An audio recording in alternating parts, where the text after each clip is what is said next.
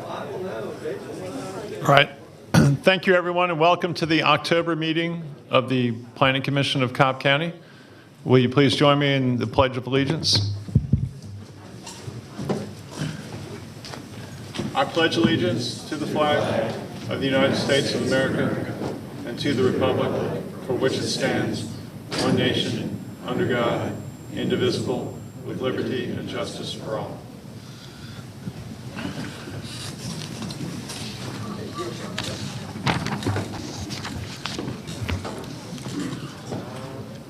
Okay. Hey, Brian.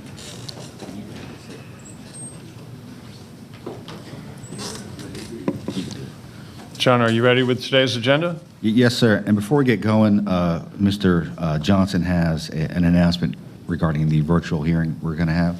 Thank you.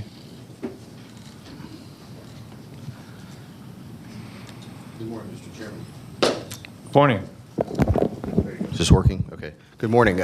So we need to offer a motion for this commission to consider to allow for virtual participation by staff and the public since we're now operating under a local emergency order. And I have read some language into the record and then hope the board would offer a motion, entertain that.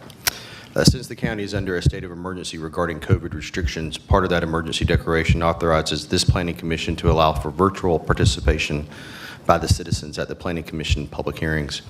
The Planning Commission must approve of this before virtual participation is allowed. The current state of emergency expires on October 17th, 2021. In the event that the state of emergency is extended for another 30 days, it is recommended that the Planning Commission continue to authorize virtual participation via the following changes to the Planning Commission rules of procedure. Staff and citizens be allowed to participate in the meeting virtually. Planning Commission members can vote by voice or by hand signal if necessary. Persons wishing to be counted as either in favor or in opposition to an application will be recognized. The number of persons will be provided to the Planning Commission. Persons who wish to speak virtually in favor or in opposition to an application will identify themselves accordingly to IS technical staff for participation during the presentation of the application. Persons who speak virtually will acknowledge and affirm that this is his or her testimony before the Planning Commission and that it's under oath or affirmed to be truthful. Otherwise, all Planning Commission zoning hearing procedure rules will apply. And we'll also entertain a motion to allow Planning Commission members to participate virtually as well if necessary. Okay. You saying we need a motion on that or a recommendation? I would prefer to have a motion to accept that language and a second and a vote on that. Good. Do I hear a motion? So moved. Okay. Okay. Motion by Commissioner Dance to move forward as you recommended, Council, and that has been seconded. Is there any discussion? All in favor, please indicate by using your buttons to vote yes or no today. Okay, that passes by a 4-0 vote. Is there anything else preliminarily we need to take up, or can we move back to agenda? There is just a bit more housekeeping. Okay. And Commissioner Vaught will participate today virtually until about 11 o'clock, and then he's going to jump back off and then on again this afternoon. He's on right now. Okay. Oh, he's on right now. Do we need a motion on that, or are we No, that was covered? taken care of with the one you just did. Thank you. Okay. Okay. Today's meeting will allow for virtual and on-site participation. I'd like to take a moment to explain the meeting format. As each case is presented, we will recognize those on-site and virtually in support or opposed to a specific case. For virtual attendees, to support or oppose a case, and to indicate if you wish to speak concerning a case, you'd want to type into your Q&A box online. For instance, if you want to support a case, you would want to type into your Q&A box SUP, then the case number, and then speak. Also, if you want to oppose a case, the process is fairly similar. To oppose a case for virtual speakers, you'd want to type into your Q&A box OPP, the case number, and the word speak. Speakers will be called by name. Your line will be unmuted, and you will say your name, where you live, and that you've affirmed that you've been sworn in. Each case will be called in numerical order. When each case is called, we would ask that the applicant please stand and raise their hand to show that they are in attendance. Then we're going to call to see if there's anyone here opposed to a case. We would also ask the opposition to please stand and raise their hand so they can be counted for the record.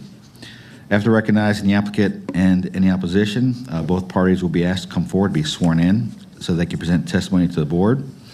The applicant will testify first, and then the opposition, if any, will testify second. It's important to note that each side only gets 10 minutes to state their case or concerns. There is not a rebuttal process, and there's not a process to reserve your time. So you want to convey all your information to the board within your 10-minute time period. Additionally, if it's known that there's more than one person who wishes to speak on an issue, you may want to coordinate with each other about what you're going to talk about, because each side only gets 10 minutes, and you don't want to cover the same information twice. Then after both sides have had their 10-minute presentation period, the Planning Commission will start to discuss the case at hand. From the discussion, they may ask one more speaker to come back to the front for additional comments or questions. And after that, the board will make a decision to either approve, deny, hold, or continue the matter at hand. Mr. Chairman of the Board, there is one case on today's printed agenda, which is withdrawn without prejudice. In this case, will not be heard today. That's a rezoning case Z44, Winsong Properties. And just for the people here today, I want to note that this is the Winsong Properties that's on the north side of Dallas Highway near the Paulding County line. So Z44 is withdrawn without prejudice and will not be heard today. Mr. Chair and Board, there are a number of cases on today's printed agenda which have been continued or held by the staff or the Planning Commission, and these cases will not be heard today. First case is rezoning case Z25 of 2021, the Furniture and Mattress Warehouse LP. This case was continued by the staff until the November 2nd, 2021 Planning Commission zoning hearing. So Z25 of 2021 will not be heard today. Rezoning case Z48 of 2021, Ray Murphy. This case was held by the Planning Commission until the November 2nd, 2021 Planning Commission zoning hearing. So Z48 of 2021 will not be heard today. Rezoning case Z62 of 2021, Perimeter Construction Group LLC. This case was continued by the staff until the November 2nd, 2021 Planning Commission zoning hearing. So Z62 will not be heard today. Rezoning case Z68 of 2021, Tiffany Gray. This case was continued by the staff until the November 2nd, 2021 Planning Commission zoning hearing. So Z68 will not be heard today. Rezoning case Z69 of 2021, Conley Land Group LLC. This case was continued by the staff until the November 2nd, 2021 Planning Commission zoning hearing. So Z69 will not be heard today. And finally, SLUP3 of 2021, Ray Murphy. This case was held by the Planning Commission until the November 2nd, 2021 Planning Commission zoning hearing. So SLUP3 of 2021 will not be heard today. I would like to ask the people in today's audience, if you have a cell phone, please turn the volume off on your cell phone as the ringing doesn't interfere with the broadcast and presentations. And any person wishing to speak before the Board of Commissioners must file a campaign contribution disclosure statement. If within 2 years immediately preceding the filing of a rezoning application, a campaign contribution totaling $250 more was made to a current member of the Board of Commissioners. Additional information concerning this requirement is located on the table in the back of this room. And lastly, I want to remind applicants, opposition, or any interested party that if information is due to this board the Wednesday prior to this hearing, any information submitted after the Wednesday due date may or may not be considered by the board at their discretion. Mr. Chairman, Board, I'm ready to start the consent agenda. And before we get started, the staff is going to pull rezoning case Z65 of 2021, Habitat for Humanity of Northwest Metro Atlanta Incorporated off consent. So we're going to pull Z65 off consent and put it in its regular order. Okay. Okay? Do you need a motion on that, or are you fine with that Fine with that. announcement? Thank you. Cobb County Planning Commission zoning hearing consent agenda for October 5th, 2021. First case on consent is rezoning case Z66, Praise Harvest Community Church. Request rezoning from NS to NRC for a church in land lot 61 of the 16th district. The property is located on the north side of Jameson Road, west of Canton Road. Staff recommends approval, subject to the following conditions. Number one, site plan received by the zoning division on August 3rd, 2021, with the district commissioner approving minor modifications. Number 2, a 30-foot undisturbed buffer along the northern property line per 1985 stipulations. Number 3, Stormwater Management Division comments and recommendations.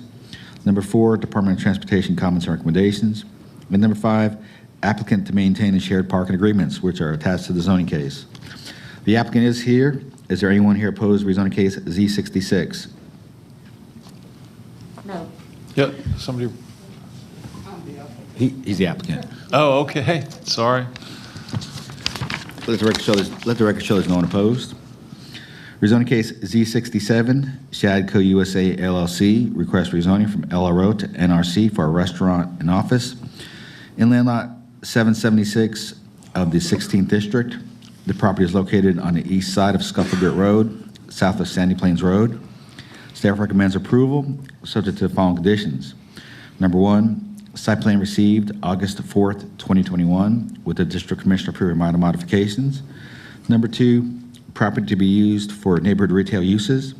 Number 3, fire department comments and recommendations. Number 4, stormwater management comments and recommendations. Number 5, DOT comments and recommendations. Number 6, building exterior to remain the same with any changes to be approved by the district commissioner. And number 7, the owner applicant to maintain the 20-foot buffer area adjacent to all residentially zoned property. Is the applicant present? Yes. Let the record show the applicant is here. Is there anyone here opposed to rezoning case Z67? No. Let the record show there's no one opposed. And last case on consent is rezoning case Z71, Randall Brothers LLC, request rezoning from LI and IF to LI for retail sale of building materials in land lots 961, 965, and 966 of the 17th District. The property is located on the northeast side of Elizabeth Lane, north of the intersection of South Atlanta Road and Elizabeth Lane. Staff recommends approval, subject to the following conditions, subject to the following stipulations. Number 1, final site plan to be approved by the district commissioner. Number 2, letter from Mr. Kevin Moore dated September 29, 2021. Number 3, adherence to Atlanta Road Design Guidelines. Number 4, fire department comments and recommendations. Number 5, stormwater management division comments and recommendations. Number 6, water and sewer comments and recommendations. Number 7, Department of Transportation comments and recommendations. Number 8, variance to reduce the required parking from 59 to 38. And number 9, retail sale of building supplies only. The applicant is present. Is there anyone here opposed to rezoning case Z71?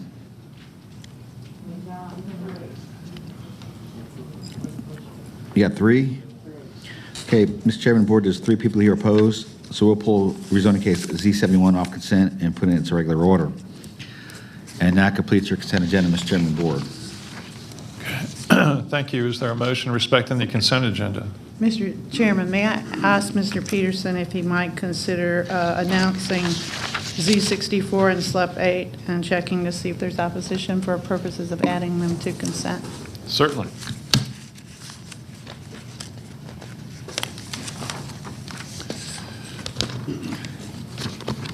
Okay. Rezoning case Z64, Bentley Commercial Properties LLC. Request rezoning from R15 and HI to HI for auto salvage and storage, used auto part sales, and used auto sales in land lot 1137 of the 16th District. The property is located on the north side of Gresham Road, east of Fairview Street, and also its companion special land use permit case, SLEP 8, Bentley Commercial Properties LLC, request a special land use permit for auto salvaging and wrecking yards, automobile storage yards and record services, used auto sales, and used auto sales in land lot 1137 of the 16th District. The property is located on the north side of Gresham Road, east of Fairview Street. Is there anyone here opposed to either SLEP 8 or Z64? We got one. One person opposed. So we'll just keep that one where it is on its regular order. Okay, is there a motion respecting the consent agenda as revised by the deletion of habitat? So moved. Okay, that's been Mr. moved- Chairman? Yes, And also the deletion of Z71. and the deletion of Z71. Thank you for that clarification. Can I get the motion again? Yes, I move for approval of the consent agenda as revised and described. Okay. Is there a second? Second. Commissioner Hughes is seconded. Is there any discussion? Call the question. Okay, Aye. I heard a voice. This is me. Okay, Commissioner Vald is voting yes as well, so that matter clears by a vote of 5-0. Okay. Okay, moving into the continued cases to be heard or held cases. First case is rezoning case Z38 of 2021, Windsong Properties, requesting rezoning from R30 to RSL for residential senior living, non-supportive residential, in land lots 179 and 180 of the 20th District. The property is located on the south side of Ellis Road, on the east side of Mac Dobbs Road, southeast of the intersection of Ellis Road and Mac Dobbs Road. The applicant is present. Is there anyone here opposed to rezoning case Z38?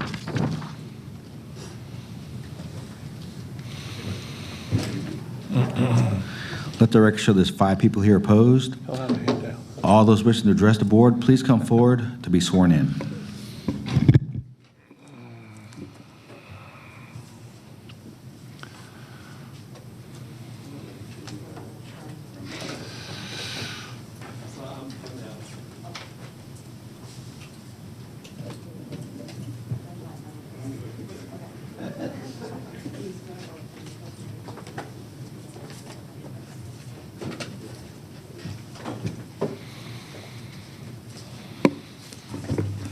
Thanks.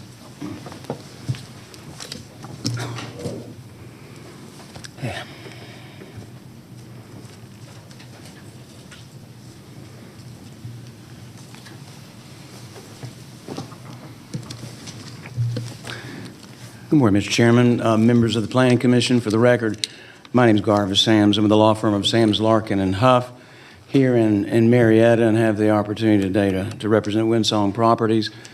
Have a number of folks with me. Mr. Mark Caruth, who's the president of Windsong, Mr. Henry Massey, the acquisition manager for Windsong. Also, we have, in terms of consultants, we have Mr. Abdul Amir. He's a traffic engineer with A&R Engineering, his own firm with respect to traffic and transportation issues. And we also have one of the finest civil engineers in the state of Georgia, Mr. Darrell Cook, with Watson Browning. That's all the commercials those guys get for now, but they're here so we can respond to any questions you have at the appropriate juncture, Mr. Chairman. This is an application that was heard. It was held. Actually, it's been heard on several occasions before you, and we've had probably overuse a term seems to be in vogue nowadays, but we have had robust discussions during the entirety of the pendency of this, most particularly from August until present. So this was last heard and presented, held by you on September the 7th. You gave us some pretty specific instructions about circling back with the neighbors.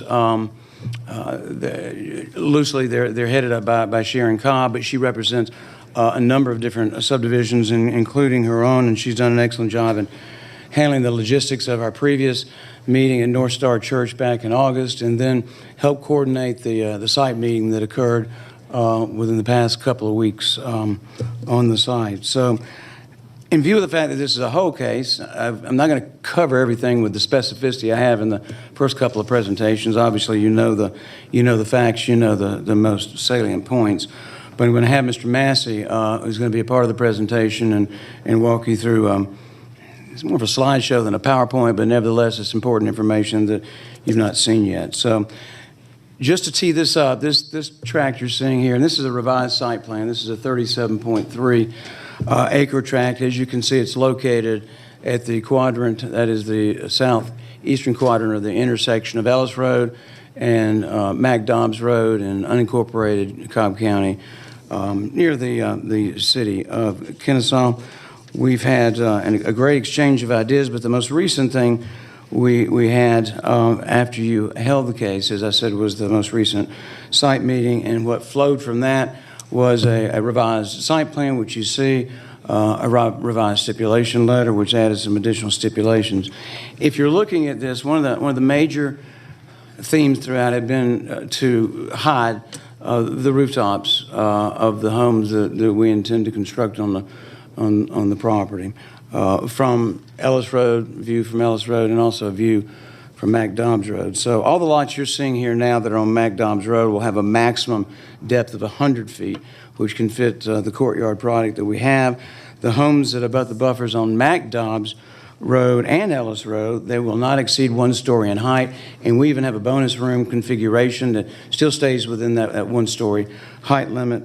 All the homes that abut the buffer on McDobbs Road and Ellis Road will be the courtyard-style homes, and Mr. Massey will show you what exactly that means with a lower profile. And we'll use the word again, but robust and continuous landscaping on top of a berm, a minimum of 4 feet in height. I've handed out elevations which you've seen before that show that different configuration. Well, it's not different than you saw last time, but a different configuration in terms of how Windsong handles buffers and also handles berms as well. We're setting up a landscape oversight committee consisting of Mr. Massey, or a representative of Windsong, Ms. Sharon Cobb, and/or her designee from the community, obviously a representative of ComDev, and the district commissioner will be an ex officio member of that committee just by operation of necessity, and also she'll be the final arbiter with respect to any decisions that are made concerning landscaping. Finally, just to complete my part of the presentation, I'll remind you that your staff has recommended approval of the application. It's consistent with the comprehensive land use plan, it's consistent with the future land use map. Those both embody the policy of the Board of Commissioners. That is the document that your staff is constrained to follow, and you're certainly constrained to give heed to whether or not you follow it or not. So with those things being said, let me introduce to you Mr. Henry Massey, the Land Acquisition Manager for Windsong, and we'll cue up his slideshow PowerPoint. Thank you, Mr. Chairman.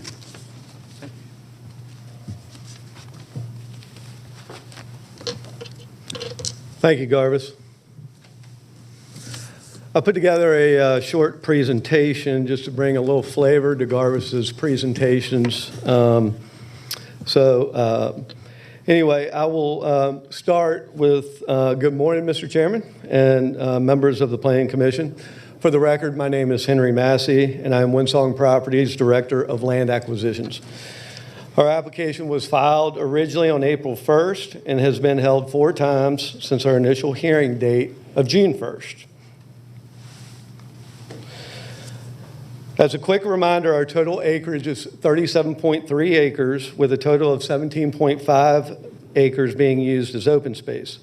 Our current site plan reflects a mix of both 55-foot wide and 65-foot wide lots for a total lot count of 82 RSL lots at a max density of 2.49 units per acre. Our proposed community will feature homes and a community clubhouse overlooking a beautiful 2-acre lake. We will be offering craftsman-style homes starting in the mid-500,000 to low 600,000. In addition, Windsong will be constructing approximately 1,300 feet of sidewalk, 5 feet wide along the road frontages of both McDobbs and Ellis Road.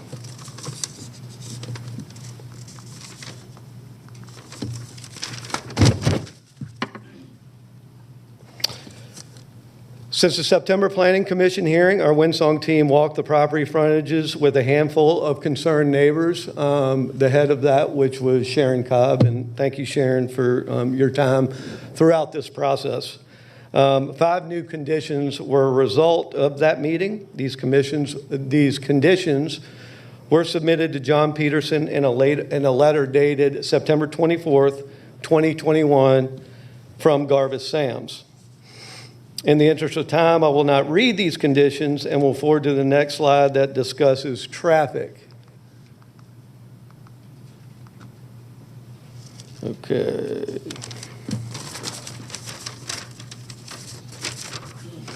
Windsong completed 2 different traffic studies. The first traffic study for the subject site recommended the development of a left turn lane and right turn lane on McDobbs Road, which Windsong has agreed to incorporate into the development. Additionally, CDOT recommended a right in, right out only on Ellis Road, which has also been incorporated into the updated site plan that have been submitted. The second traffic study performed an assessment of 2 past Windsong communities that have been fully built out. These communities are called Encore and Serenade and are about a mile from the project. The results of this study concluded that active adult housing traffic counts are 21% less than single-family detached housing. More specifically, a real-time traffic study of Encore and Serenade showed a level of 48% less traffic than single-family detached housing. I'll move on to density. To summarize, our proposed density of 2.49 units per acre fits within Cobb County's future land use plan of low-density residential, allowing 1 to 2.5 units per acre. As a result, the proposed community has been recommended for approval by Cobb County's Planning and Zoning Department.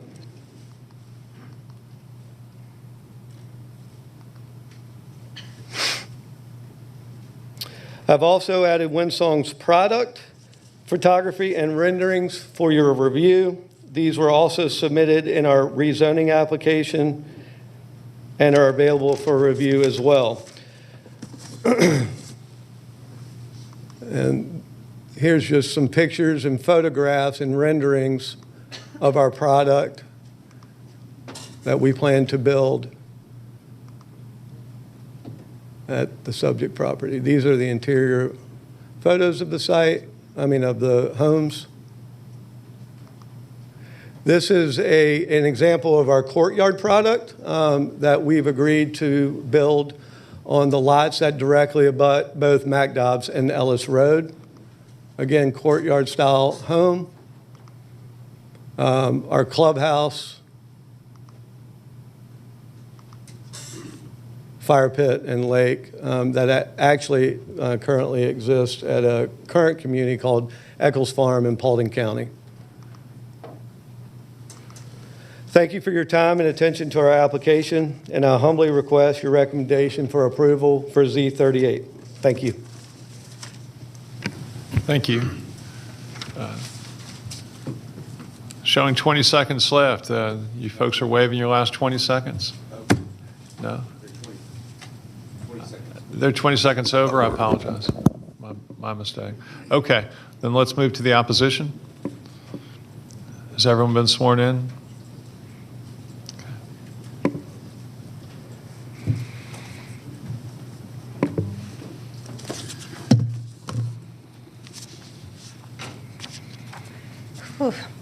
Good morning. Welcome My name back. is Sharon Cobb, and my family and I reside in the Butler Creek subdivision on McDobbs Road.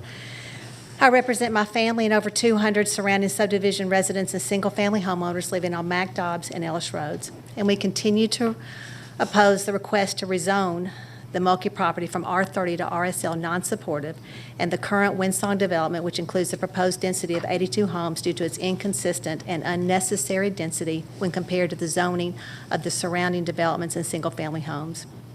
We also oppose the requested 20-foot street setback versus the required 30-foot setback because it causes cars to be parked in the driveway and to jut into the sidewalk. As requested by Mr. Boulogne at the September 7th Planning Commission meeting, a group of impacted homeowners met with Windsong's Director of Land Acquisitions, Henry Massey, Windsong's Land Development Manager, Jeb Gibbs, and Windsong's contracted civil engineer, Darrell Cook, on the 21st of September. As shared by Mr. Massey, we walked the Mulkey property and discussed the proposed development layout, density, setbacks, enhanced landscaping, and preservation of a wooded buffer between the Signal Point residents adjacent to the proposed development. The conversation was honest and in good faith, and we appreciate the efforts Windsong's proposed additional conditions to reduce visibility of the density of rooftops of the proposed homes adjacent to McDobbs and Ellis Roads and adjacent to the Signal Point homeowners. We also appreciate the stipulation to create a landscape oversight committee consisting of myself, designated impacted homeowners, Mr. Massey or his designee, and the Cobb Development Agency. When reading over the additional revised stipulations dated September 24th, I respectfully would like to address some items which were not specifically included but were discussed as we were walking the property. We would like fencing similar to other Windsong properties, it should be located along the Ellis, McDobbs, and Signal Point sides of the proposed development, and the fencing should extend to shield from view the stormwater pool adjacent to Ellis. To use the overused word, robust and continuous landscaping on Ellis should extend to the natural wooded area which is past the proposed stormwater pool.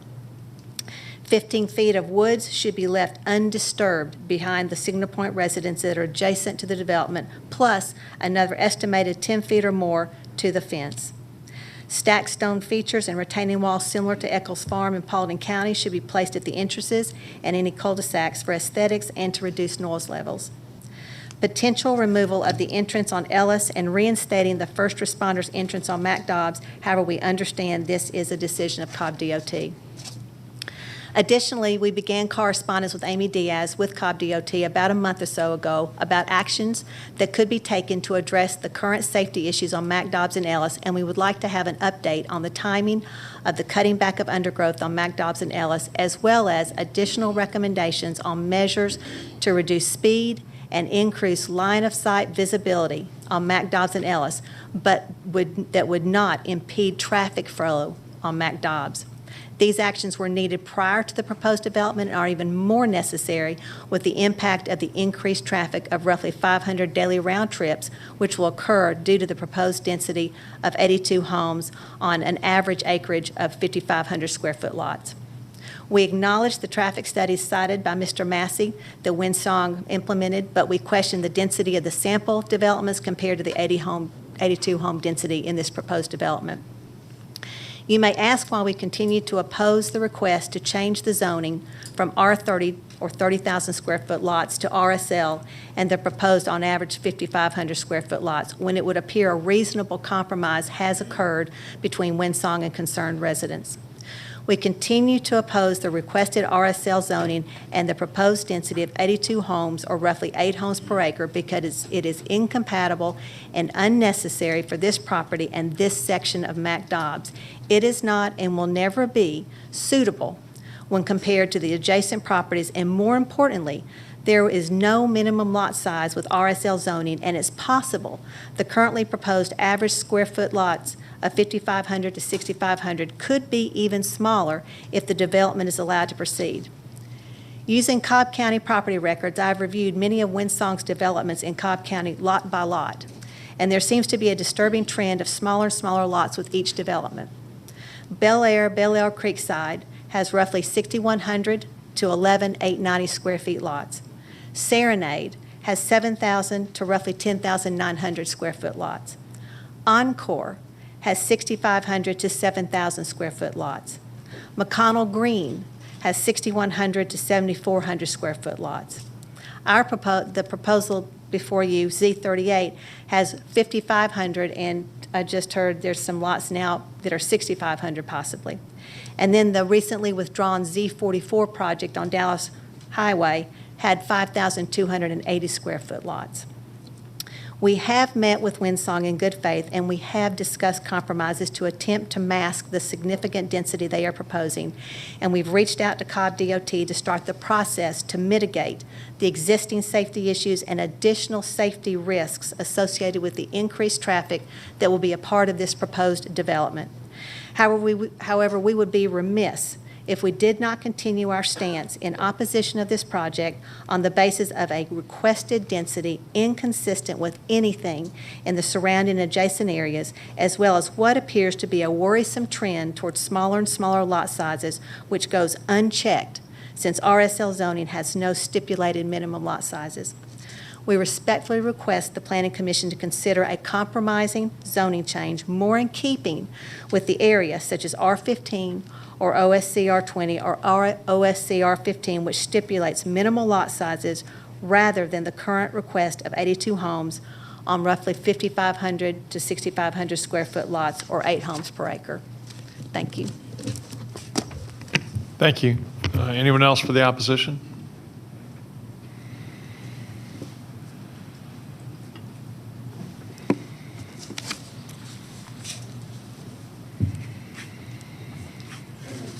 Hi, good morning. My name is Becky Foster, and I live at 3063 Ellis Road.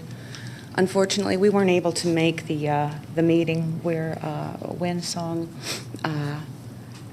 walked the property, and I apologize for that. However, Mr. Massey did make it a point to come to our house and listen to my concerns. My husband and I do have some grave concerns regarding not only the Ellis Road entrance and exit, but we purchased our home with no one in our backyard, and we understand that that can change. Right now, leaves are up, everything is beautiful. We look out our windows, there's nothing. In 3 weeks, that won't be the same. And I do understand that there'll be green space along this property. Most of the landscaping, the robust landscaping, has been discussed on Ellis Road and MacDobbs. We're along an area that we butt up against a creek that has quite a bit of runoff. We're concerned about that. And we're also now, we can see currently the Mulkey property from our home. I would just like to make sure that the stipulations of the robust landscaping include the areas in which we can see from our home, which would also mean that residents of the Windsong properties would be able to see in our home as well. That robust landscaping, I'm not looking for a fence in my backyard. But when the leaves fall off of the trees, as they will, I certainly would like to not see houses up on the ridge in my backyard, particularly from what I'm looking at were lots 24 through 30, close to the lake area. The other thing that I'd certainly like to make mention is that during the construction phase, Mr. Massey had indicated very graciously that we would have some representation from the Windsong people on a daily basis and communication. I'd like to make sure that that happens consistently. The creek bifurcates right where our property is. And then it flows toward Ellis Road. We have about a 4-foot retaining wall, but I've seen the water come from that creek up onto our property. We need to make sure that that area is not obstructed in any way during the construction process. And that if there is something that does unfortunately happen to flow into our property, that we have the ability to immediately discuss with someone on that property. There will be sewage that comes down. The sewage system, I believe, is tied into an area that's very close to our property. Things roll downhill, and I certainly want to be good neighbors with the people who are going to be living up in the Windsong properties, but we need to have some good communication with the people who are doing the construction. And the last thing that I'd like to say, actually, I guess my time is up. I will beg for anyone to please review the Ellis Road entrance and exit. If that could be used as an emergency room or emergency exit only, great. Okay. But for the life of my family and my children and my neighbors, it's not a good place to put even a right in or right out. Thank you. Thank you. All right, so that ends the public comment portion of the meeting. Let me go back to the applicant if I could.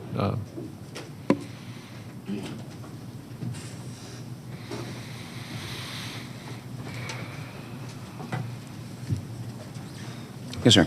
Okay, can you, just to address some of the concerns that have been voiced, can you tell me how many lots there are going to be with fewer than 6,000 square feet in the I think it'd be proposed? better if I got Mr. Cook, Darrell Cook, our engineer, to... Certainly. Because he's calculated that and he's done the plan, so. Mr. Cook? I would have thought you would have met with Mrs. Foster because she said bifurcated instead of split. She's got a much better vocabulary than I, Mr. Chairman. But as he approaches, the daily contact, with the property will be posted, and there'll be someone that will be in, I don't know about daily, but certainly available daily for contact with her and her group. Most of the lots will be well above the 5,500. That was kind of like the minimum there. I think that we've got probably 20% of them that are going to be in the 6,500 plus. But when we have opportunities, we'll go ahead and have deeper lots on some of those, and we do on most of them. A lot of the lots are 120 feet deep. Doesn't need to be that, but that's what we do to kind of make sure that we show that we've got some additional square footage on the lot. So I think, we're going to be close to the 6,000 plus almost throughout the whole subdivision. Okay, thank you. Ms. Foster expressed a concern about view shed from their property, particularly in the wintertime. Do you have any thoughts or comments, or I'm on the wrong department? Are we talking about the leaves falling, that type of thing? Yeah. I mean, yes, leaves will fall. There's some Right. evergreens in there too, but Right. we'll certainly have to put in, and we will at the rear of the lot, some landscaping that will be more of the evergreen style. Even with that, you can see there's quite a few. There's probably even from their home, really probably a couple hundred feet to look through. So there's still a lot of trees out there, whether there's leaves on them or not. You really almost have to want to see any development up there. You would have to really want to look at it. For the most part, I don't think that it'll be a nuisance or anything that will be something that you guys would be, looking for, unless you just have binoculars and want to see what's going up there. I think there's a good screening between this development and the folks to that side of Ellis Road. Where that detention pond is shown right now, nearest to where the Foster property is there currently a pond out there of some kind? Or if I went out there again to look, would I see some low point there or some ponding there right now?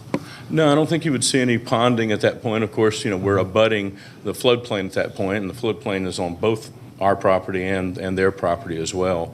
But we've tried to find a place that would make the most sense, capture the water, make sure that we discharge all of our water into the creek that goes underneath on our property, goes underneath Ellis Road. Of course, with Carl, I don't know if he's here, but nevertheless, we would meet and exceed. Honestly, these days we try to exceed, and we're pretty successful with a higher reduction, if you will. It's kind of weird, higher reduction. No, a reduction, if you will, from pre-development flows at that point. And of course, we're going to be looking downstream as well to look for any items that may be constricting. And if that's the case, we'll keep throttling back our flows to make that work. But the two that were called out, what we're trying to do is get most of our development into the ponds on either side, try to leave the lake, for the most part, not something that would catch any of our, or at least not much of the impervious water that's getting to the ponds instead of the lake itself. So we want to kind of prepare to preserve that lake as much as we can. There will be some modifications to the dam, make sure that those meet the criteria. I don't think there's anything in jeopardy right now, but as Windsong does, they make sure everything's in good shape before they turn it over to HOA. Okay. Lots 27, 28, and 29, can you tell me approximately what size those lots are as currently proposed? Which ones are, I don't have. They're the them ones, memorized. just this, okay. I'm sorry, please tell me again which ones? Sure, 27, 28, and 29. They're the three nearest to the Foster property as best I can tell. I think lots 25 through 27 are huge. I mean, they're probably well over 7,500. Come this way, your camera. Oh. Hi.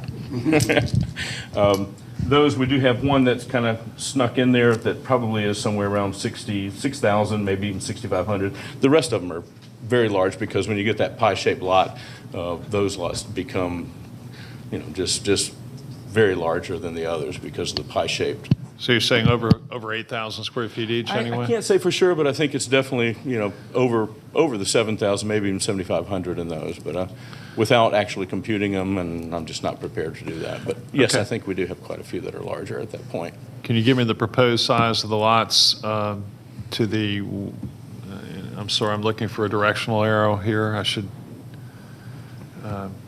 If you start on MacDobbs and go across the bottom of the page, so not those fronting MacDobbs, but those moving away from MacDobbs on the, on what is the bottom of the page? Can you give me the width of those lots as proposed? On this, abutting the neighbors? Yes. Those, for the most part, are a little bit deeper. Again, I think they're probably well above the 5,500, but I have not computed them. I would guess that they're probably in the 6,000 plus range. Okay, can you give me the width of those lots? Those lots are 55 minimum.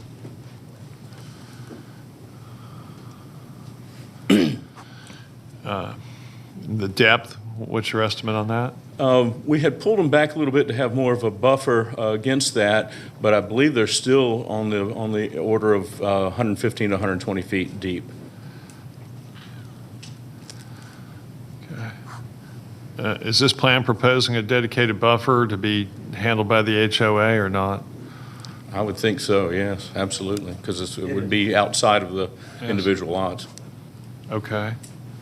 And what kind of fencing would go there, if any, between these lots and the next neighborhood to the south? Is there going to be a fence there or no? Currently, we do not have a fence planned. One of the, we actually had a couple of neighbors show up 2 weeks ago when we met with Sharon, and that subdivision is actually called Signal Point. Those houses sit so much higher above where these houses will be built that I made it pretty clear that an 8-foot fence would really do no good at all. And they understood, and they didn't seem to have an issue with that. So at this point, we do not have a fence planned along that most southerly side. Okay, well, you made a logical comment there because the adjoining neighbors are sitting up so much higher. Basically, the bulk of the tree above the trunk would be the visual buffer. Right. So that's just what we would need to look at there, right? Okay, another comment was made about the depth of the garages from the streets in the new proposed plan. Can somebody comment on that? I mean, the distance from the. Sorry. I thought you were talking about the depth of the actual garages. Not the inside of the garages. I'm not. Maybe I should be. I've been in some small garages, but The garage door will have at least 20 feet, if you will, 18 to 20 feet from the back of the sidewalks that are proposed out there, so there won't be any impact to the sidewalks. They will be in there without any issues, and I think even most of them, we've got 20 to 22, I think, because fire likes to see a little extra setback. yeah, 'cause some SUVs are like 19 feet long. Seems like somewhere along the way, back when we started this, we looked at that, and then I think I actually measured off in Serenade. Seems like those were a little more generous maybe in Serenade, but I'm going to have to take another look at that. Yeah. Okay. With that, does anyone else have questions of the applicant at this time? Commissioner Anderson. Yes, so I just wanted to confirm on the most recent site plan, again, the side yard setbacks. So as shown, the maximum distance is 10 feet between homes as currently shown on the site plan? We have 15 feet between all these homes, Commissioner.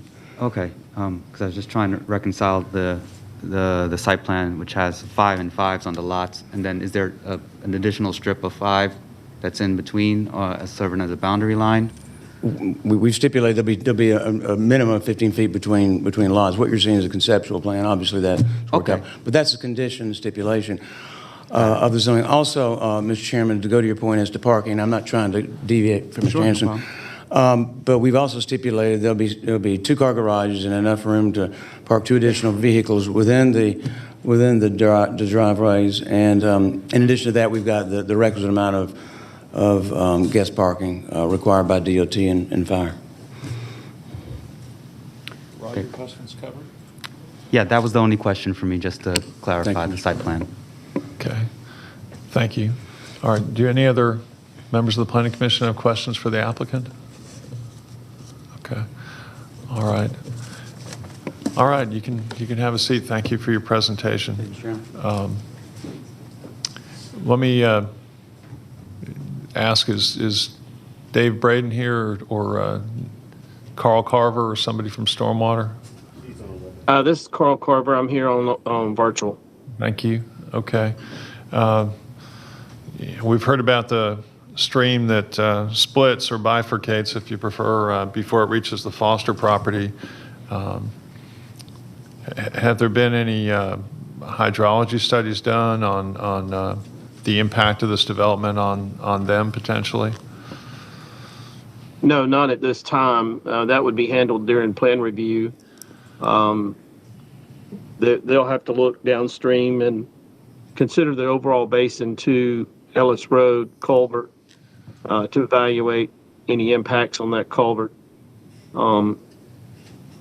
Their release rate will be at or below the existing runoff from the site. They will have to maintain the base flow that's coming from the existing lake so that their overall development wouldn't increase the runoff. Okay. Thank you. Does anyone else have any questions for Stormwater? Okay. All right. Thank you for that. With that, and I'm going to have to just beg everyone's indulgence. I think Windsong built a very nice project down the road called Serenade. I've visited there many, many times. I've read their STIPs many, many times. I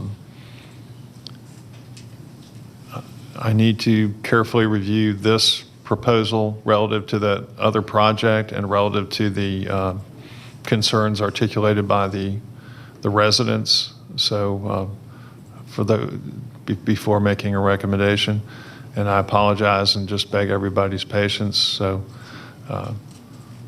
with that, my motion is going to be that we hold this for one more month.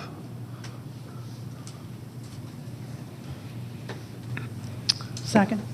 It's a second from Commissioner Dance. Is there any discussion wanted by any of the commissioners? Okay, call the question. Okay, the vote of those present is 4-0, and Commissioner Vaught? In favor. Okay, thank you very much. So the vote is 5-0 to hold that, and I'll try to have a decision next month, and I apologize for not having gotten into the weeds as deep as I should have on the details here. Thank you. Okay, John, next case. Mr. Chairman of the Board, the next zoning case has a companion special land use permit case also. Would it be the board's wish to hear both these together and just make separate motions at the end? This is Blue Tiger. I'm sorry, what was that? Would it be the board's wish to hear the zoning and a special land use permit together? Yes. Okay. Do we need a motion on that, or can you just call them? No, I'm just going to call them together, and then when you make motions, you got to make separate motions for each case. Okay, that's fine. All right. Rezoning case Z61 of 2021, Blue Tiger Properties LLC, request rezoning from O&I to O&I for a climate-controlled self-storage facility in land lot 224, the 20th District. The property is located on the north side of Stylesboro Road and on the east side of Dennis Camp Lane. This is with its companion special land use permit case SLEP 7 of 2021. Blue Tiger Properties LLC request a special land use permit for a climate-controlled self-storage facility in land lot 224, the 20th District. The property is located on the north side of Stylesboro Road and on the east side of Dennis Camp Lane. The applicant is present. Is there anyone here opposed to Z61 and SLEP 7? Please raise your hands.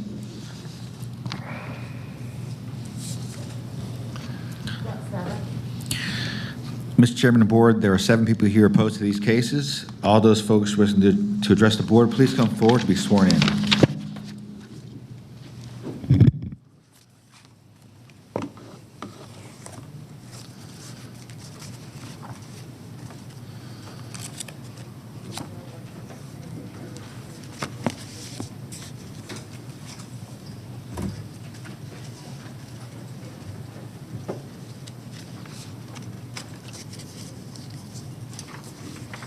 Thank you.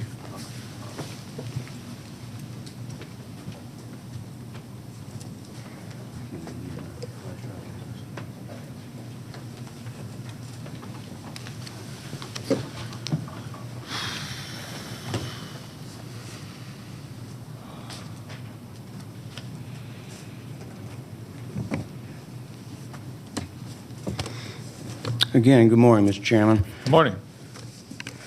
For the record, my name is Garvis Sams. I'm with the law firm of Sams, Larkin, Huff here in Marietta, and I had the pleasure of representing Blue Tiger Properties concerning these applications for rezoning and for special land use permit. My understanding is we're going to hear these concurrently, which makes sense because the facts and the circumstances attendant to both of them are concurrent with each other.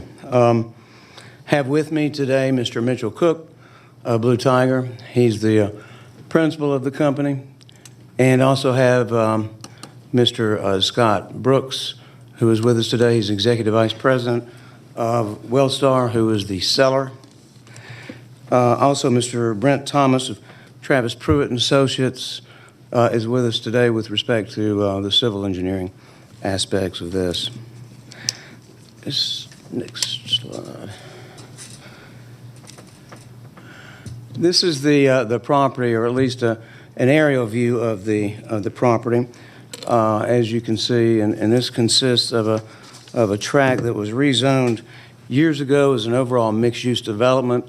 It has remained and lain undeveloped and idle after being marketed for the zoning class and classification to which it was zoned, which was for office and institutional, which is its current zoning. The market in terms of office, to use a phrase that's used in the real estate field, is soft. The inventory is plentiful.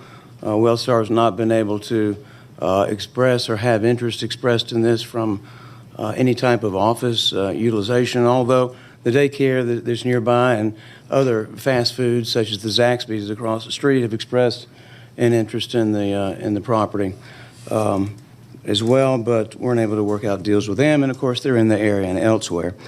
This was an application that you held last month, but unlike the last one, when this one was held, there were no real specific instructions with respect to what you wanted to see upon a revisit of this today. But what's kind of driven everything that we've done has to do with trying to educate, and I don't mean that in a pejorative fashion or speaking down, but trying to educate the public as to what we are and what we're not. One of the things we were required to do, or would be required to do during the actual plan review of this, would be to prepare turning movement models for the delivery trucks that would be coming to this. As you can see, this is a property that is located, the totality of it and all of its surrounding properties, within a community activity center under the future land use map. Going back and looking at the zonings, you can see that everything around it is non-residential. We do not have any contiguity to any residential property at all. And there was some question as to whether or not the property that you see in blue there had some residential component to it, but that's merely the extension of the YMCA property that is to the north and which has contiguity to our property. I think the center line of the creek, you can see the sort of the irregular property line is the joint property line between the YMCA and Wellstar. This is our architecture. A lot of misconceptions about what climate control self-service storage facilities are and what they're not. This is what they are now. Climate developers can pretty much skin their buildings in any way that's complementary to the prevailing architecture or to whatever is expressed by the governing authority. And what you're seeing there is the frontage of the property as related to Shallowford Road. The totality of the construction sustainably is all brick. You can see it's broken up in between various components with respect to the canopies and different architectural features and functions of that nature. But it's quite attractive. It looks like the office buildings in the area. We wouldn't even be here today if this particular demographic information didn't exist. This is an aerial photograph overlaid, as you can see, with a red circle. The red circle is a 3-mile circumferential overlay that shows the nearest one. Some are right inside that 3-mile radius, but what climate developers need, what they've got to have is the rooftops in the area. If you look at the ones that are on the periphery of the circumferential overlay, you'll see that their occupancy rates are at 98.2, 99.6, 97.6, and 98.8 respectively. So you can see that there's not only a need, but there's a lack of rooftops that are able to be served with something within a 3-mile radius, which is the key. The northern piece is left a large undisturbed area between the YMCA and us, but has constrained us in a fashion so that we've had to work around the stream. This is our latest landscape plan, and you remember the first landscape plan, Mr. Chairman, when we were talking to you, it was an 8-foot landscape strip, and we briefly showed you a black and white preliminary sketch last month. And then we trotted this out, but it wasn't in color, so it's been revised, refined. What you see now is a heavily vegetated 20-foot landscape buffer along the subject property's frontage, and of course to the rear of the property, which is oriented, this is north-south orientation, you can see the configuration, the positioning of the stream.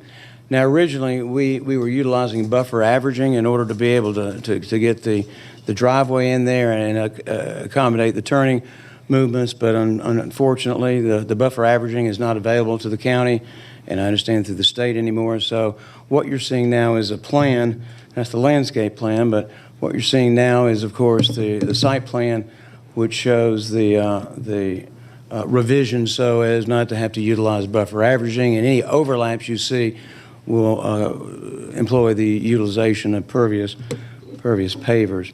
Now, in terms of who comes here, well, the people that come there are homeowners like you and I. Sometimes people will travel from state to state or even across the United States to get here and move a lot of furniture. But our typical, our prototypical buyer is about 95% going to be arriving in either a box truck or arriving in a truck a little bit larger, about 55 feet in length. So what we've done here, I say we, like I've got the ability to do this, what our engineer has done here is creating a turning model. This is a box truck that shows not only the efficacy of the driveway and its ability to be able to accommodate the box truck in terms of turning movement and interior mobility, but shows you all the particulars required by DOT in that regard. Next, here you see a larger vehicle. Looks like an 18-wheeler, but it's not. It's short of one. The turning movements and radius for this vehicle can be accommodated as well.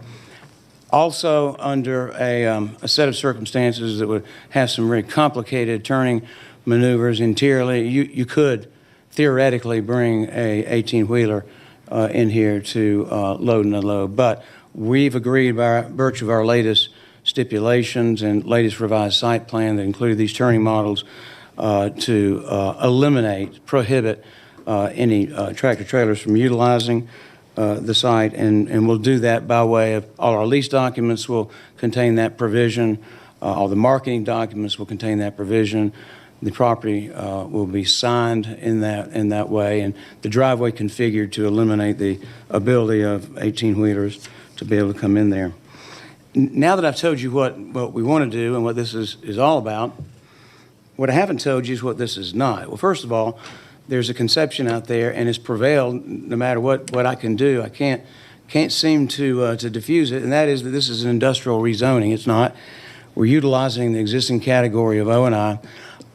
Climate controlled self-service storage facilities are allowed within CRC and O&I and GC and industrial as well, but it's a non-residential utilization that is utilized in other non-residential classifications. So it's not that. It can't set a precedent for any type of untoward development in the area, because quite candidly, this is one of the few outlying lots that hasn't been developed, and it's not as a fault of Wellstar, who's tried to market it for office purposes. But this is what we've done since you last held us.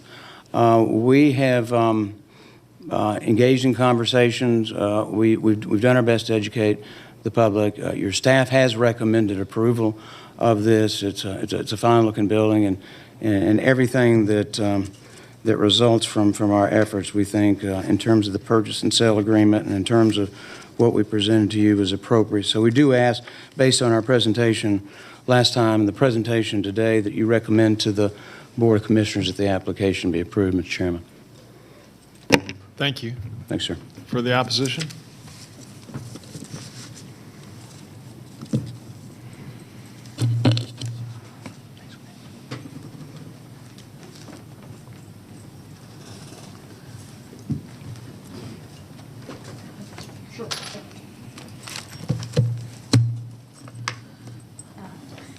I'll try.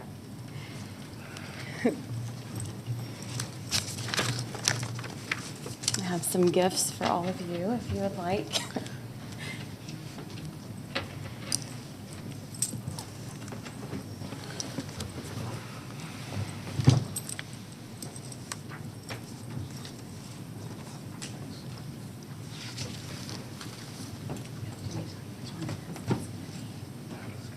Oh, okay.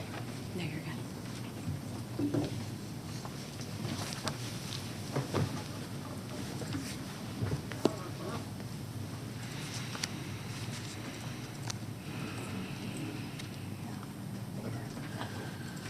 Awesome.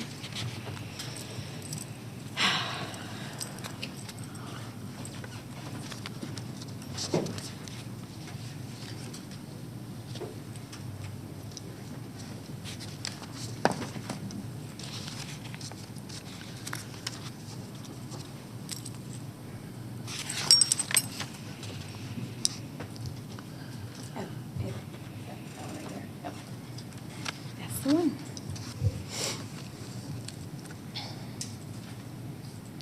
Okay. Sorry. I think, are you waiting for something to come up? Yes, for the presentation. Okay. Oh, yes, thank you. So, hello, first of all. My name is Lauren Shoulder. I was here at the opposition meeting for the opposition on September 7th, but I wasn't able to speak because I had to go pick up my kids from school. It's frowned upon, I guess, to leave them elsewhere. So I want to thank you for this opportunity. I am speaking on opposition of my neighbors and myself for Kent Water's HOA opposition of Z61 SLUP 7 for Blue Tiger Properties. I have been in direct conversation over the last 30 days with the EPA, the EDP, various aquatic biologists, as well as the DNR. As you can see with my beautiful drawing of kind of the stream, the reason why this property has frankly sat for so long is because every time there's a conversation about it, everyone's reminded about what's downstream. Where is the additional 3+ paved acres of this proposed special land use permit of this climate-controlled self-storage facility going to go? Kent Water HOA, which we take the runoff from every bit of the 2 streams that come from Stylesboro Road and Dennis Kemp Lane. Our first reason to oppose this is we already have a huge problem.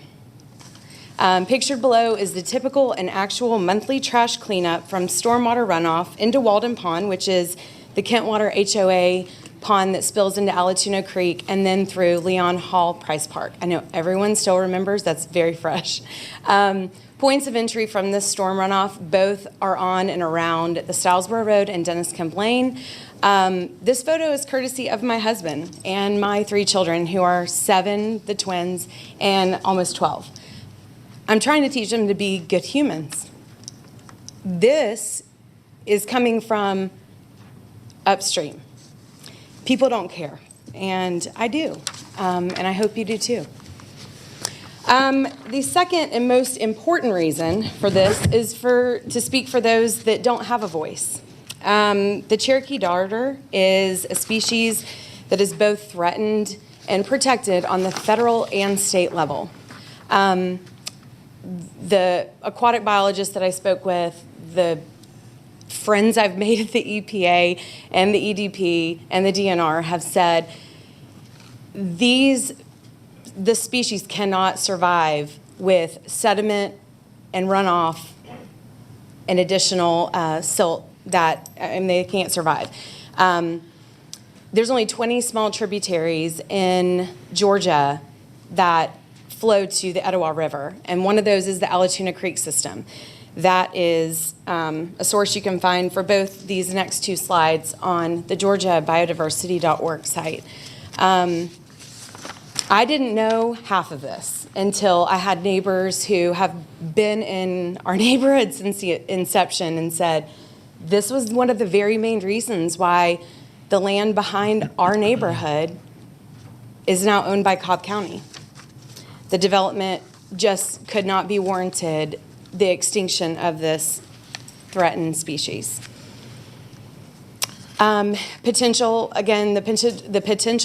threats to the darter are the habitat loss to excess silt and sedimentation runoff, reduced water quality, stream impoundment, and the increased stormwater runoff from developing urban and industrial areas. I know this is not what we're trying to change. We're trying to change the law here and make it something that would fit this, but paving 3+ acres of that is going to directly impact and allow more sedimentation and more silt into both the Walden Pond and Alatoona Creek. Some conservation people will say, well, how does this apply? How can I help? What does this mean for me? Well, we're going to be partially responsible for the extinction of a state and federally protected species if we continue to add more to it. Impounding streams should be a last resort for developing water supplies in areas where the Cherokee darter occurs. The homeowners of Kentwater HOA would like to request that further development of this land require its own on-site 50-year pond. The vast amount of silt and sediment that comes from paving this amount of acreage is not beneficial to the federal and state protected threatened habitats of the Cherokee darter. These habitats are located at the base of our pond and spillway and into Alatoona Creek, flowing through Cobb's Leon Hall Price Park and the Etowah River Basin. In addition, we would request final plans showing the rate of water release for the said pond and of that increased water flow not be greater than the current flow to avoid future unnecessary erosion. I speak both personally, as that picture with the boat and all the trash is in my backyard, that this and any other project at this said property proposed moving forward have these stipulations. Kentwater HOA would also like to request a sediment study to be completed before and after any project begins to ensure that the runoff isn't furthermore increasing the silt and sediment in our pond. Over time, this is proven to cause a decrease in water depth, an increase in temperature, as well as harmful algae growth, thus making dredging a necessary means for the livelihood of Walden Pond and the Kentwater HOA and its conservation of the above-mentioned threatened Cherokee darter. I did just a little swift Google search myself, and you can see that it shows an aerial view of storage facilities in our nearby community. All of the red you see are on 41. The road in the middle and the road just to the left of that, horizontally, is Mars Hill Road. This is Stylesboro Road. There is nothing on our road because it is not zoned for this. This model, it's been said before, it's been duplicated. People want to be like the Brookstone community. They want to be in our sleepy town that closes at 10 p.m., all the lights shut off, and there's not giant stadium-style lights because of safety. I also feel like it's worth noting that the agent himself spelled it out recently on a updated listing that says the property is surrounded by government, medical, and office buildings. I failed to see any kind of industrial or light industrial or anything that said storage facility, and there's a reason for that.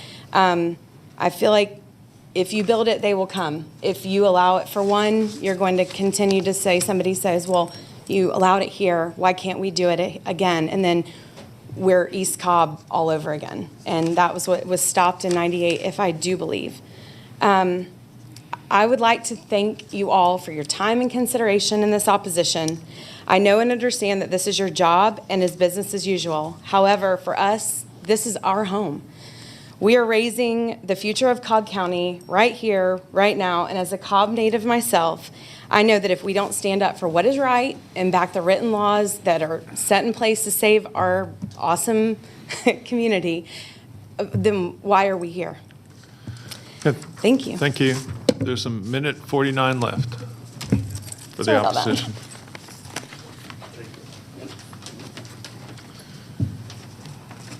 You're welcome.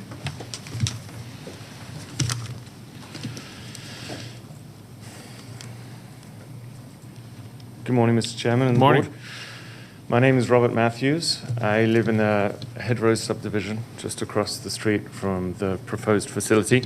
The concerns raised today are shared by many in our community, including an assisted living facility just across the street here.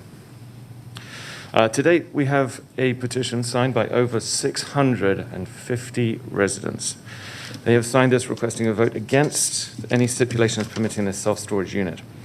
An important objection is the direct nuisance caused by the higher probability of vehicular accidents due to increased traffic in heavy goods vehicles on Stilesborough Road, with the 4 lanes of traffic and no central barrier.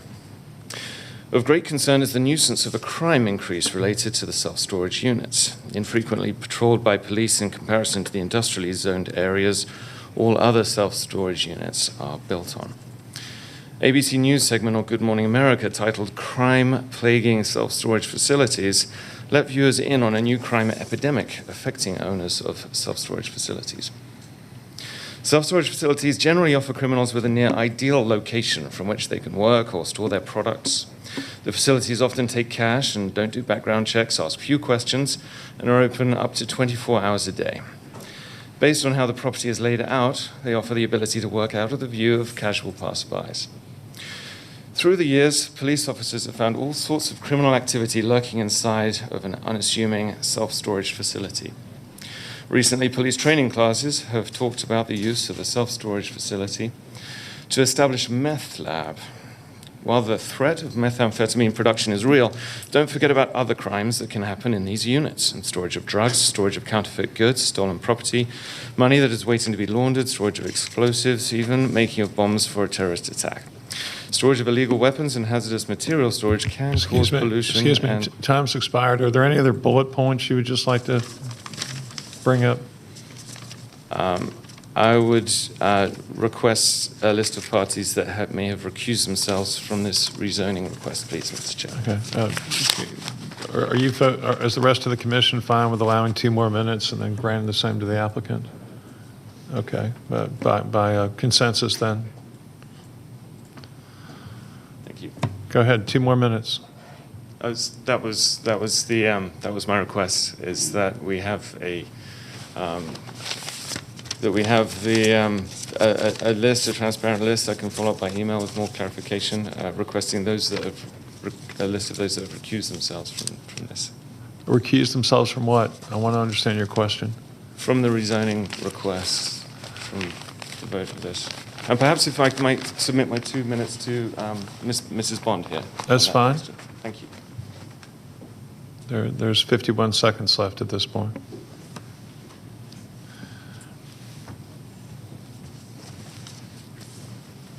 Good morning. My name is Angie Bond. I just want to say that Cobb County citizens rely on appointed and elected officials to enforce Cobb County codes. If you allow light industrial the ability to encroach on our community today, then a standard is set and our community is facing a future of more light industrial. Please consider how your decisions will impact our community and make decisions with conscious awareness for the future of our community. Thank you. Thank you. Okay. Applicant, you have the right to speak for a couple more minutes. Perhaps you might want to address some points.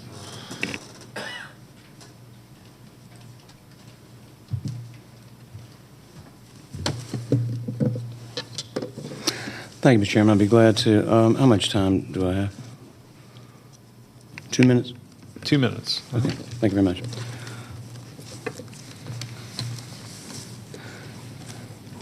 First of all, there's no presence of Cherokee snail darters in this stream. The stream was shot several years ago. That's the process by which you go through to determine if there's any protected species in there. So I appreciate the information on the Cherokee snail darter, but that's not an issue with this particular tributary.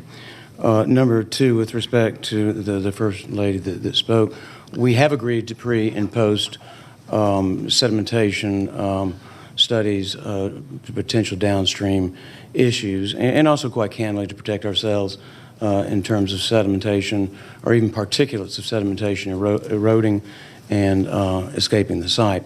So that's taken care of. Also, a new law that went into effect, we can't just change the release protocols for the water, and we can't just say we're not releasing anymore. We now have to actually reduce the amount of stormwater that emanates from this site. So she had mentioned that we're impounding water, we're not impounding it, we're detaining it, and we're reducing the flows from what are there presently.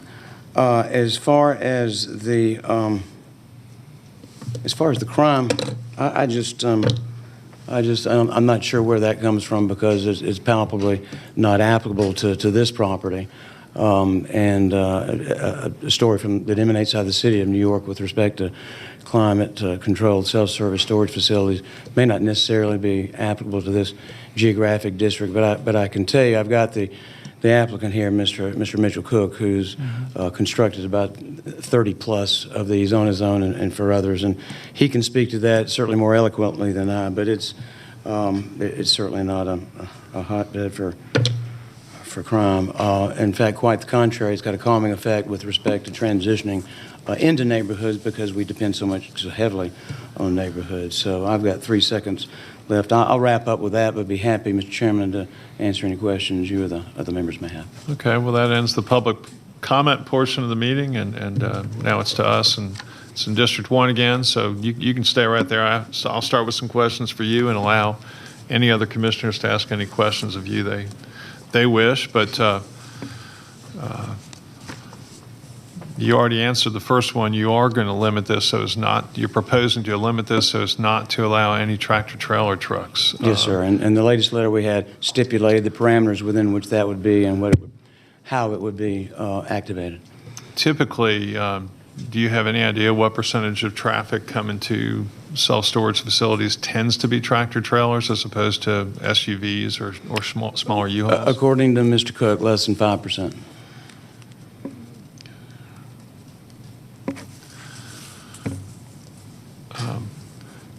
You heard a concern articulated regarding any control over what goes on inside a unit or what is placed inside a unit. Do you have any comments respecting that? Well, certainly, I wish they had looked at the Cobb County zoning ordinance because the prohibitions against what can happen inside, outside, around, or regarding one of these facilities is highly constrained. In addition to that, between now and the board meeting, I'll produce one of our leases which specifically don't allow any type of noxious activity, and of course it's under constant video surveillance with cameras put in strategic locations both in and out of the facility itself. And the business hours are limited, and operation hours in terms of being able to get to these units, it's not something that's accessible 24/7. What are your proposed business hours again? Business hours for the office itself, 9 to 6, and then the units will be key controlled or getting into the gate to access the unit, and that shuts off at 11? Yeah. 10.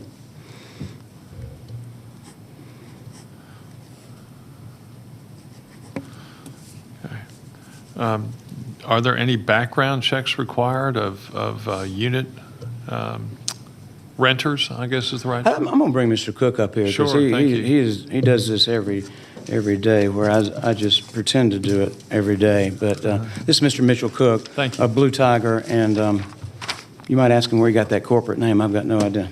Thank you.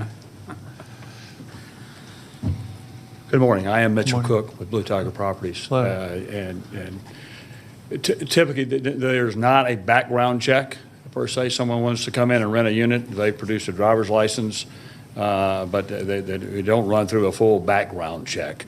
Because it's normally just not necessary. But I will say this is an all-climate controlled facility. There are keypad entrances, so nobody can get in the building without a keypad. We don't want anybody in the building after 10 o'clock at night for any reason, doing, God knows what. So 2 o'clock in the morning, nobody's getting in that building.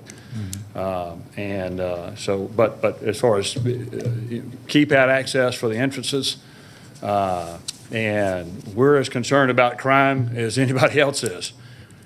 The lease will say no hazardous materials of any kind. You're limited on what can be stored in there. You can't store flammable materials or hazardous materials of any kind whatsoever. We also don't want people running their businesses out of a storage unit. Yes, that happens in certain places, but not in all climate facilities. We limit the amount of power outlets that are in the facility. We don't want people plugging in a refrigerator and have an extension cord running down the hall or running an office or whatever it is. It's a storage facility. And our primary customers are the people within, as Garvis pointed out, within a 3-mile radius. In this particular case, it's all the residents that live within that 3-mile radius. That's our customer base. But we don't want people in there running businesses or trying to run an office or whatever else they might do, because that's not what this is. It's a storage facility. Okay, thank you. Can one of you comment about the buffers? Just go over the buffers again that are proposed, the buffers and berms and such. So one of the things we did, obviously, on the rear of the property, we front right against the creek. The property line's right at the creek, and so there's a deep ravine going down to the creek, and then on the backside of the YMCA property, that's all heavily wooded, and certainly will have its own inherent buffer in and of itself. And then along Stylesboro, of course, we don't have an entrance along Stylesboro. So there's I forget the setback on Stylesboro, I think it's 35 feet for the actual building setback. But within that, we've agreed to say we're going to make essentially that whole space between our building and the property line a landscape buffer. And plant trees, shrubs, and whatever. We want to make that as nice as it can be on that side. So we've agreed to a 20-foot landscape strip, but in all actuality, it's going to be 35 feet. It'll be solid landscaping, Okay. all along Stylesboro.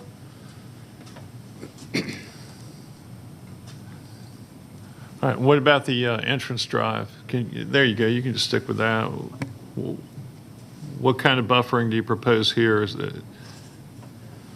Again, the entire strip between the parking spaces there on Dennis Kemp Lane and Right. and the lane there would be landscape, whatever that dimension is. It's at least 10 feet along there. And again, we want to heavily landscape that as well and make it as nice as it can be, because that's the entrance to the facility right there.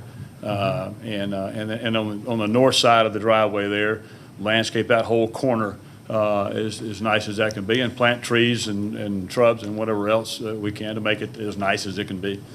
And do you have a visual of of what the building will look like from Stylesboro, from that orientation? Go back to that elevation. I don't know if you can blow that up. But the middle elevation there is the elevation along Stylesboro. Again, the idea is we want this thing to look like it fits in the neighborhood, and effectively it's a storage facility, but it looks like an office building. And so it's all brick. We don't want to, I like brick. It lasts forever and it looks better than anything else you can build. And so it's brick, and then we add add the green awnings in there to give it some architectural pizzazz. And then again, in front of it, we're going to landscape it with as many trees and shrubs as we can to, and that's obviously a rendering of what it might look like. Eventually, those trees grow up and will be towering and taller than the building itself.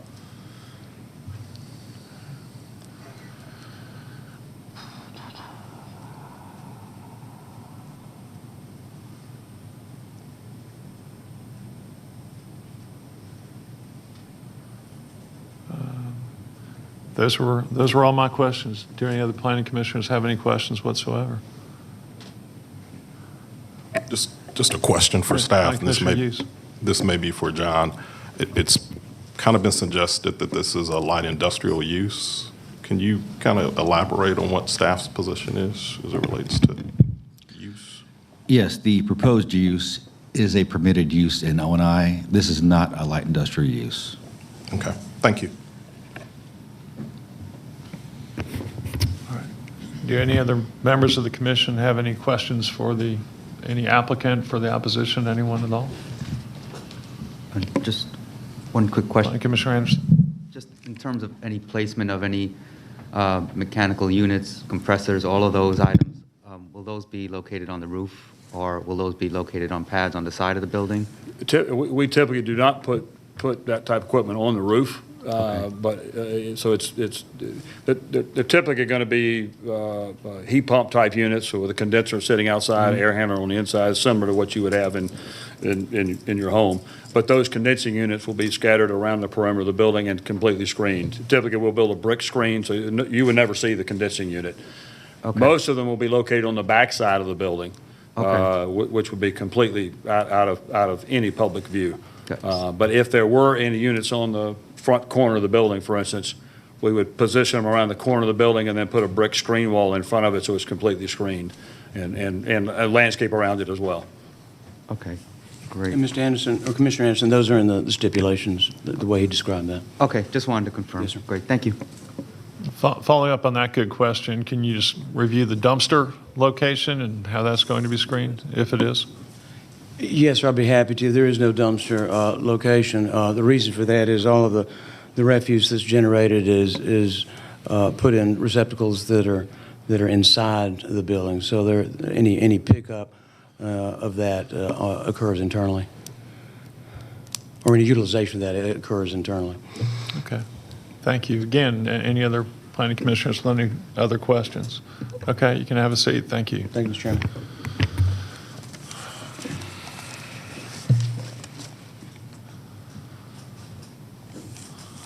So this is an interesting one in that our code seems to suggest that the principal location of these type of facilities should be in areas that are classified light industrial or in heavy industrial, notwithstanding the fact that in essence, climate-controlled self-storage, there's not a manufacturing process, there's not a chemical process. It's boxes and furniture sitting there. This is very interesting to me. The community seems overwhelmingly opposed to this self-storage being placed here. In multiple instances, I've received emails and or comments in prior meetings here that the folks there would rather have a restaurant, which could in turn generate more refuse, which could in turn end up in the pictures like the ones we've seen in the bottom of the boat. But that's what folks here have stated. I guess the ideal preference would be that it stay O&I and stay an office building. At the start of the meeting, at the last meeting rather, I threw out some ideas trying to soften the face of the proposed project to make it look something more inviting. I think, to be fair, the applicant has made some efforts in that regard. I think it's still a very industrial-looking structure, however.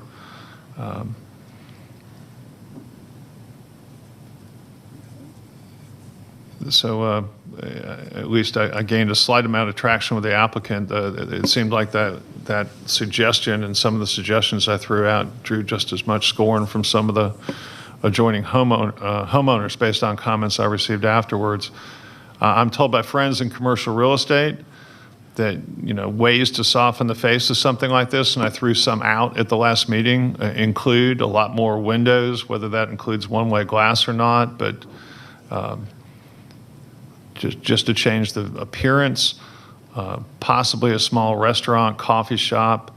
I happen to know the son of the applicant and know that he or his wife runs a gym somewhere in town, or did, and I actually threw out the question threw out the suggestion of whether a gym could be placed on the first floor of one of these structures. I'm told by some professionals in the real estate community that from a real estate investment standpoint, making the use a mixed use can harm the value of the facility. Maybe I'm not saying that's the reason why. That idea I threw out didn't meet with any traction from the applicant. When I think of industrial, I think manufacturing, assembly, forklifts. I didn't ask the question, I failed to, as to whether or not any forklifts would be used here, but it doesn't seem like that kind of a heavy warehouse operation. What I'm told by folks in the industry and members of this group who have more experience in commercial real estate than me, when I say of this group, of this planning commission, is that the primary uses of climate-controlled self-storage, the users are folks going through life transitions, selling the house for whatever reason, changing jobs, things of that nature.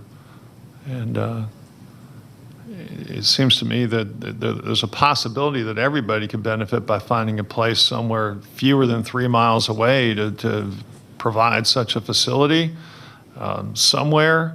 There are a couple large grocery stores in the area.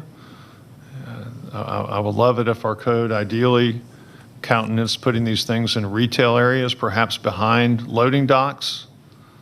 But I don't write the code. We just, our place is to make recommendations.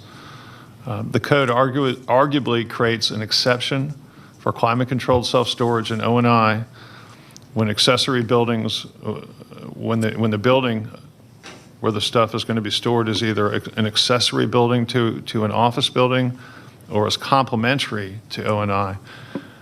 Complementary to O&I means a couple of things to me, and the code seems to bear that out. It means both in appearance and in buffers and in physical appearance or facial expression.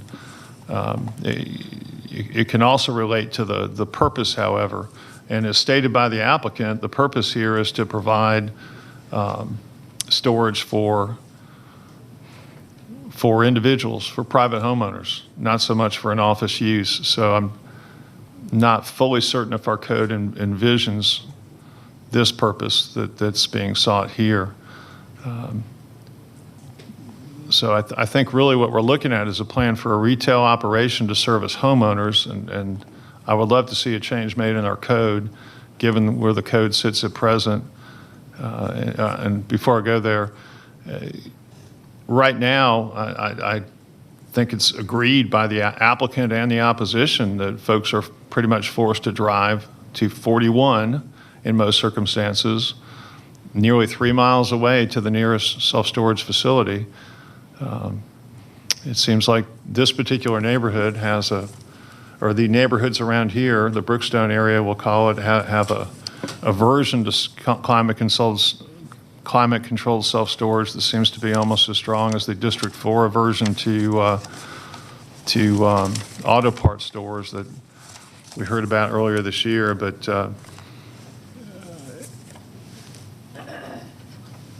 I would love to see our code revisited to allow something where when you have big box retailers, that something like this could maybe be placed behind them or between them. That might be an appropriate place for them, but given the code as I read it and the community opposition as I've heard it, and given the community seeming willingness to allow not just I know we don't have this before us right now, but there seems to be a willingness to even entertain, and I've heard this from multiple folks speaking in opposition, but to allow a restaurant, if necessary, to go there if somebody doesn't gobble it up for an office purpose. But just given the fact that this does look industrial and doesn't really look like an office, my recommendation will be for denial.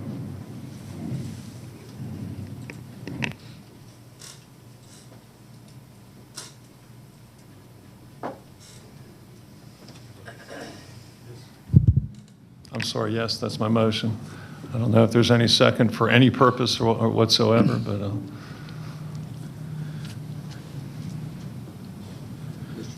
Yes, sir. Mr. Chairman, could we just clarify that motion for denial was for Z61? We handle the SLUP after that. It's okay. I apologize. We have to do them separately. I should make the motion first that we vote together on them. How would you prefer at this point? Vote separately on them. Okay. Separate motions. Okay, so my motion is for denial of Z61. And hearing.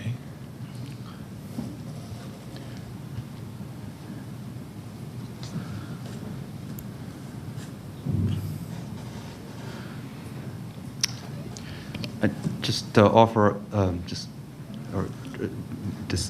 do we have a second on the motion now? Or? No, there's We no don't yet. There's no second, but I want to make one statement. Mhm. Commissioner Vaught is recusing himself from this vote, so he's not Yes. participating at all in this Right. case.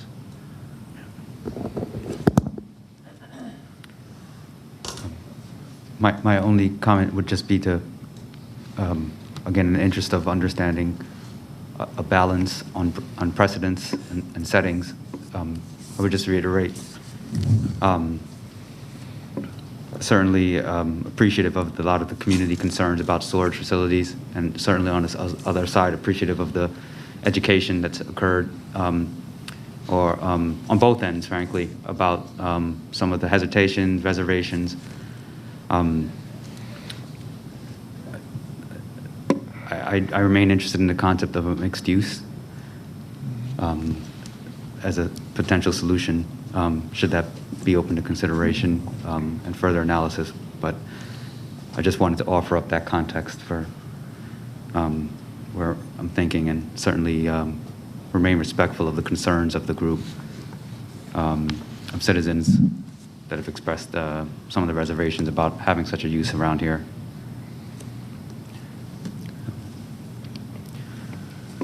Okay, well, my motion seems to have not met with a second at this time, so I'll entertain any other motions from the floor or from the group.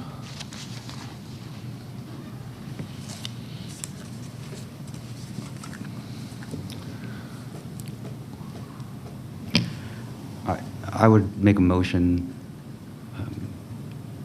that this be held for another 30 days, just to allow for further discussion of some of the inputs that we've gotten from the community. And that would be my motion, to hold this for another 30 days. Okay, Commissioner Anderson's made a motion to hold. Is there a second?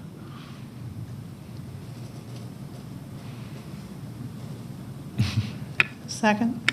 Okay, there's been a second. Any discussion?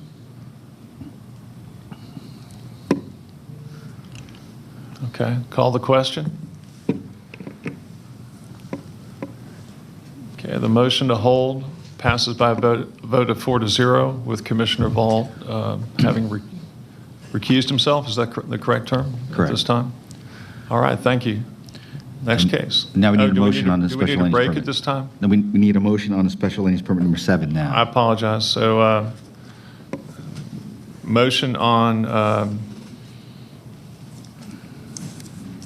SLUP 7. Make a motion. I make a motion to hold SLUP 7 as well, 30 days. Okay, Commissioner Anderson's moved to hold SLUP 7 for 30, until the next calendar. Is there a second? Second? Okay, a second by Commissioner Dance. Any discussion? Call the question. Okay. That, again, passes by a vote of 4-0 with Commissioner Vaught having recused himself. And can we take just a 5-minute break at this time? Thank you.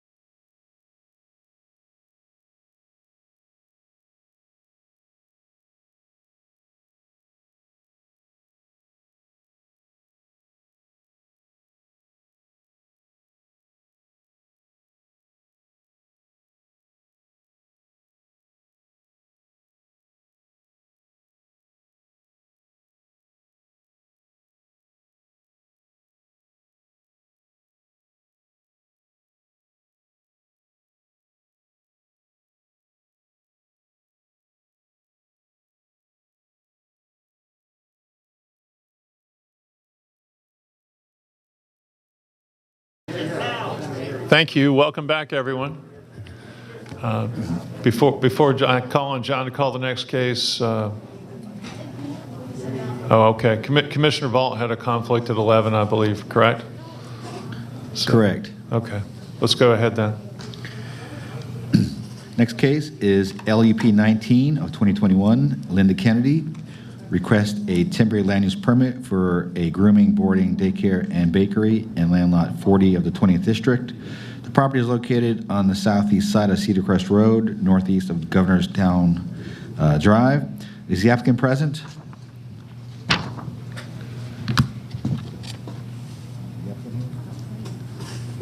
Is the applicant here for LUP 19?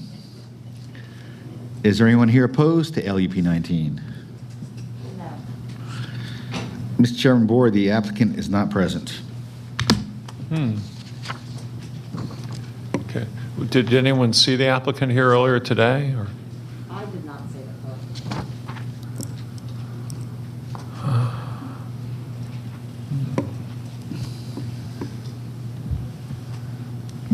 Okay.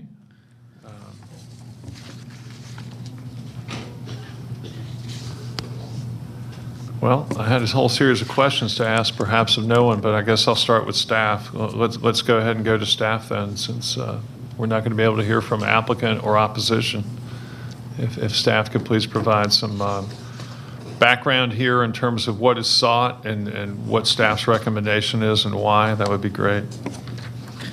Okay, Mr. Chairman of the Board, the applicant is requesting a temporary land use permit to operate her grooming, boarding, and baking company from this property. This came out of a code enforcement complaint back in March, I believe. And when code enforcement went out there, we did find some violations for customer home occupation. They had some signage issues. They had an issue with this daycare. And I believe they're also parking on the grass and running a barbecue stand on the property also. It's my understanding that the barbecue restaurant has gone away, but they still have the other issue with the signage and the doggy daycare, dog grooming.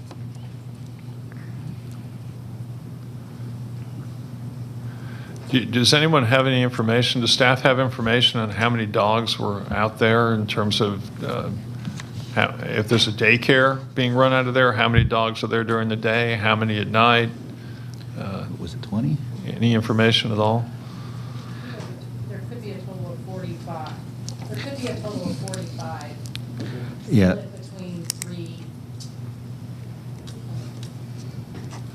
Split between three. Split between what?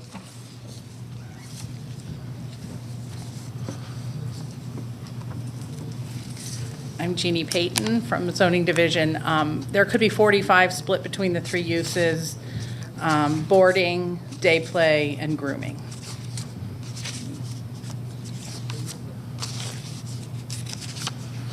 $43? I think it's 45. I think it's 15 for each use, I believe. Sorry, I don't have my notes in front of me. Yes, it is 15 in the write-up. Okay. Does she need to have a special land use permit in order to bake the cookies? No, the baking is permitted under our customary home occupation. Okay.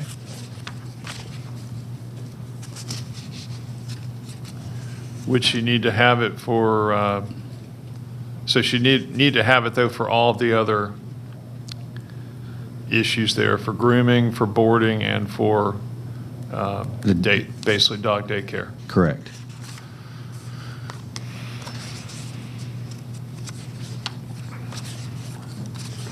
Can you speak at all to other circumstances or instances, since I can't remember this coming up at all over the last couple of years since I've been on this group? Have these, as a similar issue come up regarding a similar request for a dog daycare, kennel, or grooming facility in a residential area anywhere in the county, perhaps over a somewhat longer time?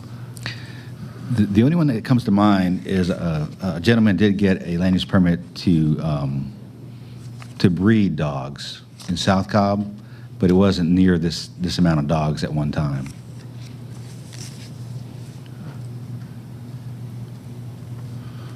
And I see a code enforcement case synopsis dated April 1, 2021. where it says surgery was being performed on animals. Does anyone have any further information on that? I did not, Mr. Chairman.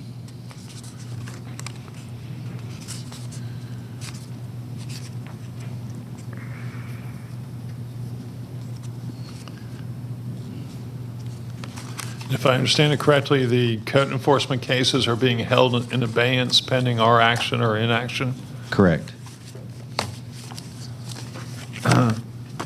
And so what's your recommendation? Staff's recommendation is to deny this application.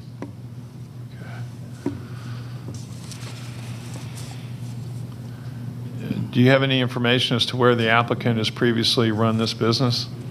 It's my understanding the applicant has run his business somewhere more south on 41 and also in Dallas, Georgia, I believe. Has it ever been located in a commercial facility as opposed to out of a private residence? Does anyone have information about that? The location on 41 was in a commercial location. Okay. Do you have any idea why the commercial location was jettisoned in favor of this location? I have no idea, Mr. Chairman. Does anybody else on this planning commission have a thought or recommendation as to how we should proceed, given the fact the applicant has not appeared today? I have one further question of Mr. Peterson. Certainly. Based upon other comments we had heard from the applicant at the last meeting, so she has actually been heard, I would make that observation. But does she own this residence? The person, Linda Kennedy, owns it, but the lady we heard from last month was actually the operator. So the operator of the dog grooming is not the owner of the property. Okay. Gotcha. And do you know for how long the property has been owned? The applicant has owned the property since October 2020. Okay. That's the actual applicant. And the operator has been in operation since when? Our first complaint was in March of this year, so sometime around then is probably when they went in. Okay, and the operator has not been before us, only the applicant, correct? When we had the hearing last month, it was the operator, it was not the applicant. Okay. Mr. Chairman, I think some of our concerns the last time was that someone had a going business and that we would be interfering with a going business. But in light of the information that, we have as to the recency of the acquisition of the property and the recency of the use, the fact that the individual is not here, I would be inclined to deny it. Do any of my other fellow planning commissioners have any thoughts at this time? No? Okay. And let me just, before I make a motion then, thank you though for that. You'd made a comment at a work session either, I think last month, where you had suggested, and I think everybody here felt a certain concern that we try to do what we can to mitigate harm to ongoing business by giving her a somewhat generous period of time within which to find another location. Would 60 days seem appropriate, or? I think that seems appropriate in light of the recency of the business. My fellow commissioners, does that seem okay? Okay, then in that case, my motion will be that we follow staff's recommendation and deny the application for a land use permit at LUP 19, but with the condition that the applicant and/or, really we can only govern an applicant's conduct, but that the applicant be allowed then to continue to allow these activities for up to 60 days from date of action by the Board of Commissioners, so as to allow the operator a sufficient period of time within which to locate her business and hopefully so as not to harm her business. So that'll be my motion. Second. Any discussion? Call the question. Okay. That motion passes by a vote of 4-0 with Commissioner Vaught absent. Okay. Next case is rezoning case Z54 of 2021. Chuck Awuzu requests a rezoning from PSC to RM8 and NRC for a townhome community and retail in land lots 621, 638, and 639 of the 19th District. The property is located on the east side of Powder Springs Road and on the northeast side of Pear Road. The applicant is present. Is there anyone here opposed to rezoning case Z54? Let the record show there's no one opposed. Would the applicant please come forward and be sworn in?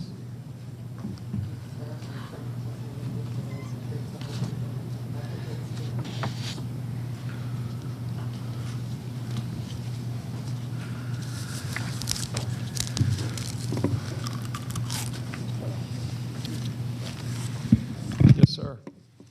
Good morning, everybody. Good morning. Yeah, once again, my name is Chuck Awuzo. And first of all, I want to say I appreciate the opportunity to come back again. And each time I come back, you make me do better. And at the end, you make me a better person. I'll say thank you for that. This zoning application is to rezone this property. It's a 5.1 acres lot that is located between Powder Springs Road, on Powder Springs Road between Pearl Road and Hodgeben Road. As part of this application, we are not seeking for any variance. And also, as regards to this property, can we show this?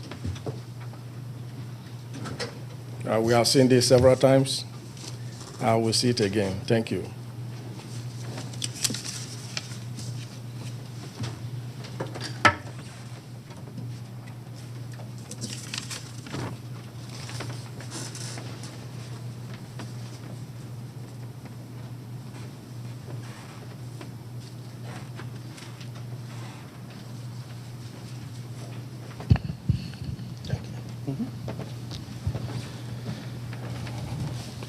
Yeah, so this zoning application, we are applying for 33 units for the purpose of constructing a townhome. And the property, the community has 2 entrances to mitigate traffic burdens on Powder Springs Road and also on Pearl Road. And the community is heavily landscaped. And actually, between that property and all these houses behind here, we have about 35 feet instead of the 25 feet that is required to create a full landscape buffer between us and these residential communities. And also, I have had a lot of conversations with them over here. And several of them are very pleased that we are coming to that community. Also, as far as the communities, as far as the houses are concerned, this is what we are looking to do. This is a 3D drawing. We are hoping that it will look as close as possible to these drawings. We have 5 feet sidewalk on both sides of the road. And each house will have 2 car garages. And they'll be used for the purpose of parking cars and nothing more than that. Between each block of townhomes, we have 6 strips of landscape, actually 12 strip of landscape. The community is going to be gated. We have walk trail for the community residents. We have a clubhouse. We also have a gated swimming pool for the community. We have extra parking spaces and play area for the children. We also plan to have a mandatory homeowners association that will be responsible for the upkeep and maintenance of all commonly used areas. And every other thing that will be defined by the covenant, including all the common areas, amenities, open spaces, stormwater management, and general landscape areas, kiosk, fencing, and anything that may be needed. Each building, we are proposing to have bricks and hardy planks for each building. And most of them will be all bricks, but we may have some combinations of all bricks and hardy planks. Each unit, the proposed size we're having right now is about 2,550 square feet. Every unit will have its own patio, landscape area, and the size of the units should be from 3 to 4 bedrooms. So these are some of the things that we have, and I'll be glad to answer your questions. Thank you. Thank you very much. Is there anyone else wishing to speak in support of this application? All right, then for the opposition. There was no opposition. Okay. Then that closes the public comment portion of this meeting, and this case is in District 4. Planning Commissioner Hughes. Thank you, Chairman Beloin. Just a couple of questions for staff. Just as a point of clarification, I know we've gone through different versions of the site plan and different versions of the rezoning request. I think it was originally submitted as a request for NRC and RM8. I think Yes. it is now RM8. That's your request. Yes, sir. I just want to confirm with staff that that is your understanding of what the applicant is requesting. I also believe staff in its analysis has recommended we delete this to RA5. So more than five, no more than 5 units, 5 units per acre is what they're recommending at this point in time. Make sure we're clear That's on correct. that. I have attempted to prepare some zoning stipulations, which I've shared with my fellow commissioners. I sent those out, I think, last week some point. Thank you for those who responded. There were a couple of questions that came out of that, not to speak for one of the commissioners, but I do want to have staff to answer a couple of questions with respect to, Carl, are you still available virtually? Yes, I'm still here. Okay. One of the questions relates to the detention pond that's shown on the site plan. And I think the question was essentially, and I'm paraphrasing here, that detention pond will become the responsibility from a maintenance standpoint of the HOA. Is that correct? That is correct. Okay. That's the only question I have for you. And then the other question relates to the internal streets. And I think there was a question regarding whether those are built to county standards. So that's one question for Amy. I'm sorry. Jumping around here.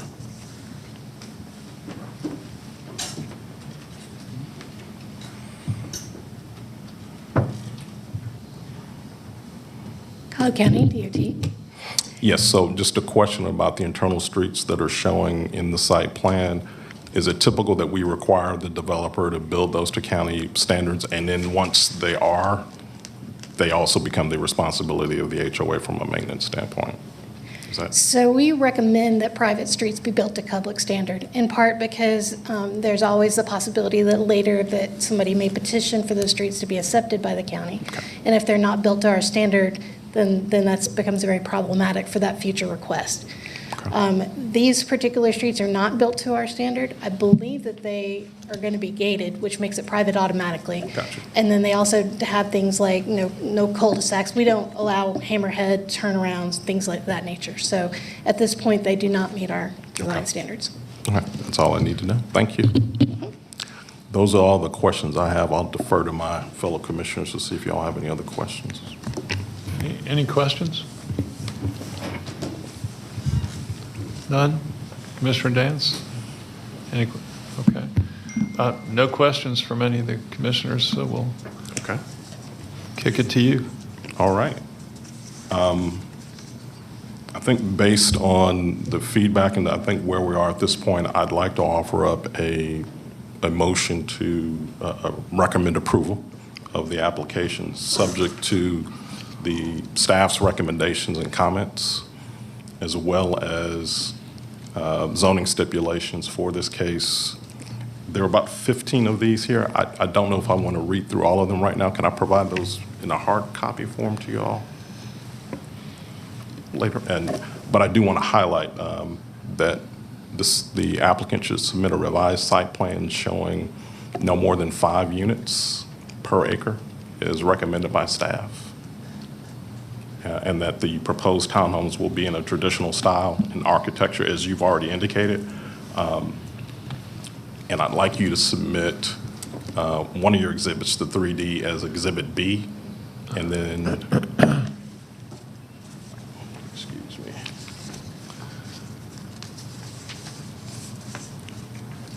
I'm going to hold this up, I'm sorry. This will be Exhibit A as it relates to how the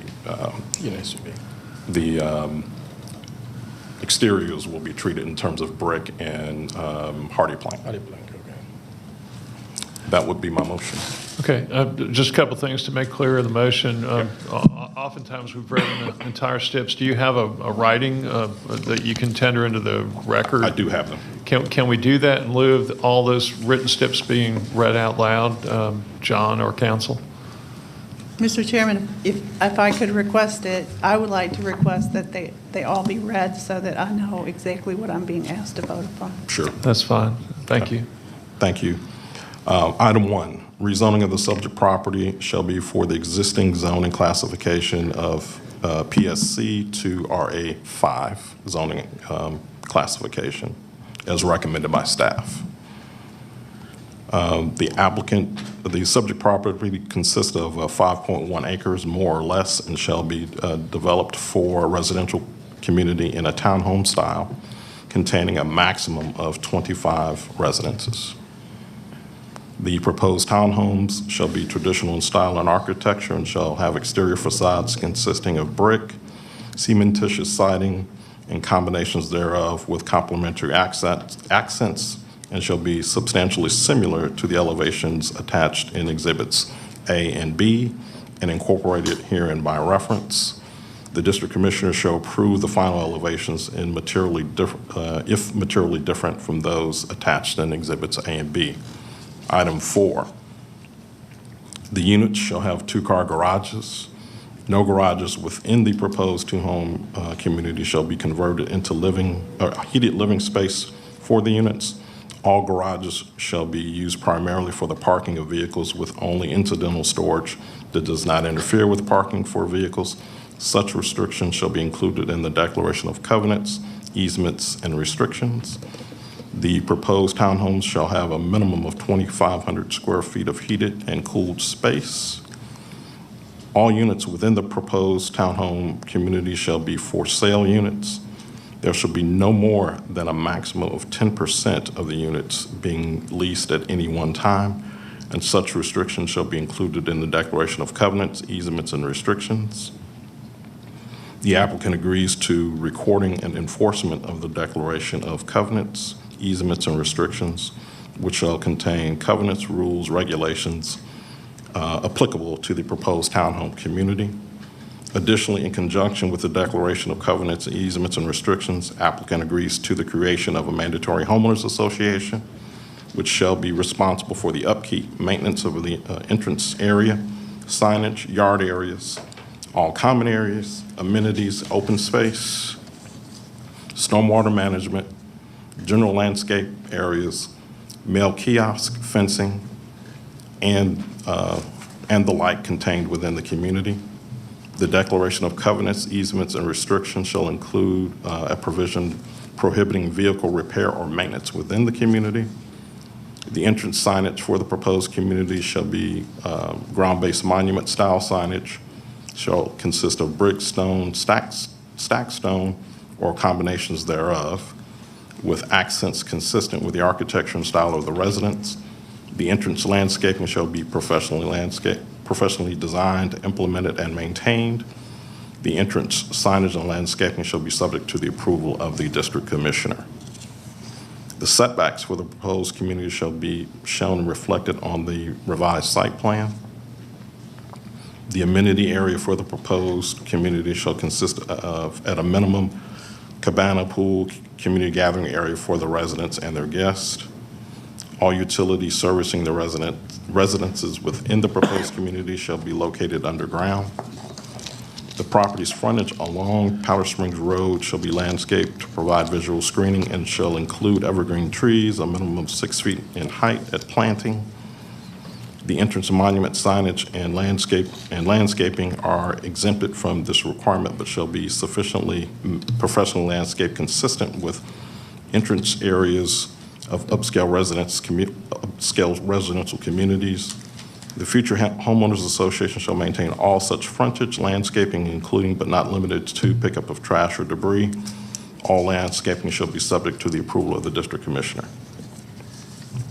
Minor modifications to within stipulations, the reference revised site plan, lighting, landscaping, architecture, site features, signage, and the like may be approved by the district commissioner as needed or necessary, except for increase in density of the residential project or the overall square footage of a non-residential project, reduce the size of the approved buffer adjacent to the property that is zoned the same or is in a more restrictive zoning district, relocate a subject structure closer to the property line of an adjacent property that is zoned the same or is more restrictive zoning district, increase the height of a building that is adjacent to a property that is zoned the same or is in a more restrictive zoning district, change in access location to a different roadway, would be a direct contradiction or conflict with any of the stipulations of this rezoning,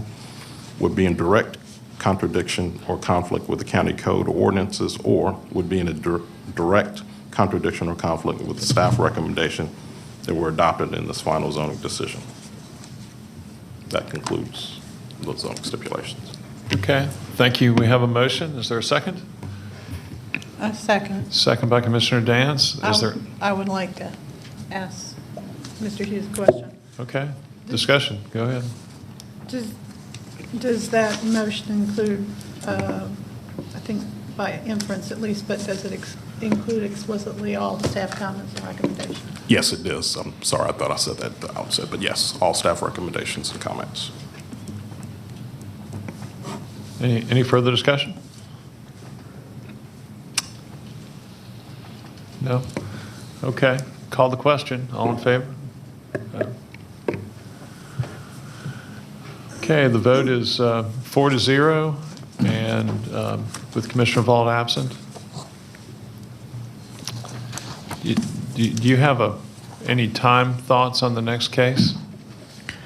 Mr. Chairman, next case is Z56, and this may take 30 minutes to an hour. So it'd be my recommendation to make this your last case, and then when we're done with this case, we'll take our 1-hour lunch and come back. Okay. We'll finish all the other cases after that this afternoon. And the business of my fellow members of the Planning Commission determining who will preside this afternoon, they'll handle that this afternoon? Correct. Okay. Let's start the next case. Okay. Rezoning case Z56 of 2021, Tradin LLC, request rezoning from LI to FST for a townhome community in land lot 1216 of the 19th District. The property is located at the southern terminus of South Cobb School Road, the southern terminus of Linda Vista Drive, and the eastern terminus of Leela Street.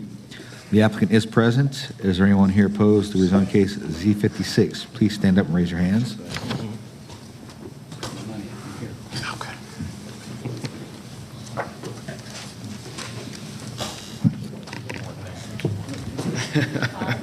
Five. Okay.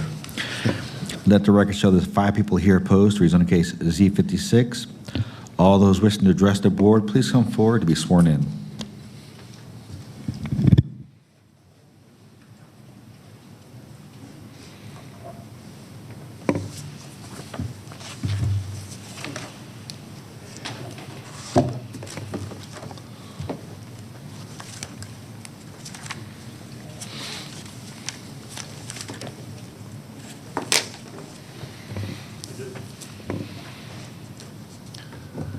Okay, ready for the applicant?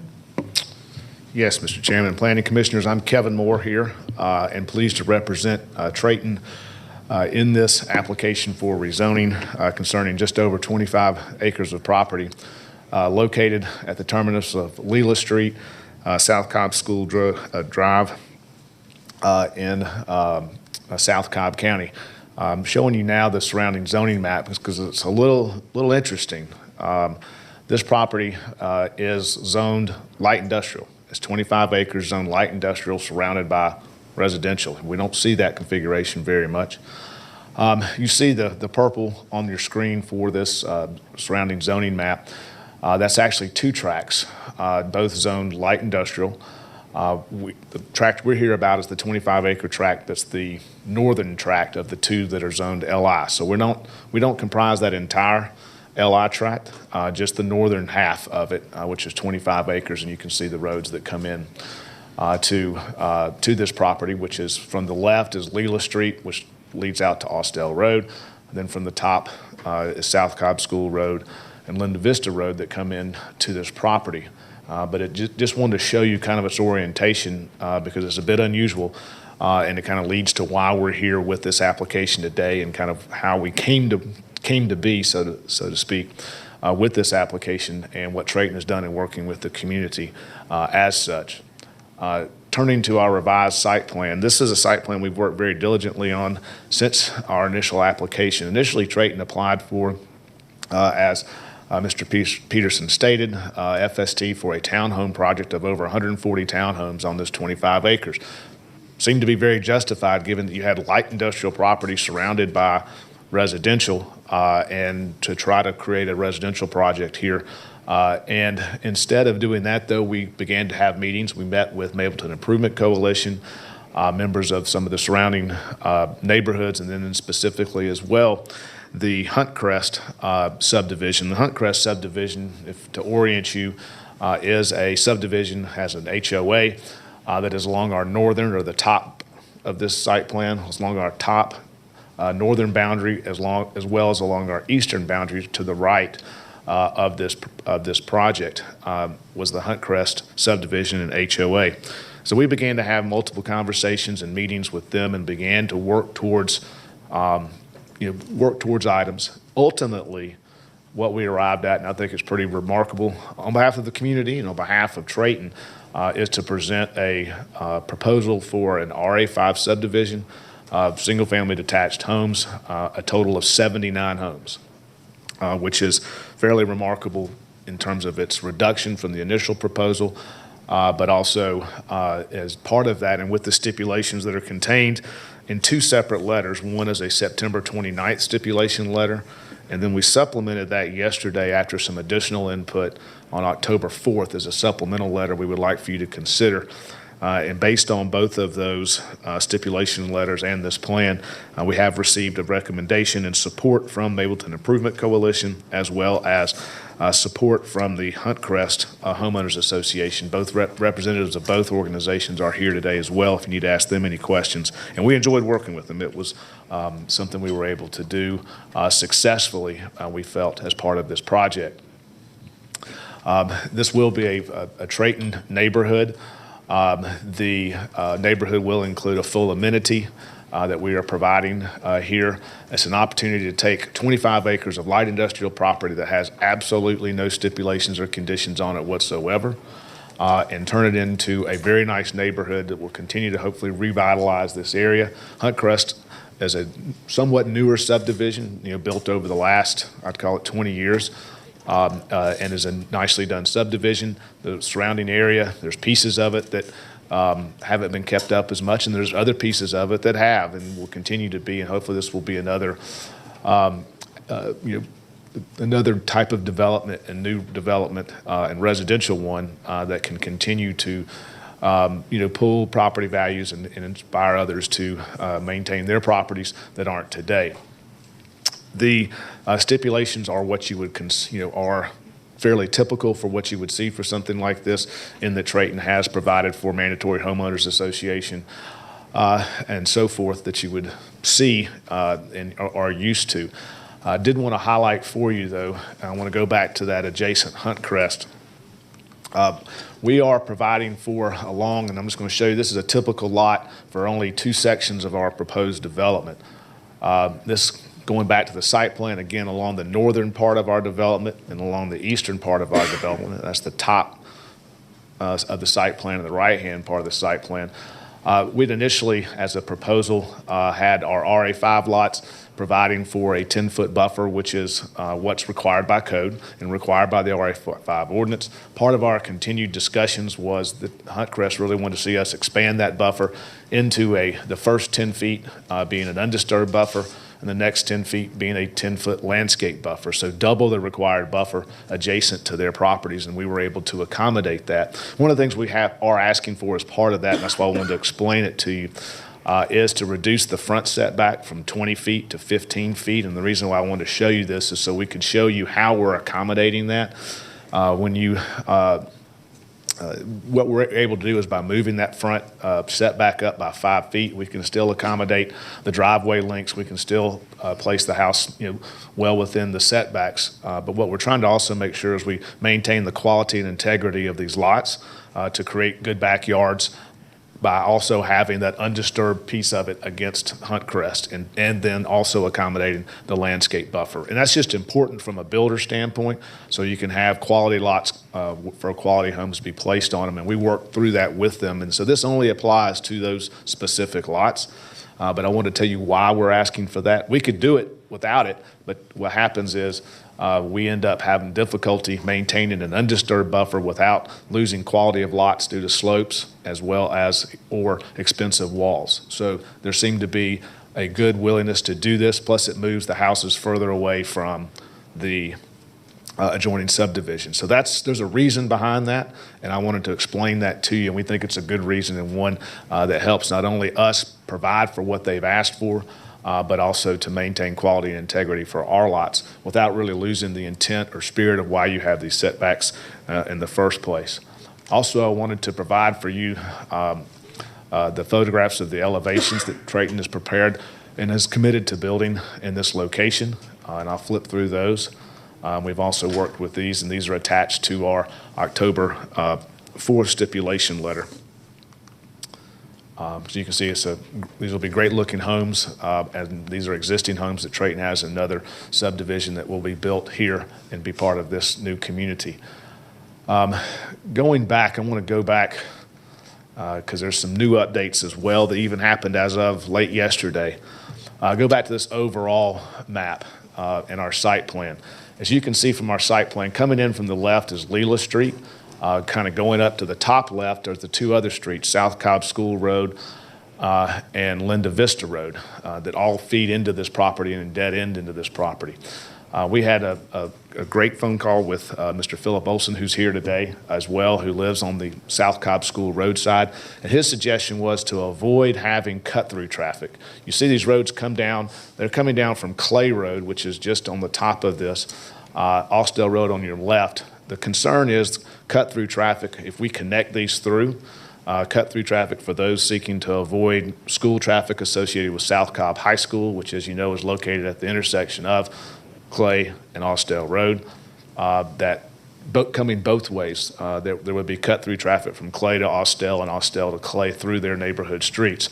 In addition, they felt like that the South Cobb School Road and Linda Vista Road entryways are better suited for a quality subdivision and would be better suited for the future viability of this subdivision. And what they were asking, and what he was asking, was that we turn Leela Street into a emergency access only. If we did so, that's that street coming in from the left. That provides our emergency access, and we have another public street access to therefore satisfy that fire requirement. Trayton is agreeable to that. We're happy to turn the Leela Street access into emergency access only. In addition, we have two other issues dealing with Leela Street. I'll go back to it. Number one, you'll see just outside of our property is light industrial property. Mr. Glenn Stinson, the lawyer, will be here representing that owner and will explain to you their view of accessing through Leela Street. Secondarily, Cobb DOT has included in its recommendations that Trayton be responsible for repaving a public road, Leela Street, from our entrance all the way out to Austell Road. We found that to be utterly ridiculous in terms of a request. It's a public road, and the county has the obligation to maintain it, not Trayton. So by turning this into an emergency access only, we seem to make everybody happy, including us, and that's what we'd like to do. So that's just a change for you to consider. With that, we respectfully request your recommendation for approval. Thank you. I'm sorry. Thank you very much. And now for the opposition.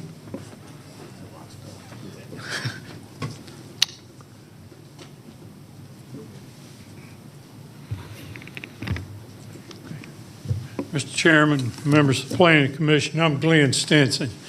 I'm here on behalf of the adjacent property owners, and if you will look at the rendering that he gave you of Leela Street, the problem with Leela Street is it has always stopped at my client's property. If you will look up there on the far side, if you don't mind, I'm going to walk over here. Where that line comes down Leela Street, we own everything to the left of Leela Street, right in here.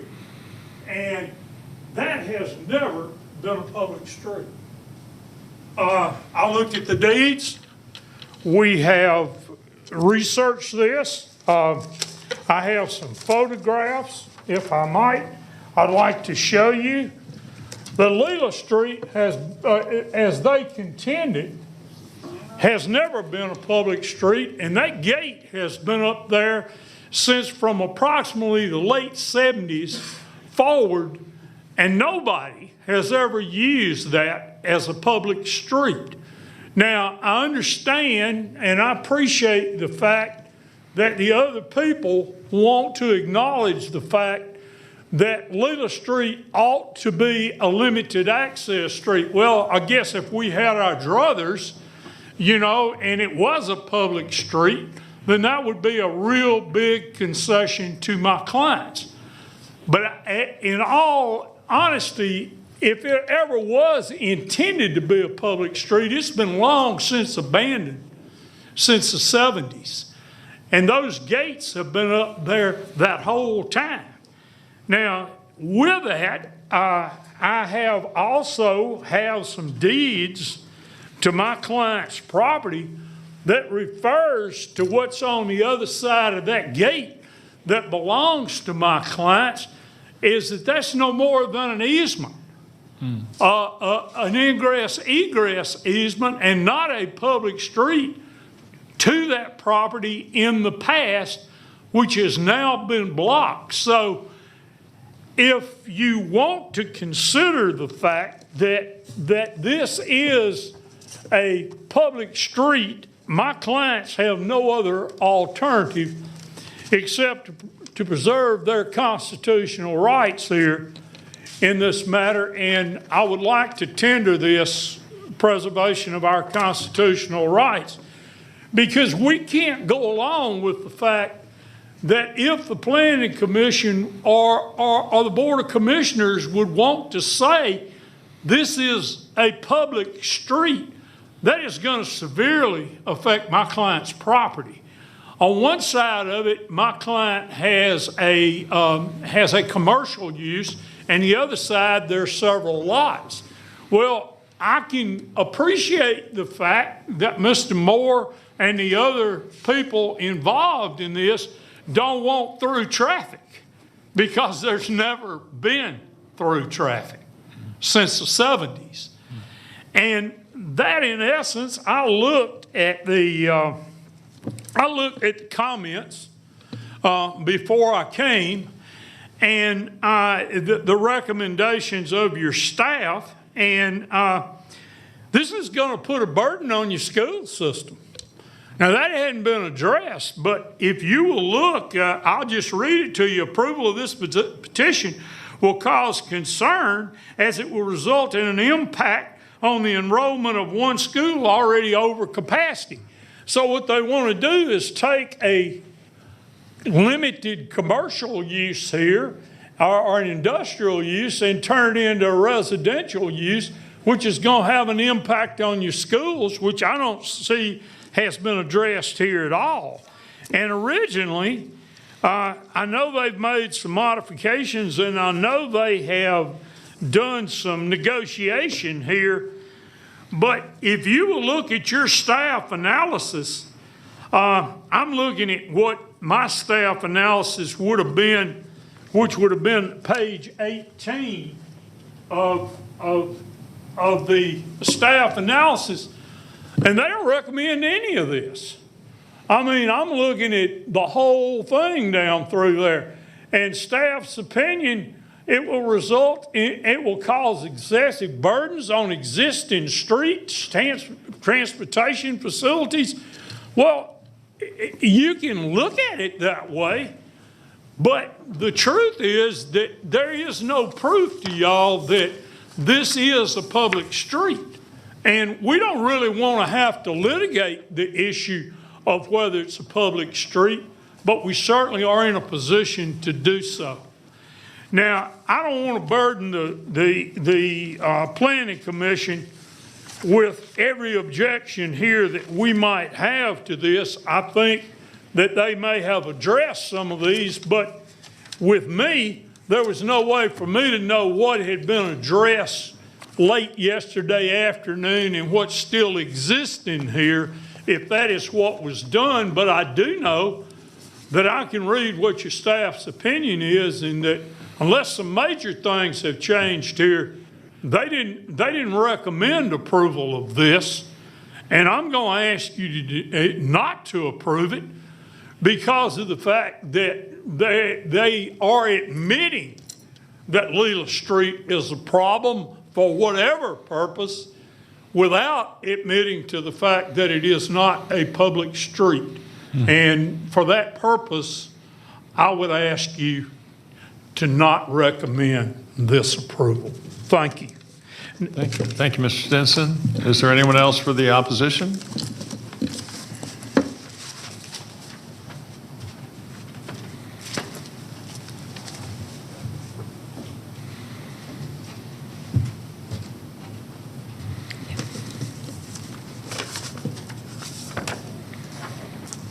This is a copy of the letter that I submitted, or my attorney has submitted. I'm Carol Tearsmith, and I'm the president of Atlanta Catholic Radio. We're a nonprofit 501c3 organization, and we operate a 50,000-watt radio station that has a coverage area of about 4 million people in metro Atlanta. We are authorized under FCC rules and are currently in compliance with those FCC rules. The FCC The FC rules govern broadcast authorization, which reflect the FCC's conclusion on how to balance public interest in receiving broadcast radio services and any public health issues regarding RF radiation emanating from the broadcast antenna site. Per Title 47 of that code, it basically says that AM radio stations must demonstrate, and I quote, that the population within the 1 millivolt contour does not exceed 1% of the population within the 25 millivolt, provided that the total number is not greater than 300. I understand that the proposal changed from the original one when our attorney reviewed this, but the issue still stands. If there is more than 300 people living in this area, we need to ensure that we're still in compliance with the FCC rules. So that's our concern, and we would ask that it be either not approved or continued, or so that we could go onto the property to evaluate that, an engineer could, to evaluate the impact. So you need an engineer. You don't have a visual right now showing us like how many people there might be and how many homes? And- There's a fence around the proposed property, and he did do measurements at the fence gates, and one measurement was out of compliance, but we have 4 radio towers, and they're directional towers, so they face different ways, so he needs to actually go in and measure where the buildings are going to be, or the houses, and now in this case. So. Okay. And obviously, if it's not approved, there would be some conditions, because for us to, move the station would cost, in excess of $1 million. And so it would be a concern for us as well. Thank you very much. Okay, is there anyone else for the opposition in the last minute we have? All right. Hearing no one,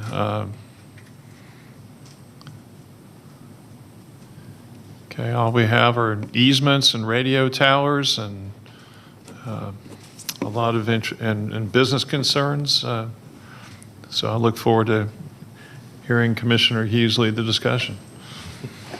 Thank you, Chairman. A few questions for staff. If I could get Amy to come up.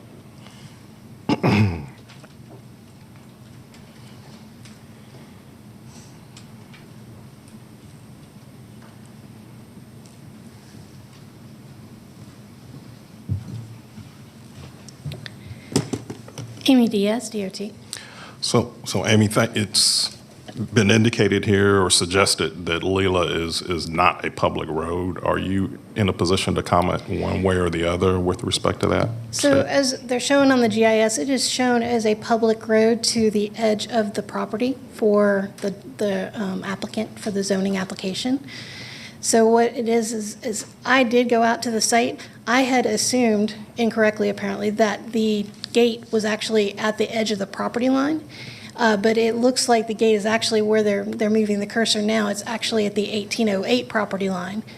Gates are not allowed within public right-of-way. And so I am currently writing a letter to our right-of-way group to confirm that that is public right-of-way.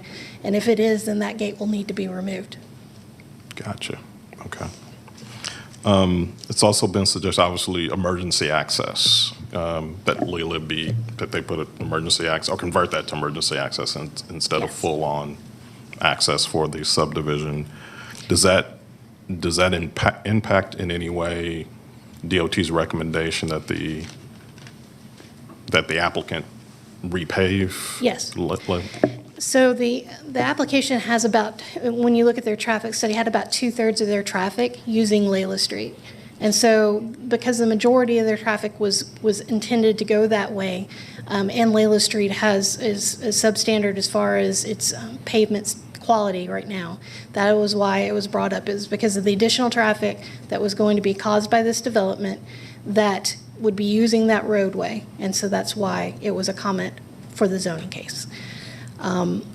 If they are making it emergency only and the gate is located correctly off of our right-of-way for the emergency gate, then they won't be sending that residential traffic that way, and that would remove that requirement. Okay. All right. Thank you. No problem. Any other questions for Amy while she is here? Just one. Did you consider line of sight regarding the request for the reduction in front setback in terms of the interior lots and the corners and the roadways within the proposed neighborhood? Not at this time, no, but that would be something that would be looked at when all the driveways are laid out, but because at this time they are still figuring out all of those details, we didn't go up and down the roadway to look at line of sight. But we're being asked to approve of a setback or a recommendation for a setback variance now. My only concern in that regard pertained, or my principal concern in that regard pertained just to the corner lots and the interiors where there's a bend in the road such that folks wouldn't have a very long line of sight. Generally speaking, 15 feet. The measurement shows still 21 feet to the roadway in terms of the rounded corners as opposed to square lots. Any thoughts? Obviously, if a building is very close to a corner, it can block line of sight. I mean, that's not a surprise. If we're given a plan that shows the layout of the lots with the building locations and the driveway locations, and we can take a look at that. But at this level, since it's conceptual level, they haven't provided that to us yet. Okay, thank you. Okay, that's all I have for you, Amy. Thank you. No problem. John, just a question for staff and staff's recommendation. I know when this application was initially submitted, the proposal obviously was for 145 fee simple townhomes. I think we're now at basically half of what was originally proposed. I think staff's recommendation at the time, is that what the gentleman was reading from in terms of the staff's concerns? Correct. Do you still have those concerns even with the revised site plan? Yes, Is the question I have. the comments the gentleman made regarding the staff comments was based on the original FST plan that had twice as many units. This is a very difficult case. I mean, it's zone light industrial, but it's surrounded by residential uses. So that would have to be something that staff would take into account in recommending for approval or not approval of this. One thing that's kind of working in the applicant's favor right now is a little bit further west on Leland Street. The board did zone some RA5 probably in the last 20 years or so. So that would kind of work in their favor if the staff decided to revise their recommendation. Okay. And then the issue with respect to radio towers, I guess I'll just ask staff, is this something new to y'all? Were y'all aware of the radio tower issue? We were aware of the radio towers. This is the first time I've heard of this aspect of an opposition comment on it, and we could run that by our consultant to see what they say about it. Okay. But I would need some extra time for that. Okay. Any other questions? That's all I have for right now. I do not. Any other commissioners have any questions of staff or anyone else? No? It's to you for a recommendation. I think based in light of some of what has come up today during the hearing, particularly with respect to the radio tower issue, I'd like to recommend that we hold this for 30 days and re-hear it at that time. Okay, Commissioner Hughes has recommended a hold. Is there a second? Second. Commissioner Dance has seconded the motion. Is there any discussion? Hearing none, call the question. Okay, that is passed by a vote of 4-0 with Commissioner Vaught absent. And with that, we will adjourn for lunch. Thank you.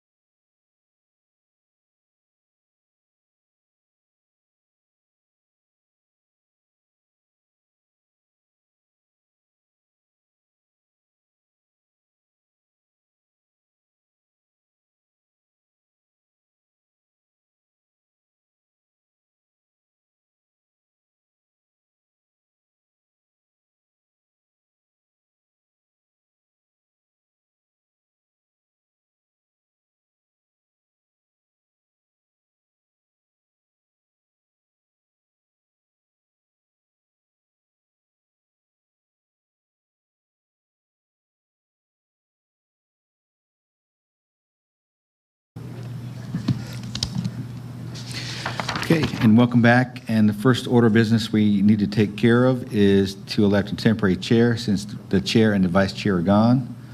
So we need a motion, a second, and a vote by the planning commissioners.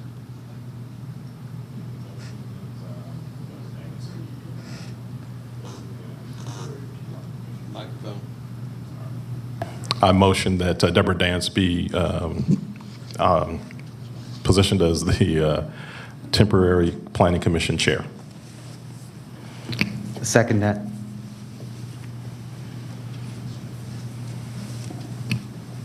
Call the question. We'll call the question.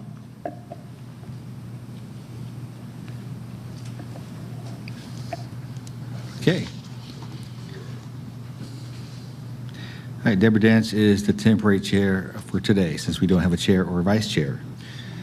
Okay, moving on to our next piece of business, rezoning case Z57 of 2021. Stacy Bagwell, request rezoning from R20 to PVC for mixed-use development in land lot 629 of the 19th District. The property is located on the northeast side of East Callaway Road, south of Austell Road. The applicant is present. Is there anyone here opposed to rezoning case Z57? Let the record show there's no one opposed.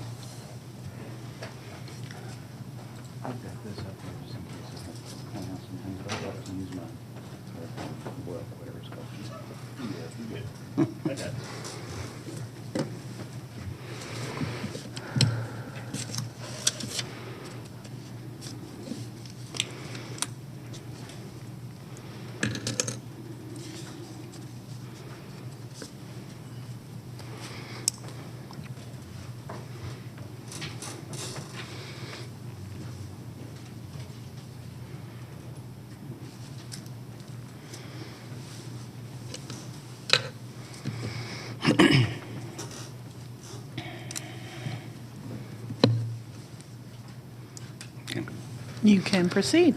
Thank you. Good afternoon, Madam Chairwoman.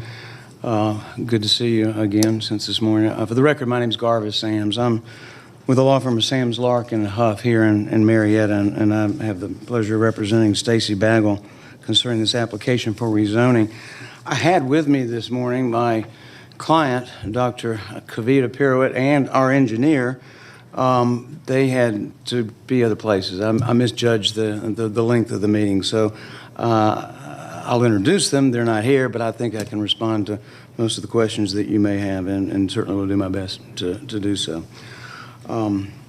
This is an application that's gone through some actual and very interesting and dramatic changes. What you're looking at here is it started out as a 2.9 acre tract for a mixed-use development that was going to have residential over retail components when it was 2.9. Now the tract before you is what you're seeing here, located at the confluence or the intersection of East Callaway Road and Austell Road. And now it's a 4.447 acre tract, the totality of it.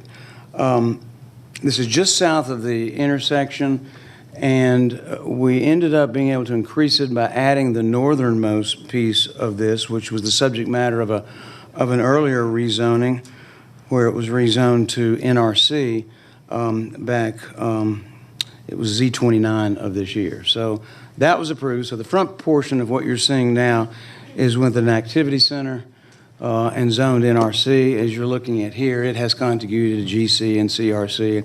And then the smaller, or the other tract that really is the subject matter of how this application began is to the south, and it is zoned R20. But as you can see, the way the future land use map hangs in there is that the northernmost portion, which we rezoned earlier this year, Z29, is now in a neighborhood activity center. And then the property to the south, also part of the application, the 4.447 acre tract is MDR, medium density residential, under the future land use map, which contemplates densities anywhere from 2.5 to 5 units per acre. what happened was, once we got into this and we started meeting even more with the staff, with the district planning commissioner, and there's a new group that's either newly formed or just being formed, but it's called the Milford Church Road / Osborne High School Group.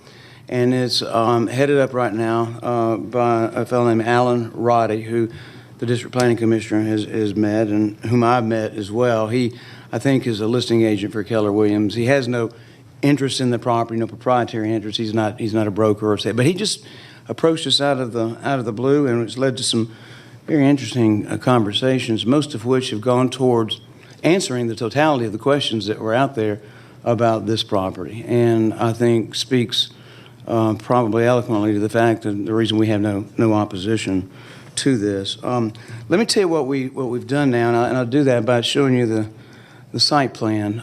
This includes the northernmost piece, as I mentioned, zone NRC, and the balance of the property, zone R20, but with an MDR.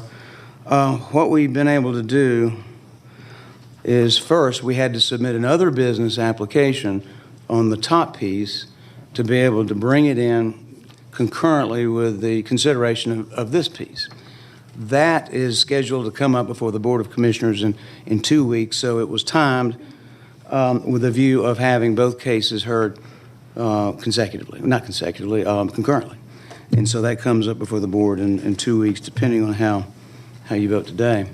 What we're showing here now, and what was important in terms of all the people we spoke to that have planning credentials or background, was being able to provide a transition, a step down from the neighborhood activity center to the north, to the medium density residential to the south. And by doing so, we've removed the total commercial component from the southernmost piece. And so what you're looking at are 28 condominium units there, and also each of those units is elevated. They're basement parked. We meet the parking ratio requirements for both the residential piece and also for the commercial piece as well, and I'll get into an explanation of that. So we've got interparcel connectivity. We move the retail component of it, the totality of it, to the northernmost tract, and then limited the bottom part to residential, consistent with the future land use map, MDR, but it exceeds the density a bit on that.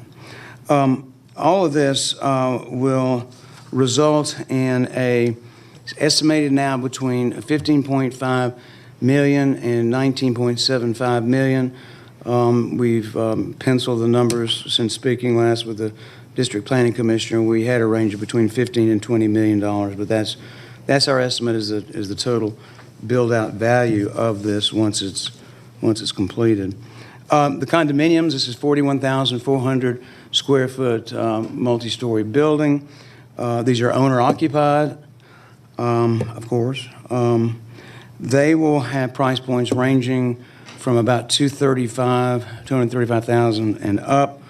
The square footage ranges from about 950 square feet up to 1,200 square feet.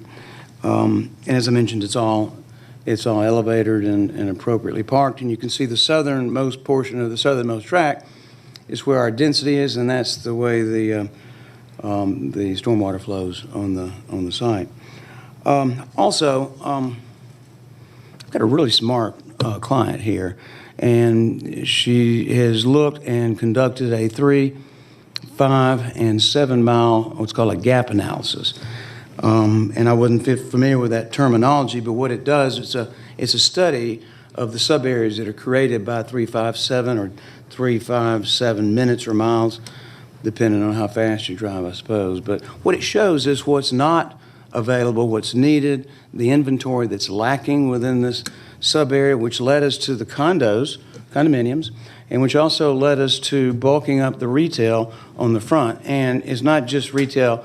We're targeting restaurants, white tablecloth, sit-down restaurants, not drive-throughs, not fast food. That you can see is a building that's multi-storied as well, but there'll be a rooftop dining bar area on the top of that, oriented mostly towards the front of the building. So for lack of sounding like my 9.5-year-old grandson, it's cool. This part of Cobb County's not seen anything like this. You probably haven't seen condos in literally years. But the gap analysis tells us it's not only needed, but it can be done. I go into great specificity on the interior finishes, so I won't go into that. But these are also going to be smart homes. The doors lock remotely, the lights work remotely, everything works remotely, and it's all pre-wired. And when our purchasers purchase these condos, they'll get a pre-wired diagram. So there's no wires hanging around. There's no ports that have to be filled. Everything's just really clean. And so it's called a smart system, and it all can be pre-programmed from anywhere in the world, frankly, for that matter. The northernmost piece here, this is 17,900 square feet of space. We prohibited a number of uses. As you can see, our parking field for that, at least the surface parking surrounding the site, looks like it may be inadequate, but this is a valet parked deal.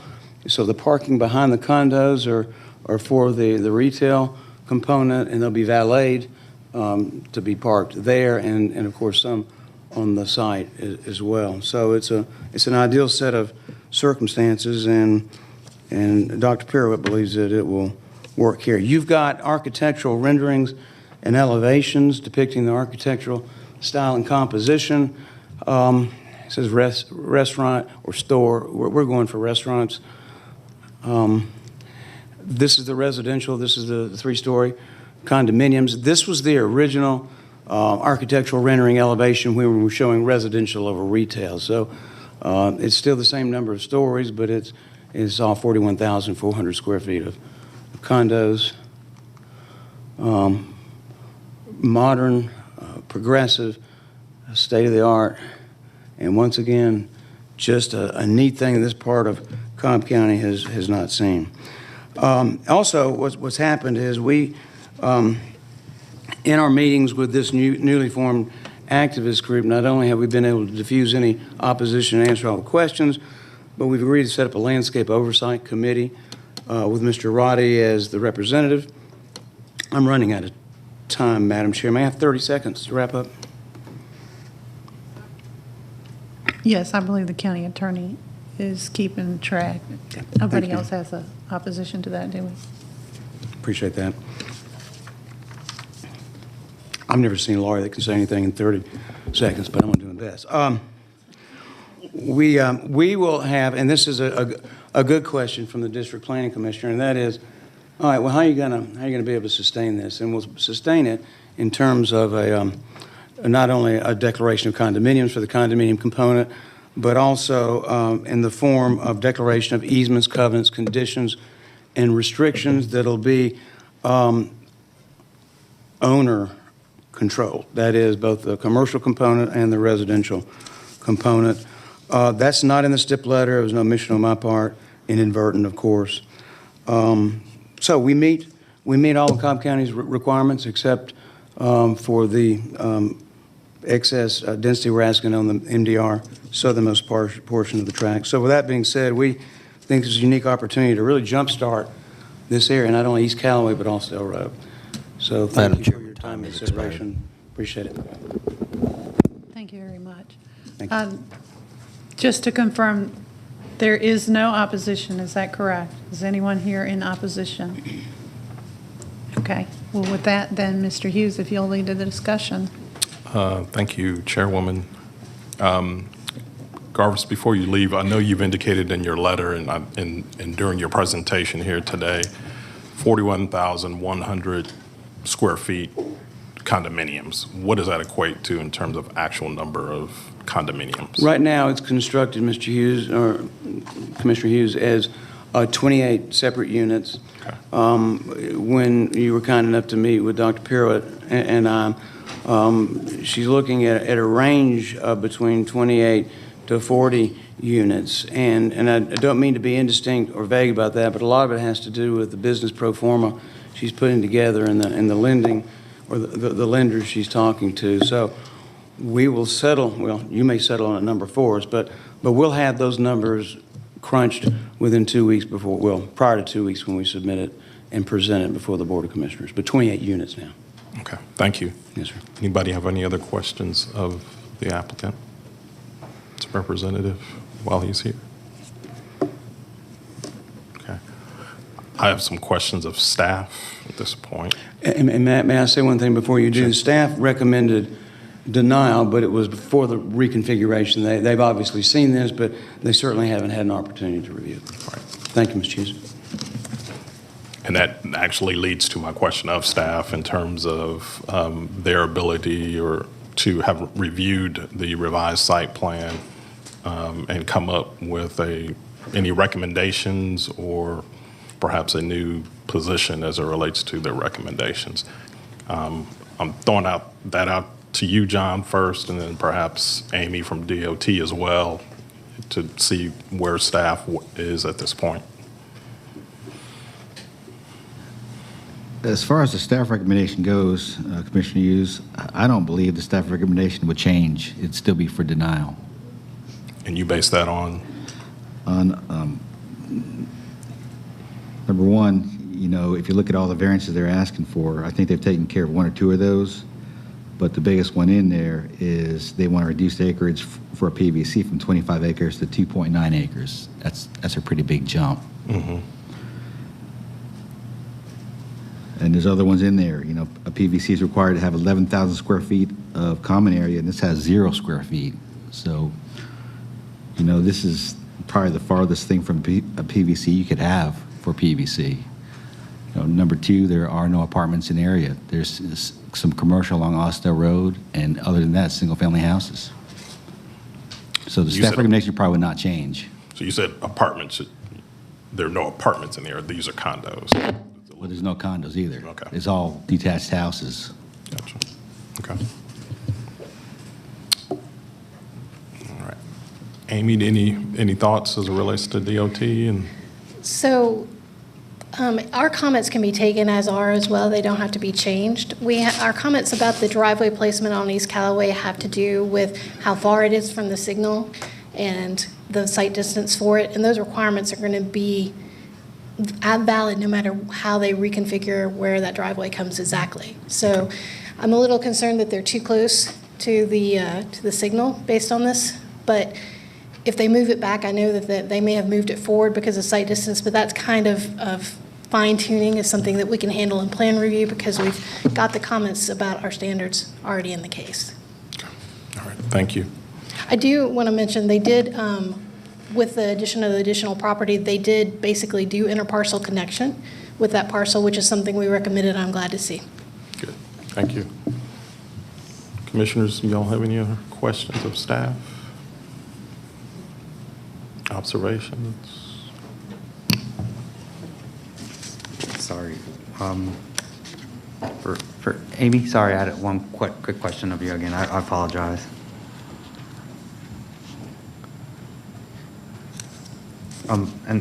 Just in terms of the, just to clarify, the entrance that's currently on Austell Road? Yes. Right in, right out? If there were to be another location for that access, is there kind of another natural candidate for a program like this? Or just to understand that access right there? It seems as though just given the limited distance between Callaway and that actual entrance, is there another place that could be relocated? Or is that's kind of the most logical candidate? Well, so that entrance was part of another zoning case where that was their only access point. It is obviously not in an ideal location because of that proximity that you talk about. That location will be up to GDOT approval ultimately because that's a state route. So we have done some preliminary discussions with GDOT that they basically would want a taper or decel. They want a little bit change in the design that's shown here to allow that entrance, but they had not talked about not allowing it. It will have to be right in, right out because of the proximity to the signal.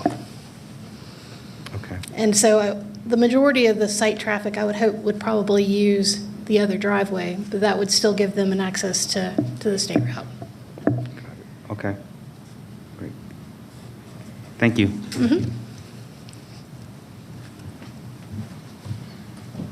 Any other comments, questions? Okay. Carl, are you still on the call? Stormwater? Yes, I'm here. Yes, I'm here. Thank you, Carl. Are there any observations from a stormwater management standpoint? Have you had a chance to look at the site plan? I haven't studied it in great detail, but I think my comments from the original, when it first came through, are still valid. The stormwater detention and stormwater management facilities will be private and maintained by the HOA and the retail owner, or the restaurant owners, the owners of the property. Also concerned about the discharge, I had mentioned that there may need to be an easement obtained on the downstream parcels before it gets to the storm drain system under East Callaway. There's 2 parcels that it naturally drains through now, but there's no easements. Okay. Gotcha. Thank you. Okay.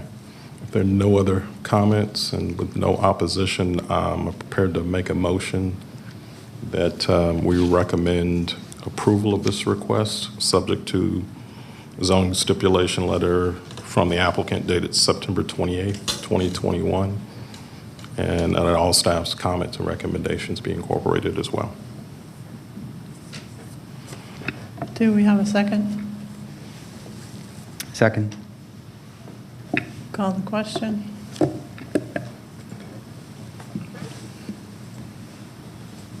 Motion passes 3-0.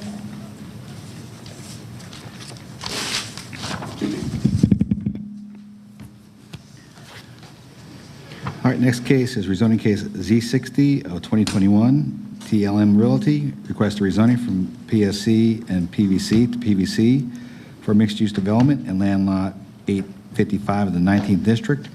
The property is located on the southwest side of Hurt Road, the southeast side of Austell Road, and on the east side of Brookwood Drive, and on the west side of Floyd Road. The applicant is present. Is there anyone here opposed to rezoning case Z60? No. Let the record show there's no one opposed.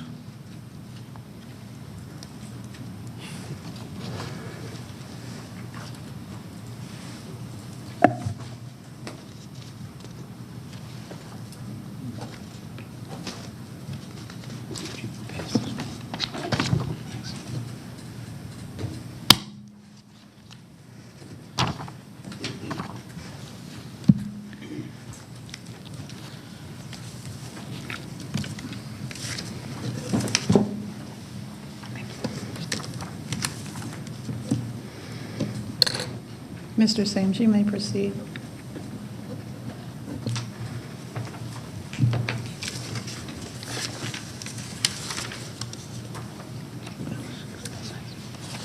Thank you.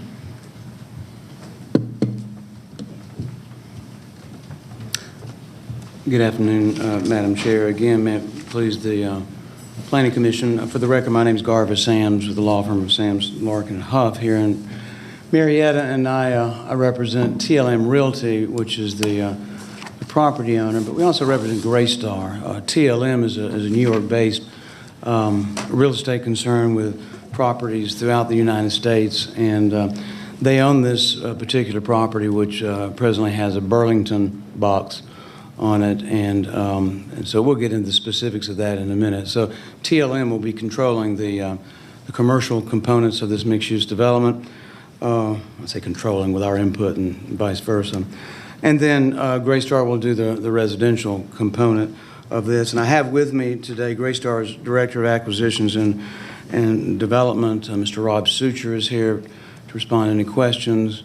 Also, we have the best traffic engineer in the state of Georgia, Mr. Blake Breadbrenner of Lowe Engineers. So he'll be here to respond to some questions as well. This is an application that was heard and held last month. And I think the purpose of the hold, and I don't want to mischaracterize it, but it seemed to me as if y'all needed to catch up, or maybe we needed to catch up with DOT. We submitted our final TIS within a week before the Planning Commission, your first hearing on this. And so Amy and Abby and others in DOT wanted to give an opportunity for Operations Division to weigh in. They have, as of last week. Ms. Reddick said that she accepted what was in the TIS, and that was subject to confirmation by Amy Diaz, who is here today. It's my understanding that they have received, accepted, and coordinated with their own divisions within DOT. So I think from a transportation perspective, I think we're in good shape. This is a whole case. We have no opposition. We have Planning Commission's recommendation for approval. I think we've done the only thing that we needed to do, and that is let the transportation concerns get addressed and resolved. But I'd still like to cover a few more items, if I may. In running into this, I know y'all are going to have a unified development code, but running into this with PVC or PSC, the property zone PSC, Planned Shopping Center, which is not a classification is utilized anymore. The property, as you can see, is configured right now centric to the Burlington box that is on there, and then, of course, you see some other buildings. The totality of that will be demolished. This is how it looks on your GIS map. Cornelius, could you blow that up just a little bit, if there's a way you can enlarge that for me? Here you go. So you can see within the Community Activity Center, it's totally surrounded by non-residential classifications. This is going to be, of course, a mixed-use development. You want to go to the next one? Oh, there we go. Yeah, and this is our most recent site plan. What we've done, in addition in response to some questions, you can see we've added not a dog park, but an amenity area between buildings 4 and 5, and another amenity area between buildings 5 and 6 as well. If you look to the north, the dog park was there. We already had that as open space. This is a trend toward mixed-use development to fill a void in this sub-area of the county. For Greystar and Garner development, we are y'all entitled, and we help rezone the contiguous piece. Also a mixed-use development that took a 270,000 square foot shopping center in the process of being rehabbed and retrofitted with a combination of townhomes and apartments for that site. This site, we're seeking multifamily, all elevated, and of course the commercial component, which I'll explain in just a minute. This is a $75 million project, this standalone in and of itself. Putting it with the other project, according to Mr. Sucher, they've estimated this at $150 to $160 million project at full build out. We have enthusiastic support from Mr. Scott Brooks, Wellstar. Speaking on behalf of Wellstar, he was here earlier this morning as the seller for Wellstar on another piece, and his support for this came in long before we ever filed that other piece. So there's no connection between the two. But you know, Wellstar is not a cheerleader. What Wellstar wants is for its employees, including its physicians and its nursing staff, and the ancillary employees and consultants that are related to that, the big sphere that is not only just Cobb, General, Wellstar, but also consists of Presbyterian Village, which is one of the finer residential senior living communities in Cobb County, also in the same area.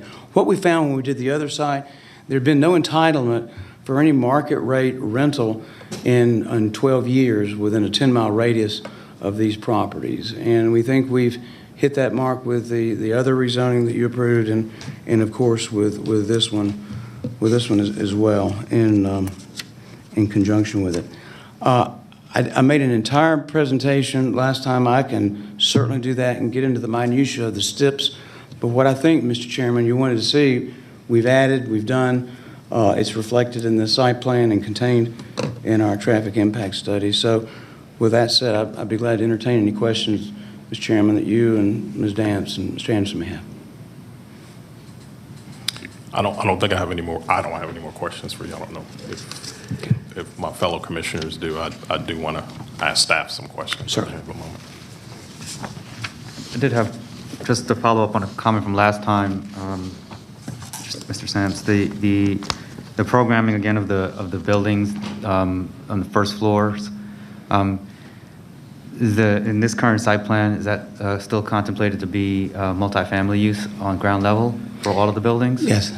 But let me, because what we're trying to do is activate the site in such a way. So I'm going to ask Rob Sucher to come up here and kind of explain his vision, which will be a lot better than my perfunctory answer to you, which just will sound technical, but he's got a passion and a viewpoint and a vision. So it's Mr. Rob Sucher is approaching. As I mentioned, he's the director of Gray Star. And I'll swear him in.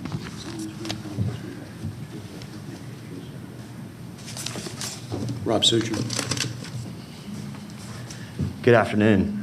So yes, the clubhouse is really integrated within that large building that we have in the middle of the site. So that's about a 10,000 square foot reserved space that we will activate. It has the appearance of commercial. One of the big challenges is this is the redevelopment of the entire shopping center. So, as a partner with TLM, we actually have some deed restrictions on the residential piece that prohibit commercial. So the commercial is intentionally programmed to the front of the site. So we don't have the allowance to bring in commercial to that rear residential section. Got it. And so that would be on buildings 4, 5, 6? It's the U-shaped building. So the main entrance as you move into the site, you'll have a large clubhouse component that is street facing towards Osceola Road in Brookwood. Yep. And we will have an activated patio, a lot of things that are intentionally to have that be the presence of commercial and presence of retail, but still remain residential. And can you remind me again, what is the maximum building height that, and kind of the type of, will these be kind of double height in terms of the ground floor or kind of single height with podium? Like what would the construction be on those? Yeah, so these are 4-story buildings. The largest, the U-shaped building, as well as a couple of the L-shaped buildings are elevator service 4-story. So we'll have a larger clubhouse height. So it's going to have that double height feel within the integrated clubhouse. And then you'll have the surrounding units that are 10 feet on the first floor as well. Got it. And are those deed restrictions limited to retail, or are they allowing for carve-outs for any kind of co-working, office, any kind of uses that are on site for non-retail commercial? So within the residential building, we'll have a large programming for co-working. That's one of the things that we do throughout our communities. It's one of the most popular in some of the more recent deliveries that we've developed, and this definitely will be a robust program within this development.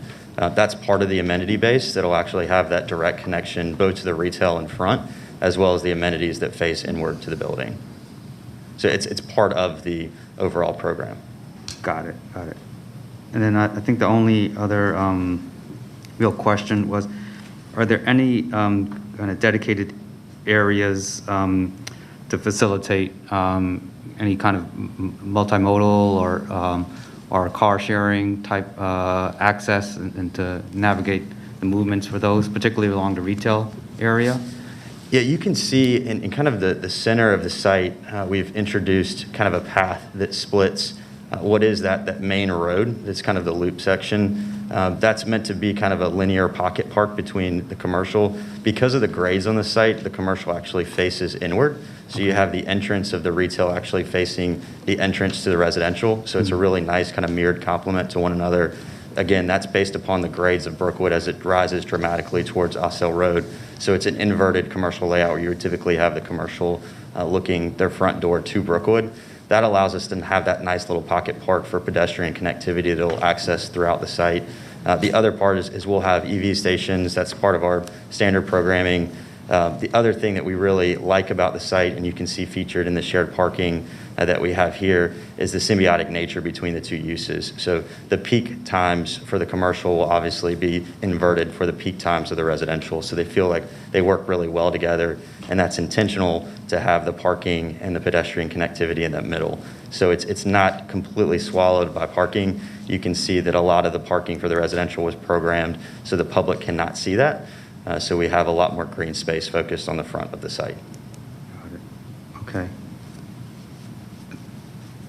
This is very helpful. And then we are committing to that pedestrian connection where we're at grade with Brookwood. So that will be, the path that continues to the south and connects in with, as Garvis mentioned, the first project that we have that's also being developed currently by Greystar. Okay. Got that. All right. So it's fair to say that because of the contours of this site, there's, in terms of the ground level experience, is actually concentrated inward? Okay. It is, yes. And the access point, so we're consolidating 2 access points on Brookwood. So that becomes a single access point that basically encourages all of the vehicular traffic to go through that inward loop road. You can have that right in, right out that's right on Austell, and then the right in, right out and left in that's being focused on Floyd. But this is, on Hurt. This is one of the kind of unique challenges of the site again is you do have grades that rise to Austell, the state-controlled road, but we are trying to encourage this commercial to be viable. So you do have a strong program right up front, but you do have those entrances focused internally that we believe, as well as TLM, speaking on their behalf, will be activated by the supplement of the residential residents that will act as active patrons of those businesses. Okay. All right. I think those are the questions I had. Thank you. Thank you. Any questions? Mr. Succi, before you leave, I wanted to ask your representative from Lowe's Engineering to come up. I'd just like to ask a couple of questions of him with respect to the traffic study.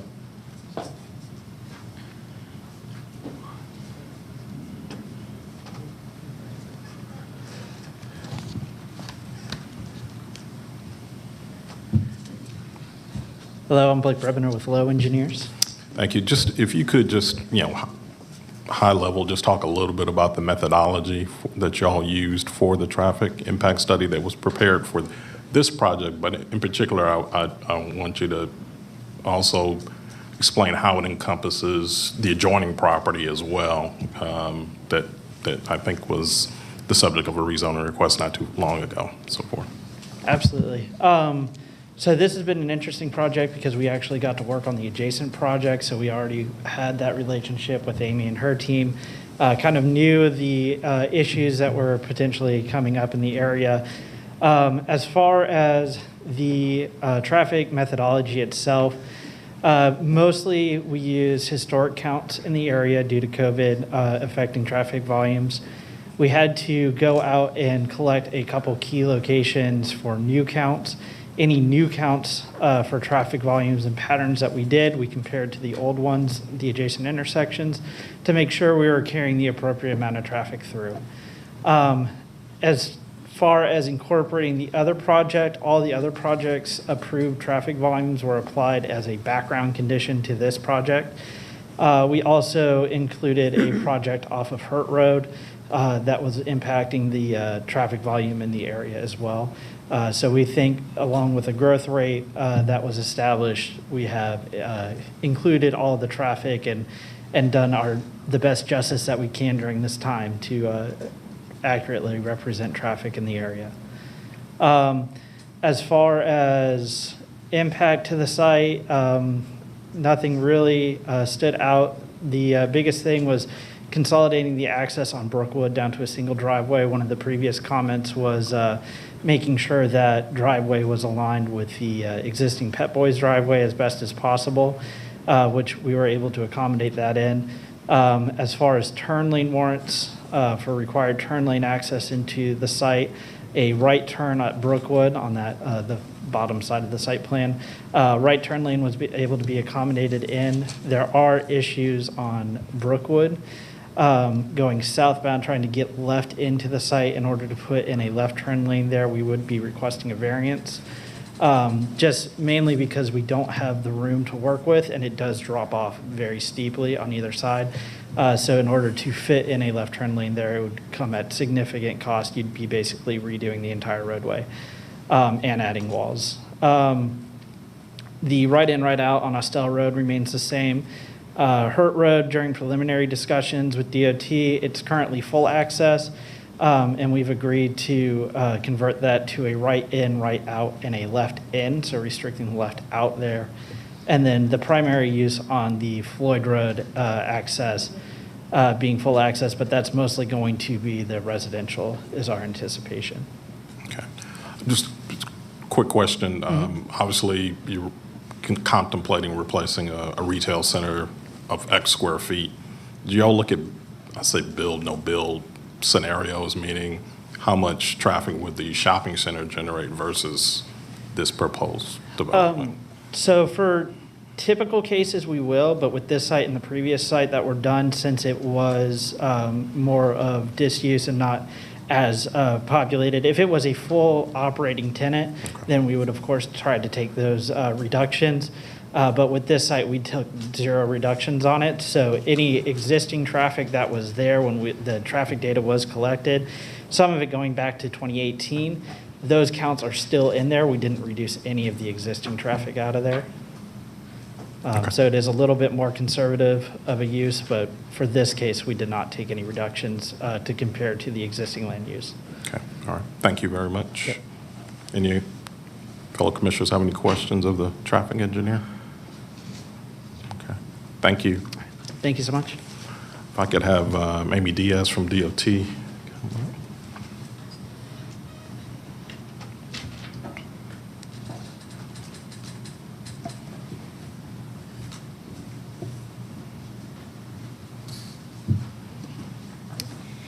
Amy Diaz, DOT. Hey, Amy.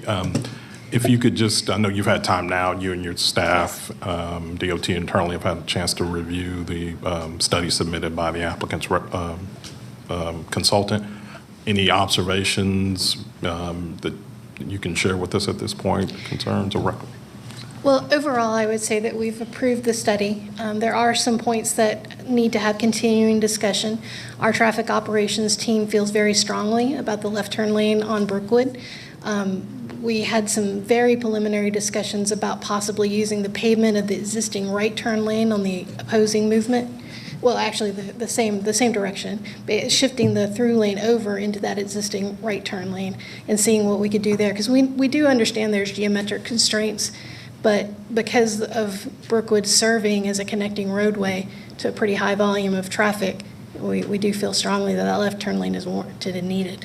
Okay. And actually, even their traffic report does say it's warranted. They're just asking for a variance because of the geometrics. Okay.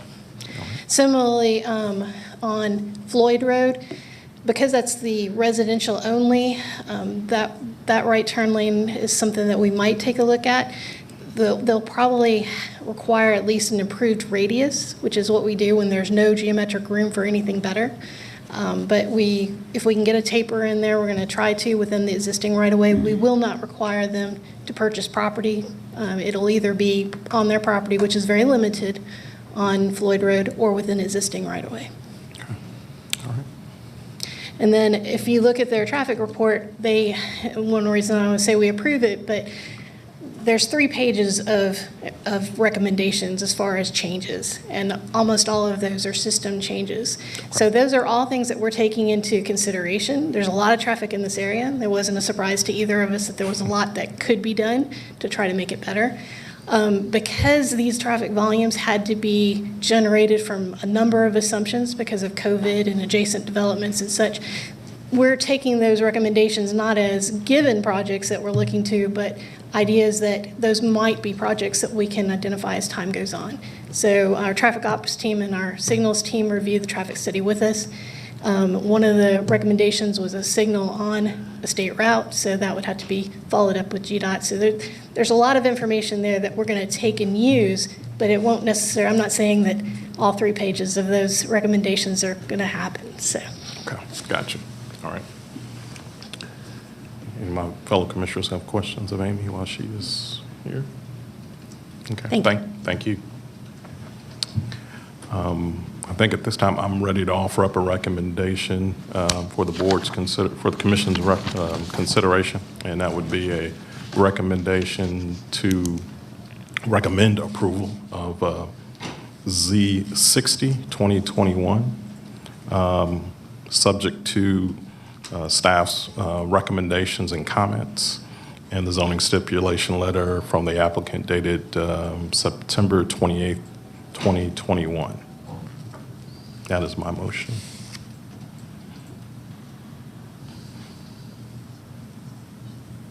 Second. Any further discussion by the board? Call the question. Motion passes 3-0.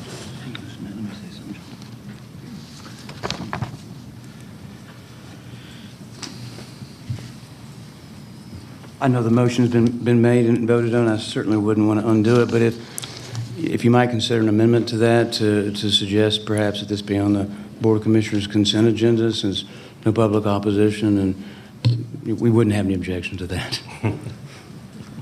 but thank you.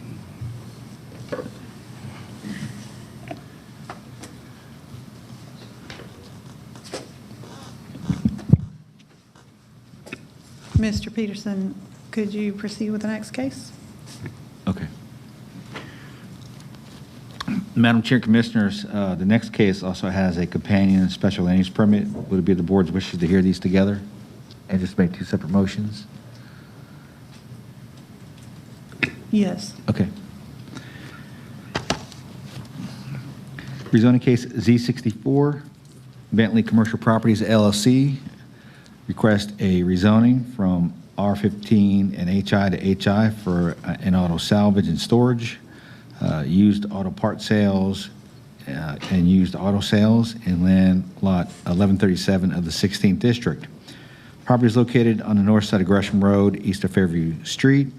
Additionally, special land use permit number 8, Bentley Commercial Properties LLC. Request a special land use permit for an auto salvaging and wrecking yards, an automobile storage yard and wrecker services, and used auto sales in land lot 1137 of the 16th District. The property is located on the north side of Gresham Road, east of Fairview Street. The applicant is present. Is there anyone here opposed to these two cases? We've got one. Let the record show there's one person opposed. Would the applicant in opposition please come forward to be sworn in?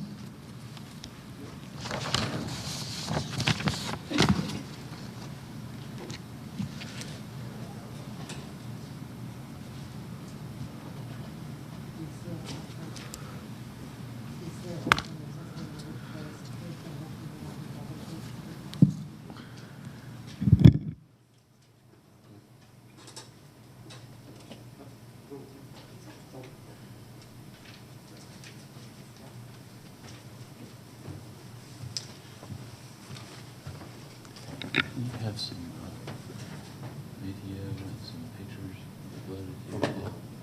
Yeah. Are they in a separate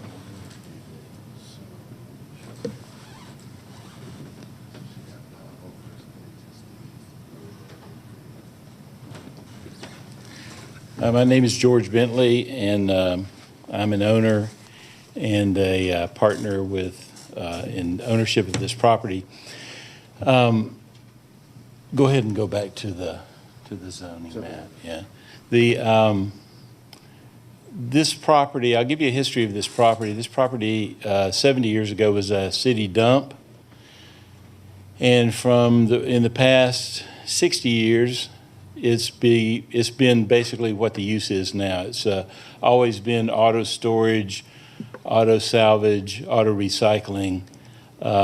And then prior to zoning restrictions, and it's always operated as such. Somewhere along the way, the corner, there are really two parcels here. You've got the one parcel in the back where you see most of the cars, and the parcel in the center that is divided into two different zonings. is one of the ones that we're concerned about, because when we went to zoning to talk about doing a special land use permit for this back part, and the reason that we wanted to do that is it's continuing to operate like it is, and we don't have any plans of changing anything or moving anything or adding any buildings or doing anything to it. The zoning department came back to us and said, we'd really like to see this front parcel be consolidated where the zoning is not divided into two types. Residential in the yellow, and then heavy industrial in the back part. Because if you can see, and you guys can't see, but can I use a laser thing? If you just describe it, you can point it out for you. I can what? If you just describe what you want them to see, he can point it out for you. Okay. At the very tip of that point, of that little triangle? Yes. Okay, that's the entrance to this property. That is how everybody gets into this property. That's how it always has been. That is the entrance off of Gresham Road. And that's the entrance that where you come into this property and go all the way back, and then it opens up into where the cars and that kind of thing are. So that's the part that we're trying to change the zoning on it, but not change the usage or anything that's going on there. So there's nothing we're trying to add or change or make different. All we're trying to do is ask for the zoning on that piece to be consolidated so it's all one type of zoning, because we're going to continue to drive in and out of that residential zoning area. So we'd like to change it to, and I think the county would like to see it changed to the use that we're using it for at the current time. Now, I've got some pictures. The staff comments were no real problem for us, except when it got to the DOT comments. And the DOT comments were, well, we would like to see you put a curb and sidewalk and bring the road up to, well, you're talking about a piece of property in the middle of a road, in the middle of a traveled area that's just a piece of property that's all by itself. We're talking about a substandard road. As you can see, this road is falling apart. Basically, the whole road is falling apart. The road's 20 feet wide. I'm sure it doesn't comply with Cobb County standards as it is. If you put a yellow line down the middle of the road, there's not enough room on the sides to have edge markings. So we were not real interested in in widening the road and doing curb. They were talking about widening the road, doing curb and gutter, and then putting a sidewalk behind it. And we were just not, this is the road, this is the front of the property. And as you can see, the topography there, the top part of the property is about 8 feet higher than the actual road itself.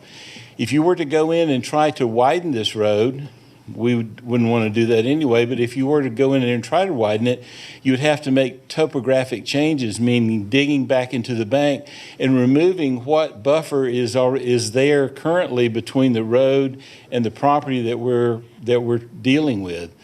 So we think that that's a silly thing to do in the middle of a road that's already falling apart, and it just doesn't make any sense to have sidewalks stuck in the middle of something that is out in the middle of nowhere.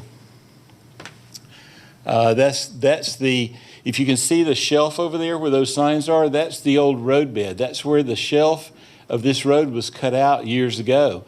And it's being operated, and was designed by that standard, which is an older standard that, we don't have any idea that we would like to change. More pictures, and then that picture is of utility lines that are up on top of that bank where the shelf was originally put in. If this is dug out, and they require us to do that, we decided that you'd have to move utility poles. Nothing would be very simple over on this process, so we don't see that it makes any sense at all. This is the view from inside of after you come into the entrance off of Gresham, you're above where the road is down below. This is the entrance area going back in there. Next slide. That's the actual entrance coming off Gresham. You're on Gresham Road now, and you're looking into the entrance part of the property. The next thing is a movie. This takes you on a tour of Gresham Road. This is how narrow the road is. It's not a very good movie, but I think when we go from phone to computer to sending it to him, it doesn't get that great.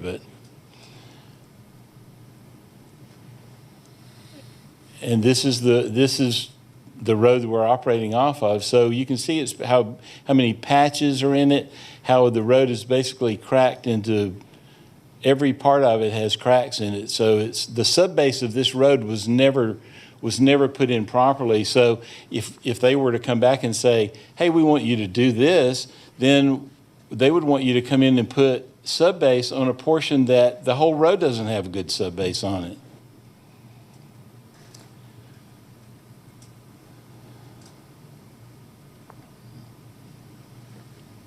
Oh, I promise this will only take a little bit longer. Okay, now you're coming up on the property here. You're running along the front of this property.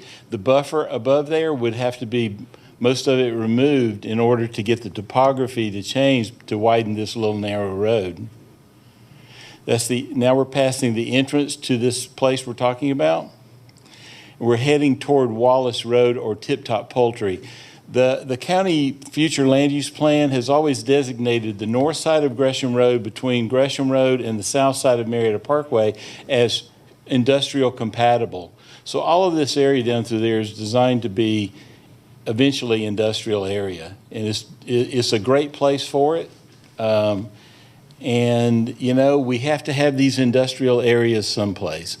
So I prefer to refer to this as a auto resource recycling facility and not a junkyard, because the business model for this thing is there's a real need for people to go out and buy used parts. Used parts are there, you know, it helps the environment.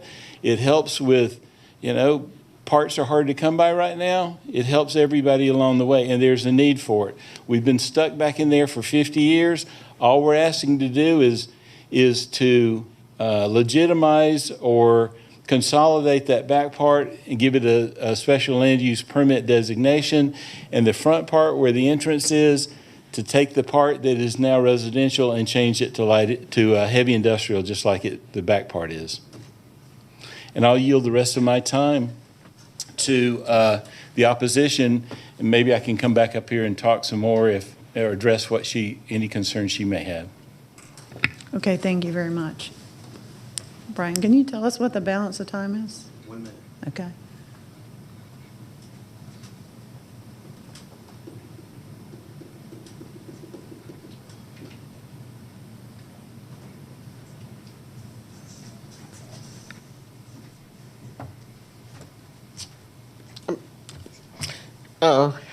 My name is Laura McGarity, and I live at 1511 in Gresham Road, where this property is. My house is right in the middle of this stuff, and he's talking about the roads is all cracked up. The roads is cracked up because 1,000 dump trucks go down, back and forth, and that's the reason I'm opposing it, because I can't even rest at night because trucks at the junkyard, they're there from 6 o'clock in the morning to 11 o'clock at night, mashing cars and smashing cars and sounds. I'm 75 years old. I want to live my life out in peace. And it is an old neighborhood, because my husband, McGarity, he had it, and it was a residential area. And he came and then rezoned it for the business. The junkyard has been there forever. But there was a lot of trees. So I couldn't hear all the noise because the trees, now they done cut down all the trees, done tore up the roads with the dump trucks. And you can tell I'm just a little bit frustrated because it's been going on for a whole year. And so I got this letter, I got the same letter in the mail last year, well, I didn't come because it says this notice does not require that you take any action, only that you be notified as required by Cobb County. So I didn't come. And then all of this stuff, and I thought, my goodness. So then I got another letter, this letter, September the 2nd. So I thought, well, I need to go. I know probably can't do nothing about it, now because my little acre just sitting right in between that. And he got 1 million acres on both sides, overgrown, and my little acre just want me to get on out of there. So he tried to buy me and he couldn't buy it. So now he's gonna run me out with all the noise. And I apologize for my But anyway, that's the reason I was opposing it. Because I want to be able to rest at night. When I go to bed, I want to be able to rest from cars being smashed and all the time, And I don't work, so, I get it all. Because if I was working, it wouldn't matter a lot. But it bothers me. But anyway, that's the reason I was opposing it. I know progress. I know it has to come. I know that, don't get me wrong. But it needs to be according to, I'm a senior citizen, don't just come in and take over my little stuff and I can't even rest. So anyway, I know I'm probably out of order, but anyway, that's how I feel. And I feel, you can tell I don't feel so good about this. Because my husband built that house, and it's just right in the middle. That old junkyard is up there, and that other thing with the dump trucks is right below me, and I'm right in the middle. So anyway, so I thank y'all, and I apologize for being so rude, but it's just aggravating me, so thank you. Ms. McGarity, before you leave, could you point out on that map, if you can help her, where your residence is? It's right in the middle. You see that little thing right there, like you got right there? Yeah. That's my house. It's right in the middle of that. Oh, okay. Thank you. It's right in the middle of it. The junkyard in this. So I'm sorry. Oh, anyway, I'm 75, so I want to have some peace before I die. I've been here. It was so nice and quiet over there, and now it's just jungle. So anyway. That's it. Thank you. Thank you, ma'am.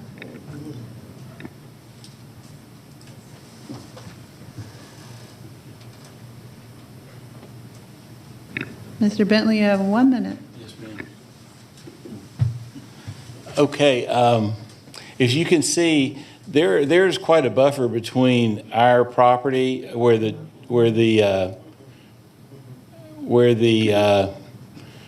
cars are and Miss McGarity's house. The other side of her house is a power line, so there are no trees on there. The trees can't be there because all of that's power line right away that gets cut every year anyway. And the dump trucks that have been coming through there are the Cobb Area Water Authority is. Ma'am, could you let him talk, please? Cobb Area Water Authority is hauling dirt in there from the pipeline project that they're doing, the 6-mile pipeline project from Lower Roswell over to, so there are some dump trucks that go up that power line to the very back, but it's not anything that, we've allowed them to dump some dirt back there, but it's not a business for us. Thank you. If you could just stay one second Sure. for some questions. And that would conclude the comment portion of the hearing.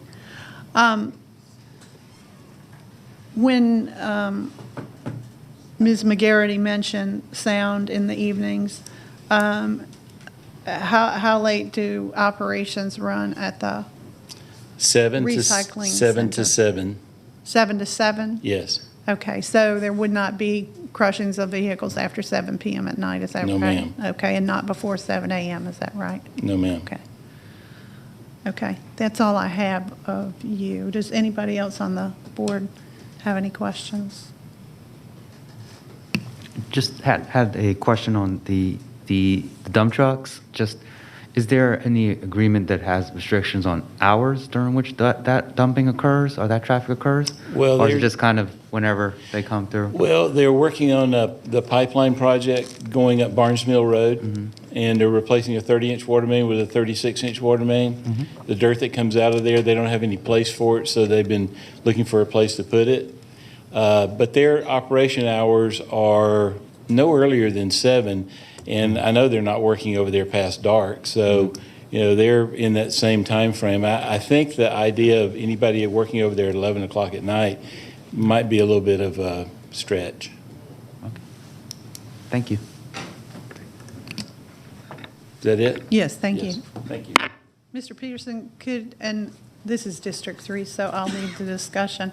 Mr. Peterson, could you confirm that this application is here based upon the recommendation of staff? That is correct, Chairwoman Dance. The staff did recommend approval of the rezoning case and of the special land use permit case. Okay, and you do have updated comments from DOT, is that right? I think Amy sent those either last night or the day before. Okay, I believe October 4, but they would be part of the record, is that right? Correct. Okay, so if I could have Ms. Diaz come up, please.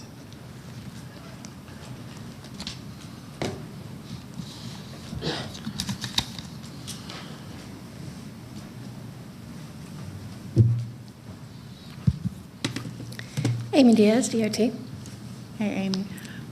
You heard the comments from Mr. Bentley related to DOT comments, but I believe that those were comments that were prior to this week, and some discussions have gone on, and you have amended your comments, correct? Yes, ma'am.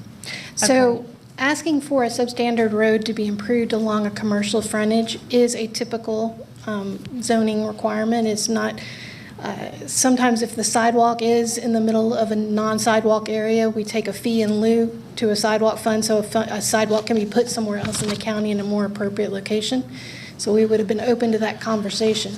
However, the comments were based on the understanding that they were building a new structure and would trigger a land disturbance permit.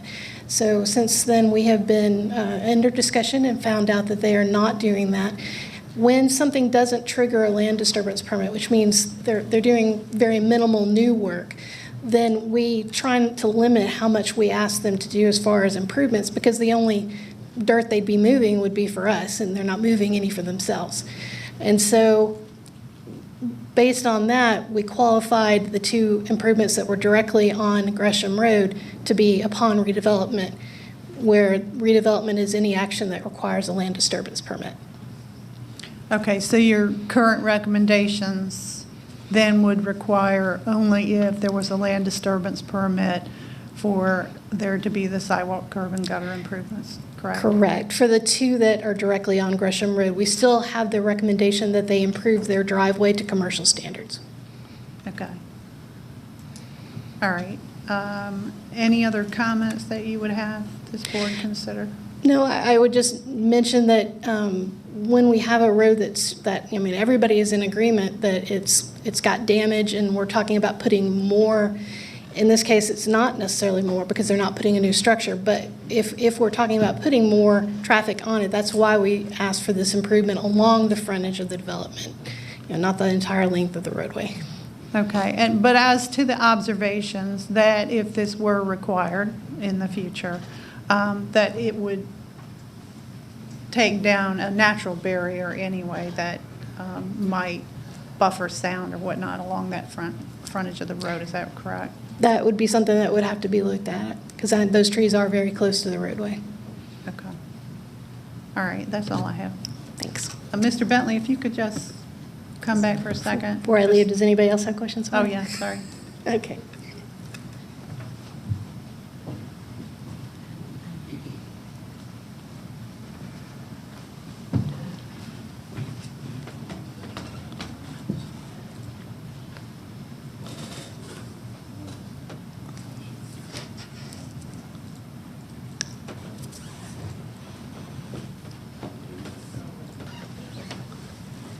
Okay, yes, ma'am.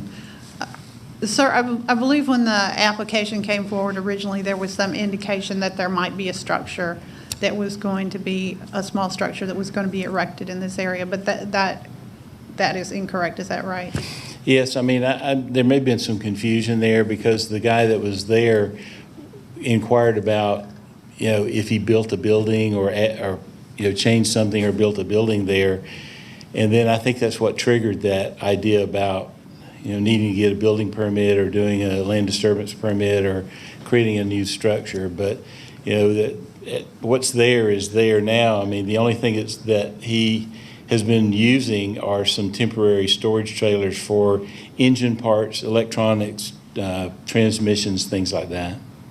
Right, and so I visited the site last week with Ms. Summerhour and talked to the operator, who indicated that there will be no new structure, that he is using those container units and will move some other things to storage, but there is no intention to build a structure, and that's correct, is that right? Yes, Okay. and the arrangement of those, I think he's been actually trying to, because we've talked to him about trying to use those structures, and the way those structures, he's stacking two of them together to make for storage, to use those to act as a noise barrier from whatever's going on inside to Miss McGarrity's residence. And not only that, but there's also a large tree buffer between those and her house also. Okay, those do seem to, I'm not sure where the property line is, but they do seem to be aligned with her property line, is that correct? They're up there. Her house is pretty close to the front. This is much further back than where her house is. That's her house Okay. there, yeah. And there's a tree buffer area there, and then if you go further over to your left, and then back up this way, back toward me, down, right there. That's where those trailers that he's putting in there, or the storage structures, the storage units, and that's where he's putting those in there. So I've asked him to put those in an arrangement that will help buffer the noise from her house. Okay, thank you very much. Would she also be free to have conversation in the event that she has a noise issue outside of the hours? She doesn't like to talk to me. Oh, okay. All right. Okay, well, appreciate that. I'm amenable to talk to her. She doesn't really like to talk to me. Okay, thank you very much. Okay, thank you.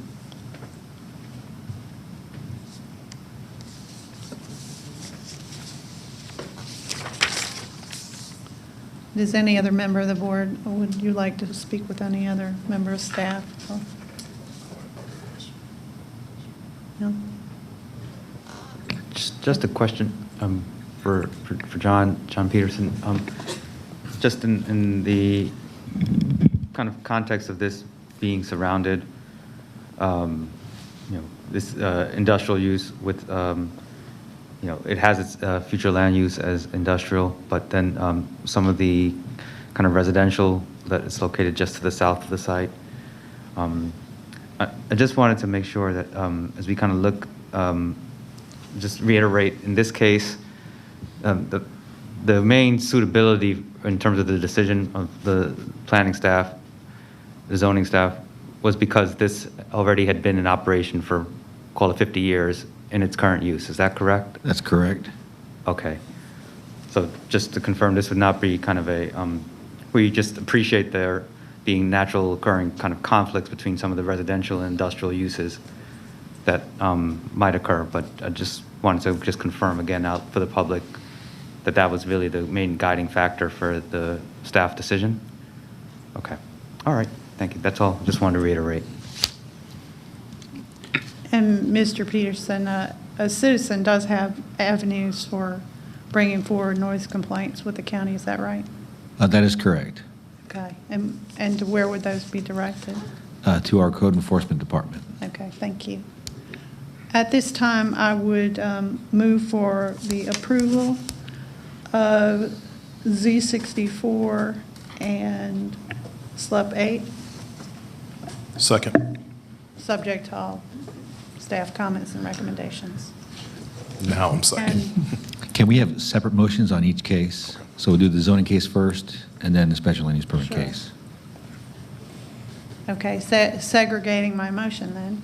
I would move for approval of Z64, subject to all staff comments and recommendations. Second.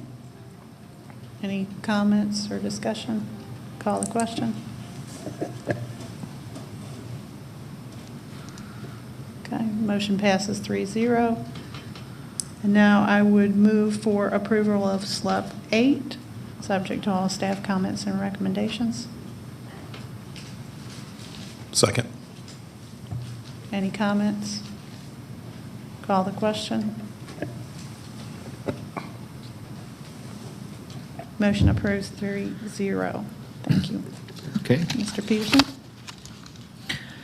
Okay, next case is rezoning case Z65, Habitat for Humanity of Northwest Metro Atlanta Incorporated, requesting a rezoning from R20 to R15 for a single-family subdivision in land lots 494 and 495 of the 18th District. The property is located on the southwest side of Hillcrest Drive and on the southeast side of Ridgefield Drive. The applicant is present. Earlier, there was one person opposed. One person opposed virtually. So at this point, we would ask the applicant to come forward and be sworn in.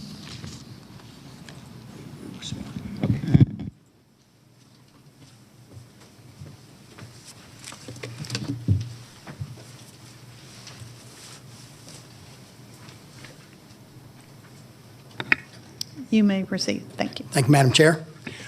Good afternoon. For the record, my name is Rob Hosack. I'm with Taylor English Decisions.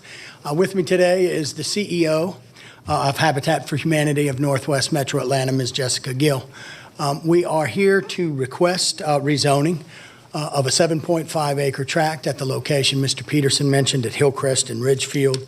We are requesting a rezoning from R20 to R15. I did want to point out something or call the attention of the commission, Madam Chair, to the surrounding zoning, which we think is a factor that we'll mention later. But south of us, we have a mixture of RA5 and RA4 at a much greater density than the density that we're proposing. Additionally, we are providing, I think, a transition to some R15 OSC that's across Hillcrest Road from us as well. Did want to call the commission's attention to our next slide, which will highlight the future land use designation and the comp plan designation for the property, which for this particular site is medium density residential as recommended by the land use map. That entertains a range of densities from 2.5 units per acre up to 5. And we are well below that particular density with our request. We did want to mention we've got what we think is a real unique site plan. We've got it shown here, Madam Chair, to show some adjustments that we made after our initial meeting with the staff, particularly a realignment of the entrance road. We have also made a subsequent change to actually have Ridgefield continue down into our project and dead end, thereby leaving some remnant right-of-way that we would request be abandoned in accordance with normal county procedures. Did want to also mention that this is going to be a little different approach for Habitat. In this particular instance, Habitat is actually going to develop the land and have an opportunity to record and enforce a declaration of restrictive covenants. That's something that we do not normally do in some of our other approaches that we have historically done as far as acquiring legacy lots or lots that have already been platted. We feel like this is going to give us a unique opportunity to ensure some long-term maintenance, the way other subdivisions that are all over the county put in place covenants.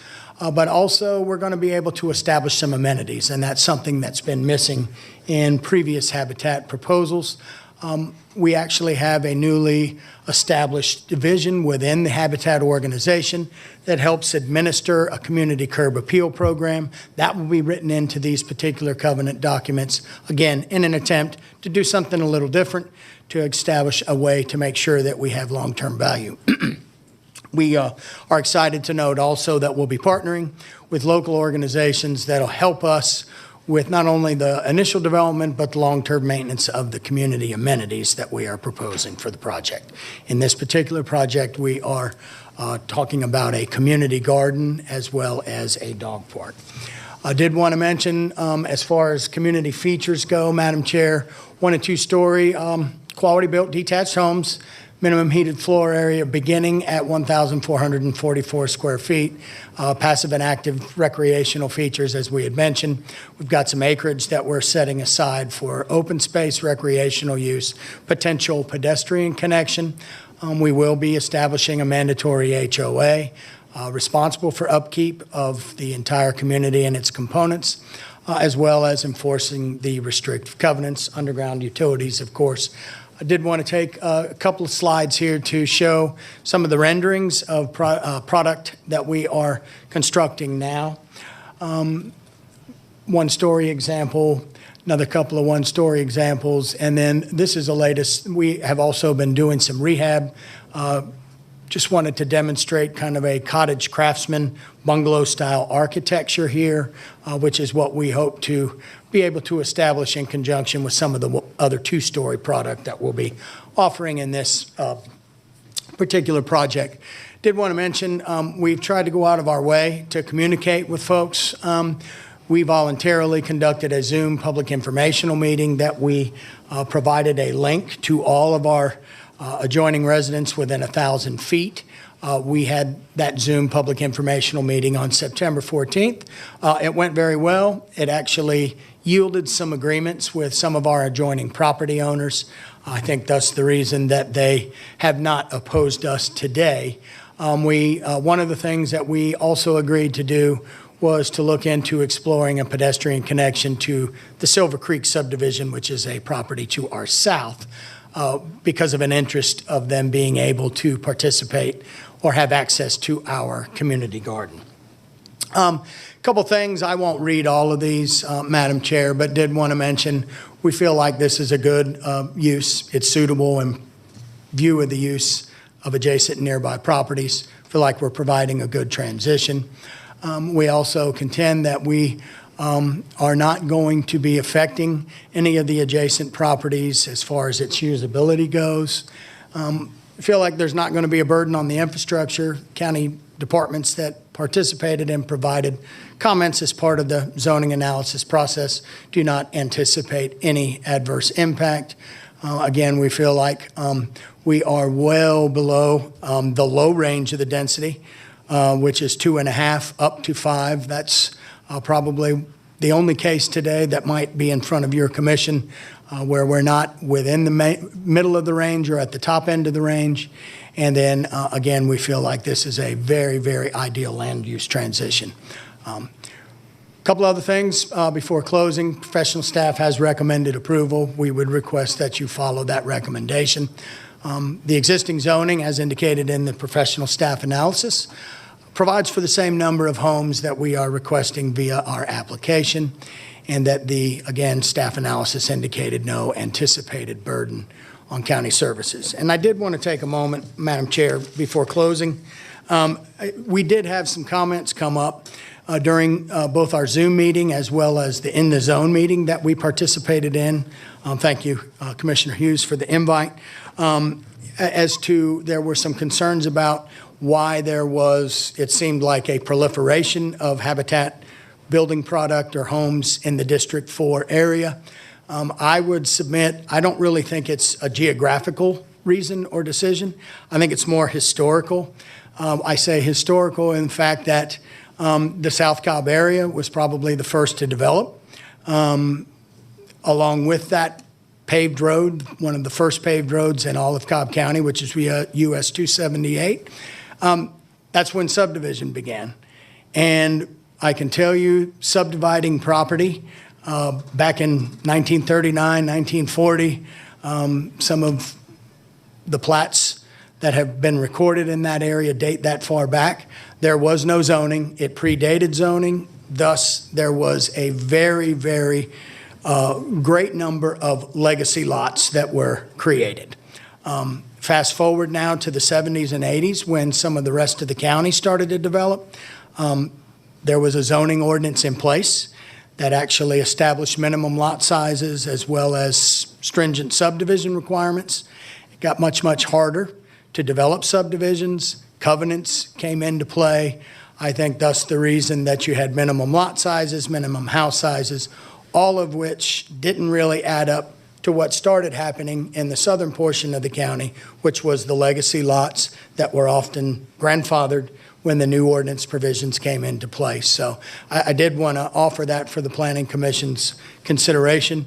It really is not a concerted effort on behalf of Habitat or its board of directors. It's simply, it's a supply and demand issue, and there are lots that go up for sale and probably are not purchased as fast by other builders like us, simply because of their legacy lot nature, i.e. their nonconformity with some of the existing zoning regulations. So with that being said, we appreciate your time and attention, Madam Chair, and we are prepared to address any questions at your direction, ma'am. Thank you, Mr. Bosak. Okay, if the opposition could come forward at this time. Any opposition? Any opposition? Okay. And we have one virtual too. Good evening. I prefer not to take my mask off, so I hope you can understand me. My name is Denny Wilson, and I live on Hillcrest, 56 Hillcrest Drive. This is kind of a bittersweet situation for me because I don't want to stand between someone and home ownership. But I also don't want to become a concentration camp for Habitat. In our community as it exists, do we have the slide thing? We have 53 Habitat homes on one side of Hillcrest.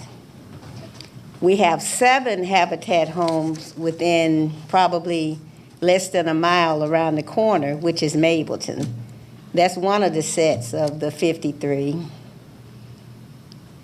And then if you'll show them the other set.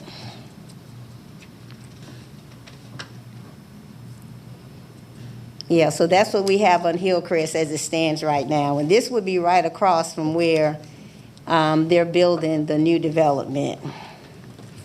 But I don't think I have to tell you guys, because I'm sure you already know that the medium home sale in Cobb County for the average home is like $345,000.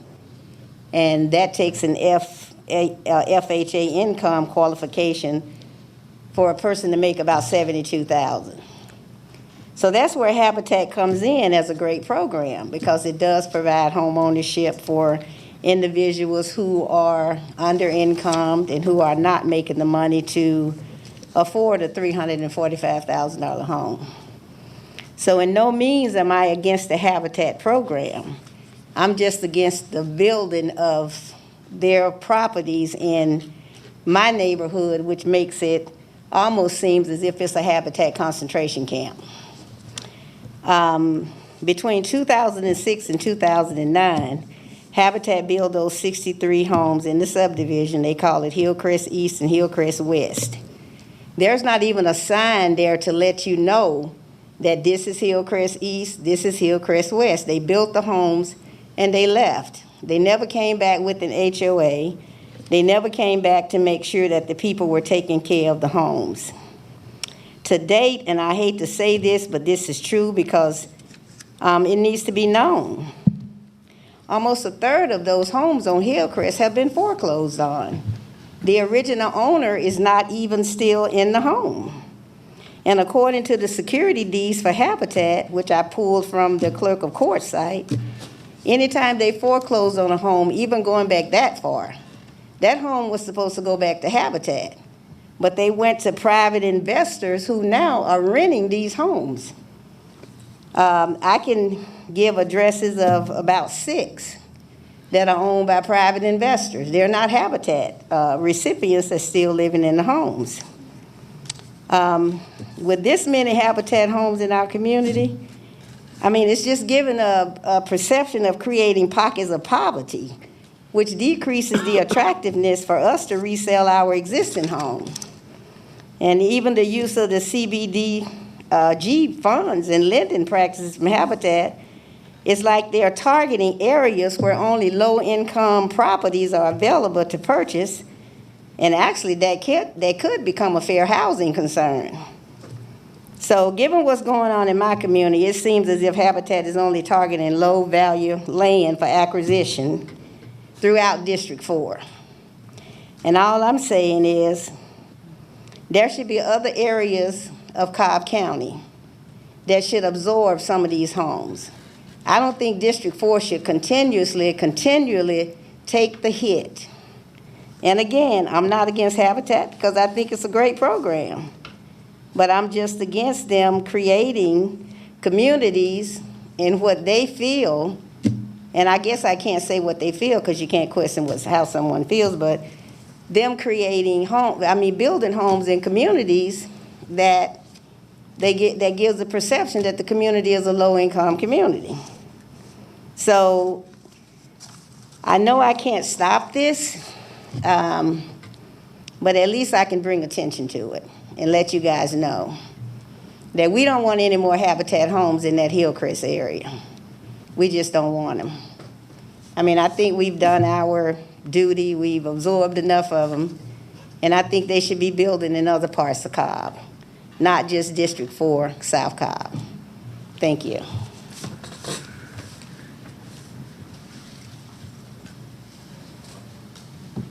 We have one virtual speaker, Ray Thomas. Ray, you've been unmuted.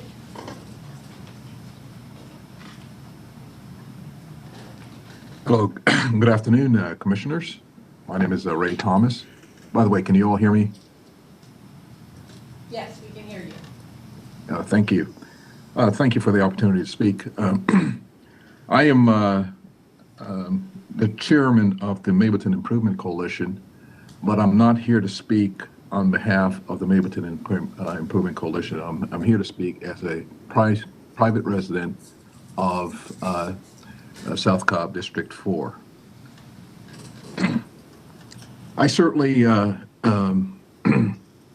recognize and appreciate the mission of Habitat, but like Ms. Wilson, the previous speaker, mentioned, the real issue here is the distribution of Habitat homes and the concentration of Habitat homes in one particular area.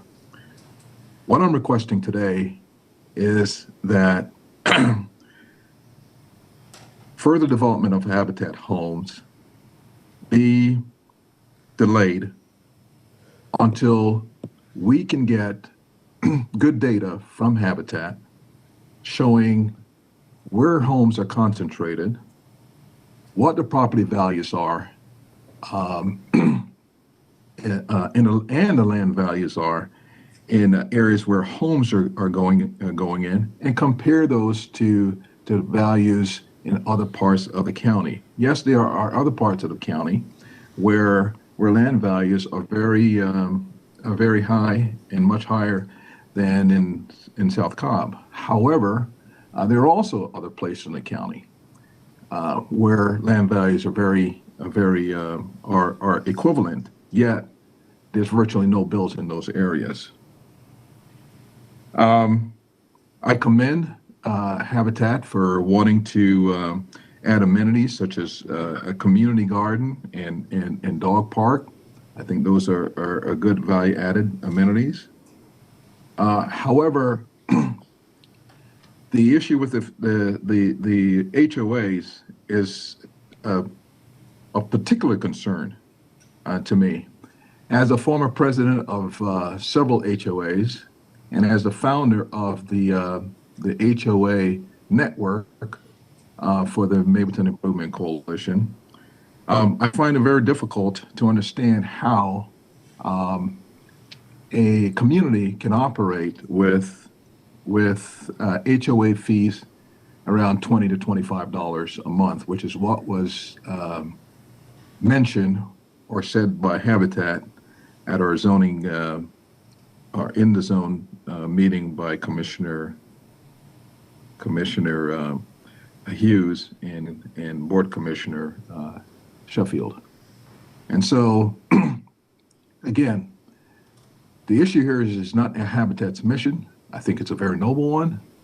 I think the real issue here is, as the previous speaker said, where, why, and how these homes are not being distributed across other parts of the county and are being concentrated in one particular area. And so I hope the commission will hold off on doing any further approvals until we're able to get the data and sit down with Habitat and figure out how we can better distribute housing. I don't think anyone on this commission, and certainly in my neighborhood, would be happy with 53 homes, as a previous speaker mentioned, on one particular street. So I ask you again to hold off until we can come up with some kind of solution to this. Thank you. Thank you, sir. That concludes the hearing, and I'll turn this over to Mr. Hughes. Thank you, Chairwoman. If I could have the applicant come back up, just a question or two.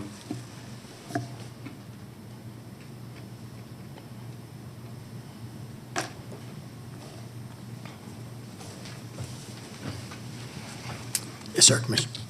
If I could get y'all to just respond, well, one question off the top of my head is just parking, on-site parking for these individual homes. How are you guys proposing to handle that? Commissioner, they're usually they're driveway pads.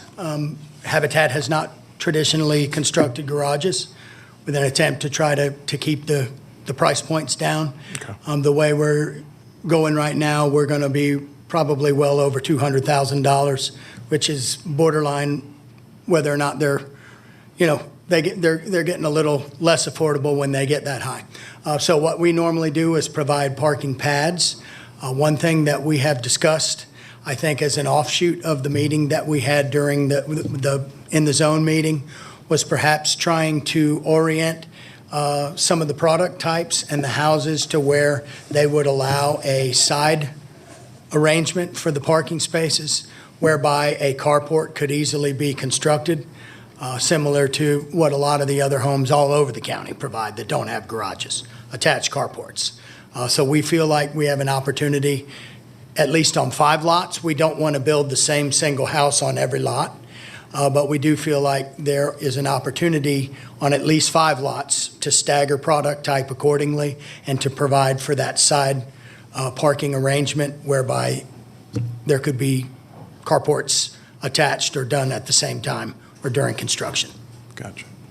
So it's been suggested, I think virtually and perhaps here some comments in person about additional data with respect to property values where you have Habitat, how the presence of Habitat homes impact surrounding values. Is that information that you guys are open to getting your hands on and having a discussion about? Absolutely. We have actually been before the Board of Commissioners to present this information in the past and as to how we are split around the county. And there is a heavy concentration in South Cobb. I'm not going to deny that. And that a lot of that has to do with the fact that, as Rob mentioned, the legacy lots that are already there. We are virtually pushed out from every other district in the county. We can't build anywhere else. And so there is a heavier concentration. Now, we do own this piece of land already, and it's zoned for R20, and we can build on it no matter what. We were trying to place one additional home to help one additional family and provide additional options in the community. And Commissioner Hughes, we would be happy to provide that information. I would probably ask, would it be as we would advance forward, or would we be holding this particular application? I would probably advise Habitat we wouldn't want to be treated too terribly different than every other applicant that files an application or Right. comes forward. But we're happy to provide any information per the direction of the commission. Do you think that's information you could have in between now and the time the Board of Commissioners? Absolutely, we have it all mapped out already. Yes, Okay. Commissioner. Any other questions, Commissioners? I do. Thank you for the presentation and for all of the context. And I know it's always a bit of a triangulation in terms of affordability, format, and everything. One question I had is just on the rental component, some of the comments that were made before. And forgive me if I missed this during the STIP letter, but how are you looking to preserve this in perpetuity as a for-sale community dedicated to ownership options, and to not let this kind of switch into a basically concentration of single-family for rent formats, which are very much, which it seems like, as was noted earlier, something that might have occurred in some of the legacy developments.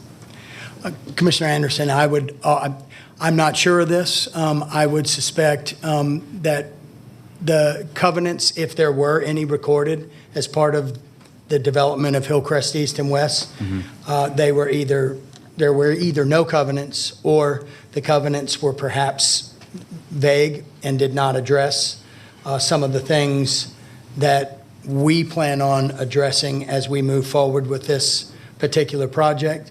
I think that in an attempt to ease concerns, we would also be happy to try to highlight in a draft set of covenant documents that we have some potential protections as to what would happen in the event that a property was sold down the road, to where there would at least be a conversation or a bounce back or something to the Habitat organization, so it wouldn't automatically just be sold to the next highest bidder or investor in the event that there was a contemplated resale.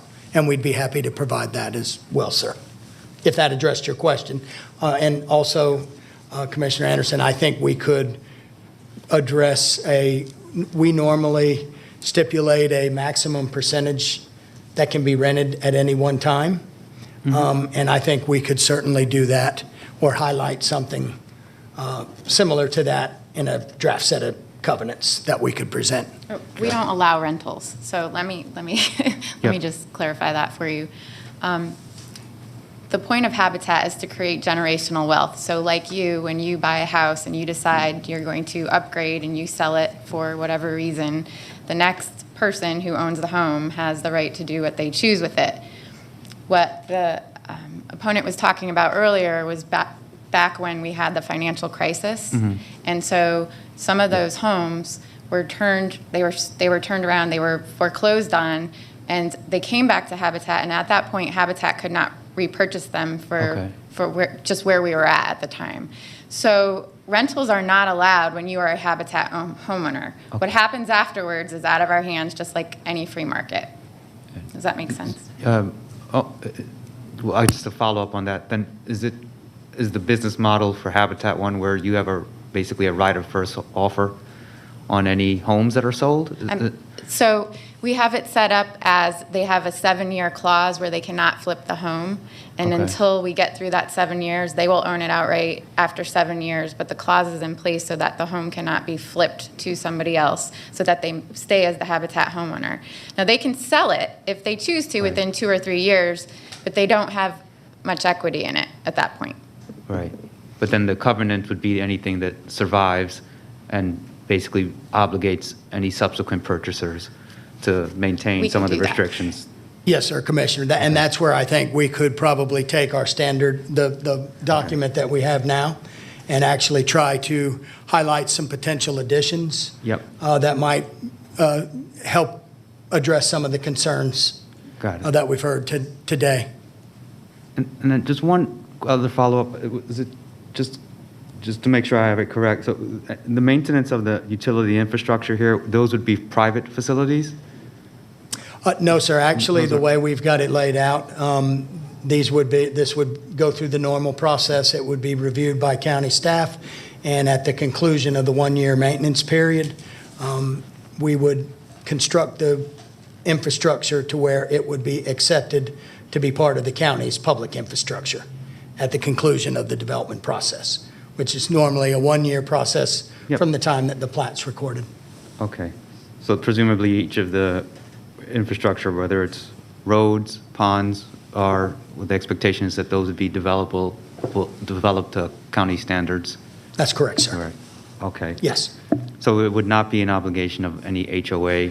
No, to sir, and actually I provide- probably should have done a better job, Commissioner. I think what I was referencing earlier is the community garden is going to be the joint property of the HOA. Okay. As is the dog park, and we need to make sure that that's not going to fall into disrepair. Right. Thus, the reason we need to make sure that the covenants will adequately address how those are going to be maintained, whether or not we set aside or escrow any type of insurance funds, just for stuff that may come up, normal maintenance, finding a company to cut the grass and, pest control, weed control, those type of things. Okay. Thank you for the additional clarifications. Thank you. Thank you, sir. Before you leave, because it's been such in terms of the mandatory homeowners association and what you think annual assessment might be, I don't know. I know we've talked about a dollar figure. Do you think that's going to be adequate to do what you anticipate having to do in terms of maintenance? Yes, Commissioner. So right now, in some of our other areas that we have established the HOA, and the HOAs are new to Habitat as of 2018. We did not have them before 2018, which is when I came into this role. We are now paying for common area, which may be the signage out front. The HOA funding would go to help maintain the landscaping there. Electricity running through street lamps, those types of things. And then the garden, community garden, and the dog park, the upkeep. So looking at about $20 a month, you do the math, you're averaging around 2025, you're somewhere around $3,000 a year. That's adequate to cover those costs. Okay. And Commissioner Hughes, I did want to mention, and this may go to Commissioner Anderson's question as well, I think some of our partnerships that we are seeking to do the amenities will also contain a funding component to where it won't just be them coming out for a grand opening.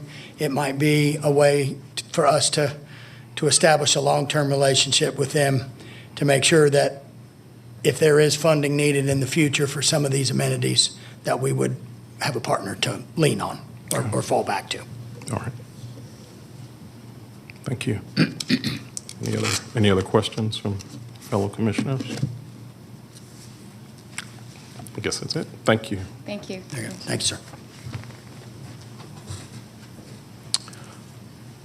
So, as sort of the district planning commissioner assigned this case, for me, I think that there's a broader policy question here, and it resolves around affordable housing, workforce housing, which I think is really for me, is outside the purview of the Planning Commission. I think we're focused on determining is this an appropriate use for this property given a set of circumstances in the area. I think from my perspective, it is an appropriate use. And staff has indicated it is recommending approval. And I think based on that, I'm prepared to make a motion to approve the request as submitted and subject to comments and recommendations from staff, as well as the zoning stipulation letter provided by the applicant's representative dated September 24th, 2021. That is my motion. Second. Discussion? Any discussion? Call the question. Motion passes 3-0.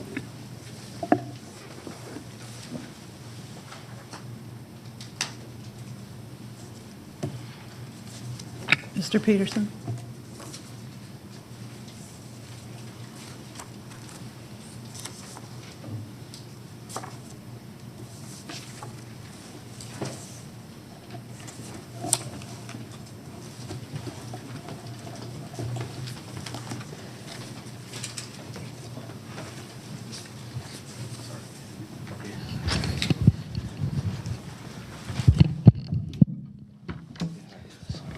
Sorry about that.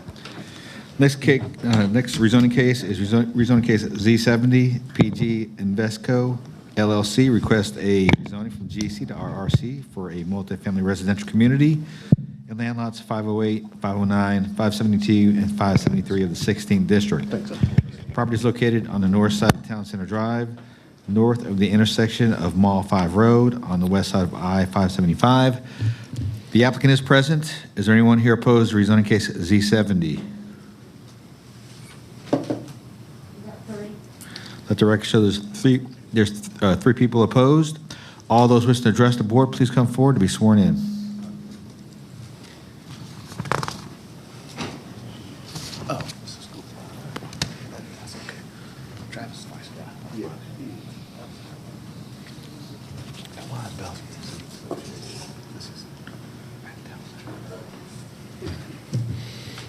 Pam heard me.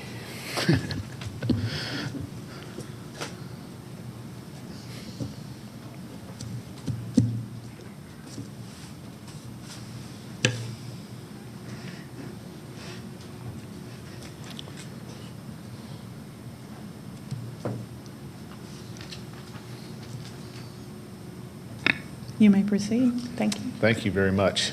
Again, good afternoon. My name's Kevin Moore. I'm here on behalf of PG Investco LLC, which is really a affiliated holding company of Presidium Management, which is a multifamily developer and builder, owner and operator. We haven't seen them in this market, but they're excited to be here. They're an 18-year company, over $2 billion in real estate assets that they hold, primarily multifamily, with over 13,000 multifamily units that they currently own and manage across primarily the southeast United States, but across the nation itself. So just to introduce you to who they are and what they do. This particular application for rezoning is actually extremely exciting for me and I hope for others, given what the potential is moving forward and its location. To familiarize yourself with the location of this 17-acre tract, almost 18-acre tract. First, if you've been to Town Center, if you've been to the Varsity at Town Center, and if you've been to the movies at Town Center, the Regal Cinemas tract, the former Regal Cinemas, that's located there across the street from the ring road of Town Center Mall, from the Varsity Restaurant, is the former Regal Cinemas, and that's this project. And this is a proposed project from Presidium to bring a Class A multifamily community to this location, adjacent to within what we call True Town Center. Not just the Town Center area, but where its entrance is off of Town Center Drive and part of what we consider to be True Town Center. It's an exciting proposition from a development standpoint to bring what Presidium is proposing here is 378 multifamily homes and units to provide for a direct economic stimulus and injection into the very vein of Town Center. We have heard and seen and read about the struggles that have befallen Town Center Mall since it was first opened in the late 80s. And while it still is ongoing as a business enterprise, we have all seen and heard about what's going to happen next. And we don't know that, but this particular property is not owned by the mall. It's owned by the Regal Cinemas, but provides for bringing residential to the very doorstep of Town Center Mall. And it's vastly very important that we do this to bring that to it. We've seen at our other regional mall where it has transitioned to add a multifamily component to it. We've seen in other areas, you've seen it earlier today, where we've brought that multifamily component to the retail and retail offerings so that we can provide for true mixed use at the location, not simply in the area, but at the location. And we've seen that that has been successful in locations all across metropolitan Atlanta, all across the Southeast and all across the nation, where you bring those components not just kind of in the area, but together as truly integrated components, and that's what we're bringing to you today. Just again, where this is located, you see the GC right in the middle. This is to the west of 575. You can see the Mall Ring Road and the Varsity directly across the street. You have a vast area which is behind this property to the north that is the Noonday Creek Trail. Noonday Creek is not a little stream, it's a major creek that runs through there. And there's lots of areas through there that we'll get into a little bit more. On the other side is Town Village, a complete redevelopment that was completed starting in 2007. Only one phase left to go that contains multifamily as well as student housing, connected also to the Town Center and Town Center Drive. And then you see the Ring Road and Town Center there as the PRC. Turning to the site plan itself, I want to show you how we've arranged this. Again, we're going to turn it though because it's no longer north-south. So that's 575 along the bottom of your screen. Town Center and the Varsity are located to the left. What we are providing here is for a Class A multifamily project from Presidium. The arrangement of this site design, again to the right, we're staying off and away, backing up to the Noonday Creek and its floodplain and out of that area.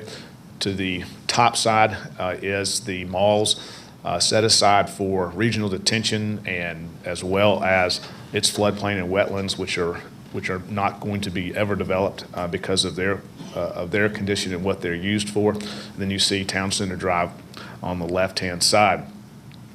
We are providing 4 in the center as you come in off of the main entrance on Town Center Drive. The first building that you will see is a nearly 8,000 square foot amenity clubhouse building. They'll have a full amenity and pool and all of what you would expect with this type of Class A development. And then we ring that amenity area within the center with the buildings and units as they come around. These are all no more than 4 stories, 4 to 5 stories, depending on their exact location. Again, set aside in an area which is well buffered from existing multifamily, well buffered because it's got an interstate on one side and a regional mall, so that you really bring those uses together. A little bit about the mix in terms of unit count, because we've seen that before have an impact, and so you can see the type of community being built here. What is proposed is 1 bedrooms of 50%, 2 bedrooms of 45%, and only 5% of these homes would be, or 19 of the units would be 3 bedrooms. So you can really see that this is far and away, 95% is proposed for 1 and 2 bedroom units. Which is why, as we've seen in comparable locations, both adjacent to us and other locations across this county, why we have requested a variance as to parking. We've requested that ratio be reduced from 1.75 to 1.5, which is consistent with the exact same parking variance ratio that has been approved in other locations when they've demonstrated what we have here, and that is a real small percentage of 3 bedrooms from that standpoint, and we have done the same thing here.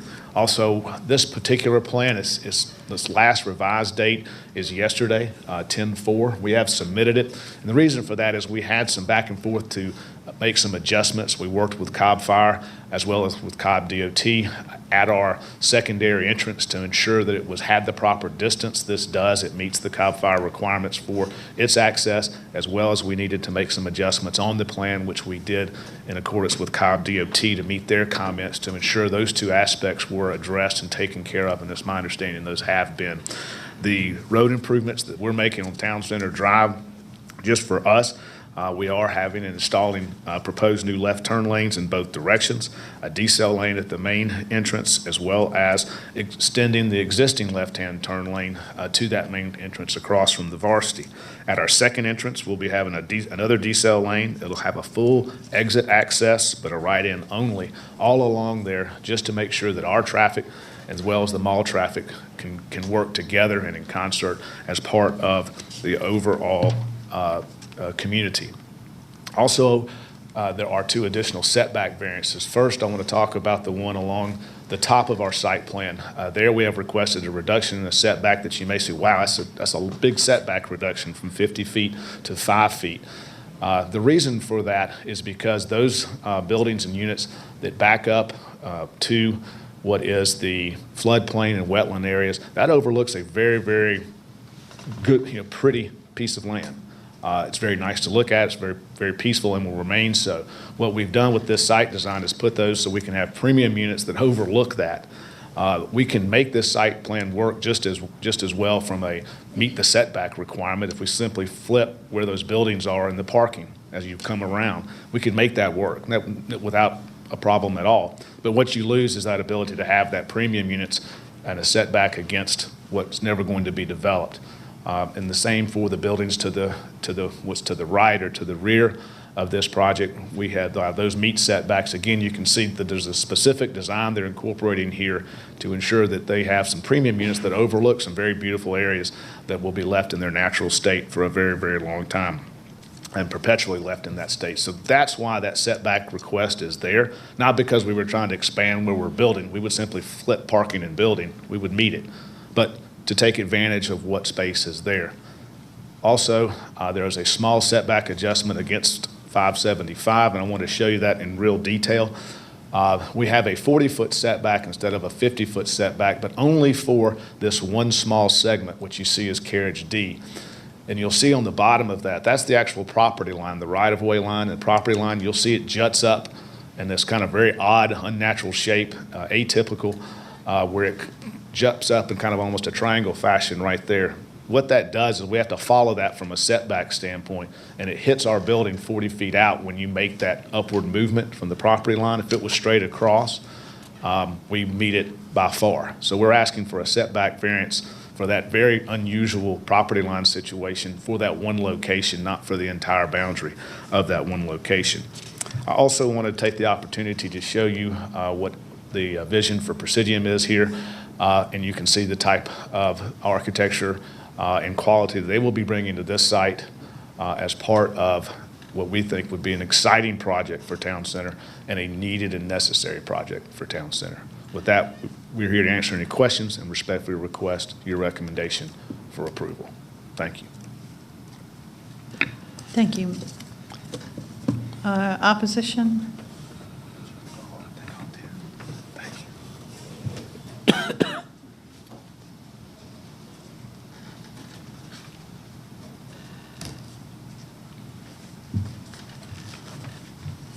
Good afternoon, Planning Commissioners. My name is Travis McComb, Cobb County School District. Approval of this petition will impact Bells Ferry Elementary School that is already over capacity. Thank you. Next.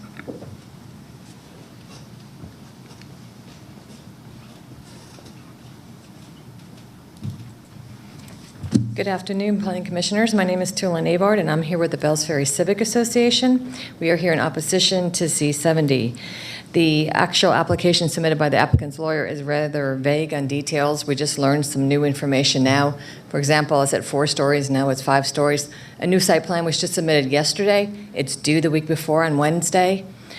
We have concerns, a lot of concerns regarding this development, including several variance requests, the access roads, which we heard are now taken care of, stormwater issues and school capacity. To begin with, this is an incredibly intense development that does not belong at this location. The zoning proposal is not in conformity with the future land use map of Cobb County. The RSC designation is not supportive of this residential usage. In addition, there are already an abundance of apartments in the area with plenty of vacancies. And we have a lot of apartments, and they're not helping them all. So I don't see how this new one will help our mall. This property is adjacent to the Noonday Creek area and consists of floodplain and wetlands that may be right where they're going to build. Therefore, variances should not be allowed to reduce the required setbacks and infringe further into the protected areas. Instead, the setback should be increased. In addition, the impervious surface far exceeds the allowable amount, thereby not satisfying the minimum parking lot tree standard of Cobb County tree ordinance. And this is just a conceptual plan and states that the impervious amount will not be divulged until site plan review. As currently shown on this site plan, the impervious surface amount far exceeds the allowable 80%. We deserve to see an actual plan at or below 80%. Stormwater runoff is another concern. No water runoff control is stated on the site plan. Staff comments note that it will be required that this project provide on-site runoff reduction and/or water quality separate from downstream stormwater management facilities. Over the years, there's been a lot of impervious development along Noonday Creek, and adding yet another massive concrete development will further increase the odds of major flooding downstream. And this is true. The Chastain Detention Facility was not built large enough to handle all these additional developments. There is a detention pond located immediately off-site. The TCCID Alliance had planned to convert this pond and unique ecosystem into a recreational park area since it connects to the Noonday Trail. The BFCA wrote a letter at that time detailing how this area could become another Chattahoochee Nature Center, which would draw thousands of people yearly to this area. The former Regal Theater complex would have made an excellent Cobb Welcome Center, museum, and educational IMAX theater. However, unfortunately, the county drained the pond and not much is left. We were told that the pond was meant to always be a retention pond, not an ecosystem, but it was functioning well as is. We believe the reason the county drained it was to use it as an overflow area for Noonday Creek during heavy rain events, since they continue to allow developments to be built upstream without detention ponds, with fee in lieu of. Other issues we have with the fire department, but apparently that's been taken care of. A full impact traffic study needs to be conducted, as the most current one is over 3 years old. Sound mitigation measures will need to be implemented, since the complex will be situated next to a major interstate, and many of these buildings will be 40 feet or taller and up to 5 stories tall, and are located within 4,000 feet of a runway for the Cobb International Airport. Therefore, approval will be needed from the airport manager and the FAA. And lastly, there are concerns of the impact this development will have on the assigned schools. Bells Ferry Elementary School is once again over capacity and has had to add outdoor modular classroom buildings just a few years ago. And there's already another proposed rezoning request that was heard last month here for C53, and that's for an apartment complex several miles away that will also create a burden on this elementary school. In summary, we are opposed to this multifamily residential community as submitted due to the inappropriate use of the site, various requests, stormwater concerns, and the overcapacity status of school enrollment. Therefore, we respectfully ask that you recommend denial of Z70. Thank you. Anyone else in opposition?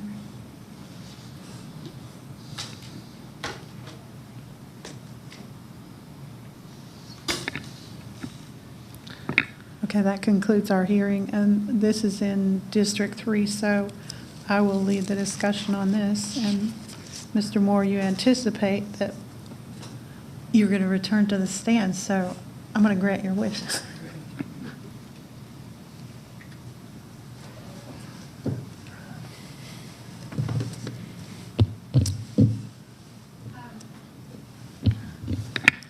Push the right buttons. Sure. Can you, the 5-story development, how tall is 5 stories? I really think these are 4 stories, but let me. I thought that was what was originally said. Is that my thing? At any rate, whether it's 4 or 5, if you let us Yeah. know, and if you'll tell us what the height is. 4 stories. Okay, and do you know the height? Those are going to be probably around 55 feet. Okay, and the number of apartments is how many? The total number is 378, which is being requested. 378, is that right? Yes. Okay. Okay, and the division of what is 1 bedroom, 2 bedroom, and 3 bedroom, do you have that breakdown? I do. 1 bedroom is 50%, or 189. 2 bedroom is 45%, which is 170. And there's only 19 3 bedrooms, or 5% or less. Okay, and who do you expect to be the typical resident? What's your marketing?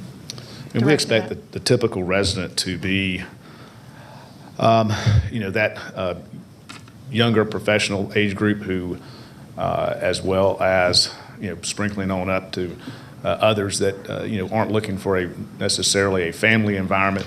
We don't envision this to be a family environment type of multifamily community. As you can tell, there's only 19 3 bedrooms, but primarily those that are seeking to have a luxury Class A apartment, close proximity to retail amenities in the interstate, which this does, and who hopefully enjoy a varsity chili cheese dog.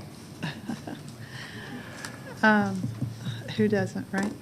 So with you described 2 entrances. Are those at points on that ring road where entrances existed for Regal Cinemas or not? It's difficult to, I don't know if you had a footprint overlay of the prior site and the current Sure. site. I can let you know. So we are required to have the two entrances as part of meeting fire. And so where our main entrance is approximately where the existing entrance to the Regal Cinemas is. It lines up with kind of the entry to a certain extent, not quite as well. Ours lines up far better. And then the other entrance is also in the proximity of where there's a side entrance there for Regal. But again, we've relocated those to be acceptable to DOT as well as acceptable to fire in terms of their distance apart as well as how they're arranged with the additional lanes that we're putting in place. Okay, so I believe I read DOT comments that indicated that there is not a current traffic study, is that right? Or that it would need to be updated, something to that effect? If you could just tell me what the status is of.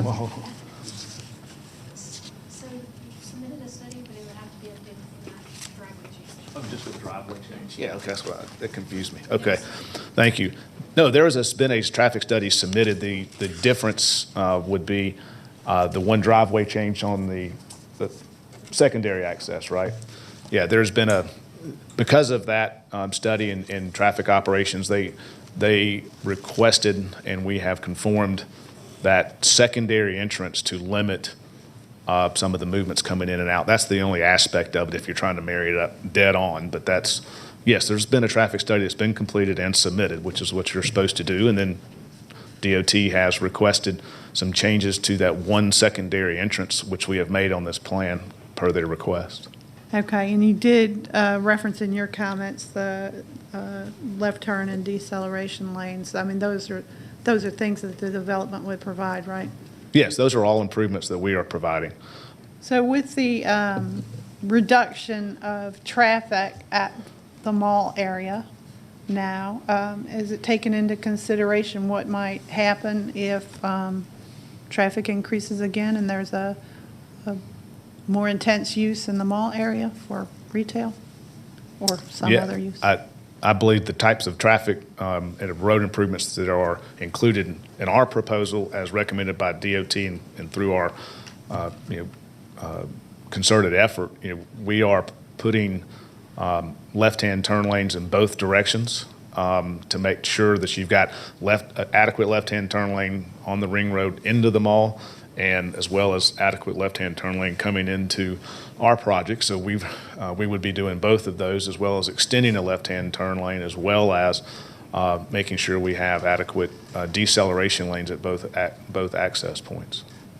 So in other words, you've got through lanes, left-hand turn lanes, and decel lanes all being established throughout this entire plan here, which to me accounts for any traffic possibly at the mall ring road. Even at its height, you could move right along there unless it was Christmas. And Town Center Drive, just to be clear, is a public road, is that correct? It is a public road. It's the road that goes completely Right. around the mall. Right, I was just familiar with a different situation in another location where it was not a public road, but I just wanted Correct. to clarify that for the record. It is a public road, correct. Okay. So with respect to this plan, is this a larger footprint than the cinema that will be torn down? Yes, it's a larger, the current movie theater doesn't occupy this entire developed area as we're proposing. That's correct. Okay, so the current movie theater, though, also has parking. Acres of parking, yes. Right. So it's a tear down of the cinema and the parking areas as well? That's correct. Complete redevelopment of the site. Okay. And so do you know what the impervious surface was for the Regal and what it is proposed to be for this? I don't know what the existing impervious is. I do know the allowable impervious is up to 80%, and we're not exceeding that. Okay, but in the book, I didn't see a number. Right, and I don't have that exact number, but I know we're not exceeding 80% based on the engineer's statement to me, and we're not seeking a variance as to that. Okay, well, of course, that you're able to verify that. But I can verify standing here that it's not greater than 80%. Right, but you'll be able to verify that in your documentation as well. Oh, absolutely. correct? We can certainly do that if requested, which apparently we're being requested. So yes, we'll be happy to do that. Apparently, right. Okay. Thank you for reading between the lines there.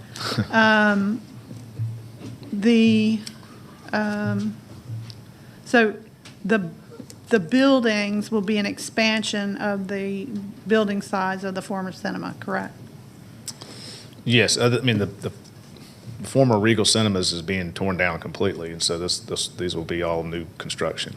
Okay. And the parking as exhibited, is that all a flat surface? There's no underground parking or above That's ground correct. parking? Either All one? the parking that's shown is surface parking, and then there is there are some unit buildings that are not 4-story.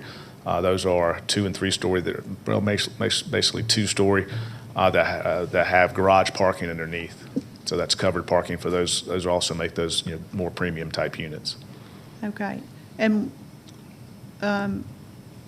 with respect to setbacks, I know that you were discussing a buffer and views at would it be the back of the development, is that right? Right. If you're looking at the site plan, the setback request for a variance is at the top, just that top section adjacent to the detention area. Top right corner or what? That entire top property line. Okay. Now, the rear property line, or the right-hand side, it meets the setback requirements there. So Okay. you're dealing with those the two buildings. The two buildings? Yes, that's At the correct. top That's right. of the diagram? That's correct. Have a setback variance? Correct. Okay. And what is on the other side of that property line? The property line is the ecosystem, is that right? Yes, you can. Yes, it's a undeveloped property because it's been used and will continue to be used for stormwater management. It's used for floodplain, wetlands, and that type of thing that are all there. It's actually quite pretty. Okay. I have some knowledge of the fact that creek has moved over time. Mm-hmm. Is that right? And is that Yes. part of the reason for the set-aside? I don't know why it was set aside. That's not part of our property or project. I know that it was set aside and has been set aside and has been used for those purposes for the mall for the entirety of its time in one form or the other. Okay. Do those buildings, though, those two particular buildings are closer to that property line, obviously, than the cinema was, correct? Yes, that's correct. That's right. But again, as I was pointing out, you can flip the arrangement. Parking can be within a setback. You just simply flip the arrangement, but then you're just moving buildings further away. And again, there wasn't a reason for that. It's not simply to fit it. It's to allow for, you have then a number of units that, like we showed in that one picture, get to overlook what is essentially a undisturbed, vast piece of property. Makes for a nice premium unit. Why not take advantage of it through a site design like that? So I followed that part. I'm not following your comment about flipping the property. Could you? Saying flipping the arrangement. The site design, if you kind of follow me from there, has some buildings in the middle with amenity and green area throughout the middle. And then you see the two buildings we were talking about, as well as the two buildings to the right. If you'll see, all along those sides of those two buildings, you would have premium units that would overlook. You go out on your deck at night or at evening, and you're overlooking natural areas that will be natural areas forever. If we instead took that parking and drive aisles and simply put them where the buildings are, and put the buildings inside of that, the two buildings inside of that, then you would simply have parking adjacent to that property line. The buildings would meet the setback, but you'd lose that connection to it. So that's why they've requested it this way. It's for site design purposes to enhance the quality of those units, because you're not getting closer to. All you're doing is getting closer to a natural setting as opposed to another property use. Is the same true of those two buildings on the and to the right? No, those meet setback, but they're taking advantage of the same, That's what I meant. the same design Aesthetically. concept, because you're overlooking the Noonday Creek Trail area, which is huge. Right.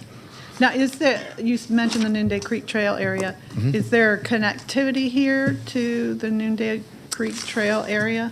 We do not have direct connectivity. It wouldn't, number one, we have to go through the county to do that, but you're one property away from where you do have the connectivity to the Noonday Creek Trail. We could go back to, yes, so if you look back at this shot here, you can see where it says GC kind of in the middle.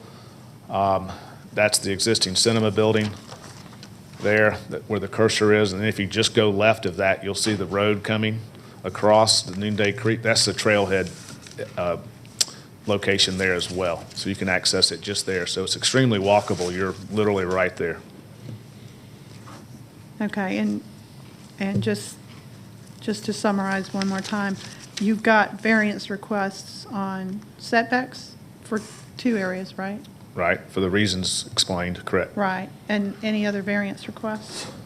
There was, for the 2 setbacks, and Yeah. we've explained why the one, of course, is due to actually an unusual property line situation on one location only. In our stipulation letter too, please note that one setback we've said is limited to that one location. So it's not a setback variance across the entire property, but to the one location. And then the parking reduction like we've done, or like the county has approved in multiple other locations for the same reason, because you have such a small number of 3-bedrooms. Okay, because this area has been designated for stormwater purposes, and it's been taken note of, the wetlands aspect of it, it seems to me that imperviousness of surfaces is important so that, you know, you don't have so much runoff. But I'll let somebody else speak to that. But a question is, what plans are there in place for making sure that those interests are protected? Well, for this, number one, we have Kimley Horn, who is our project engineer team.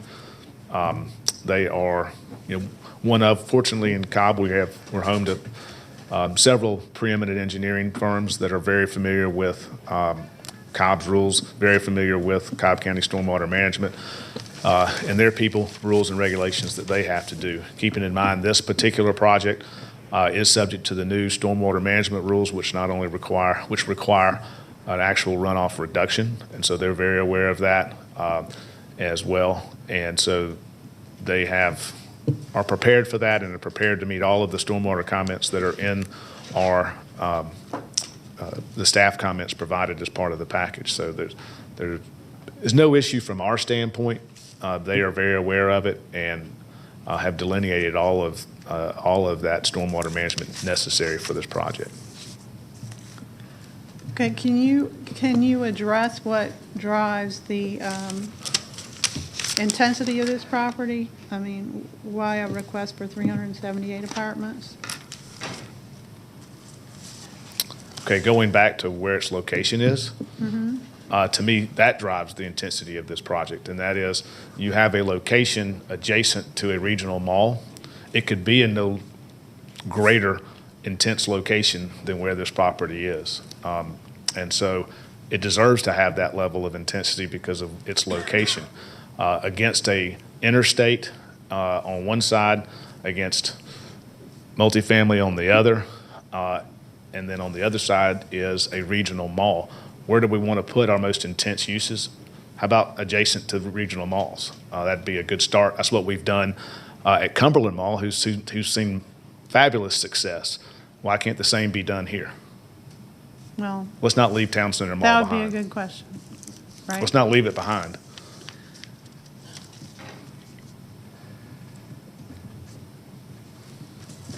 I'll just resist going there. Wow. You don't have to, but I think Well, I have mean, all right. The point is you need an attraction. So, right now we're in the middle of a COVID crisis and those kind of things. And so there's a lot of question marks Sure. around the usage of that area. Okay, and so you've heard the vocalized concerns here, and I would like to know if prior to today's meeting, y'all have had informational meetings and had conversations with persons in the area. Yes, we've had conversations with the most affected owner and most invested owner, which is the Varsity located directly across the street, whose principals absolutely 110% support this project. Now, have we had conversations with Bells Ferry Civic Association? We have not. It's not near Bells Ferry. It's west of 575 at the front door of the mall. Happy to always talk with them anytime. They certainly could have reached out to me, but I wouldn't have thought to reach out to them given this is on the west side of 575 at the mall. But that's no Well, I matter. mean, They there's can a have as lot big a of- reach as I guess they Yeah, want, but there- that's why I didn't reach out to them. But I'm not just specifying them. There are a number of interests in the area, so. Sure. I'm I just- spoke to the owner of the Town Village property and redevelopment, which is on the other side, and we spoke to the Varsity ownership, and both of them are extremely happy and pleased with this proposal. Anything for them that is a quality product that can be brought to Town Center is good for the area as a whole and for their immediate area as a whole. Well, I would agree with that.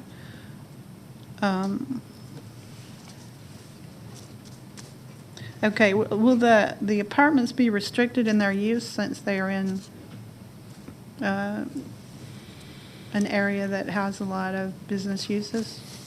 Will the covenants restrict the apartments? They'll only be available for residential use. They won't be available for any type of business or commercial use. Okay, that really was my question. Sure.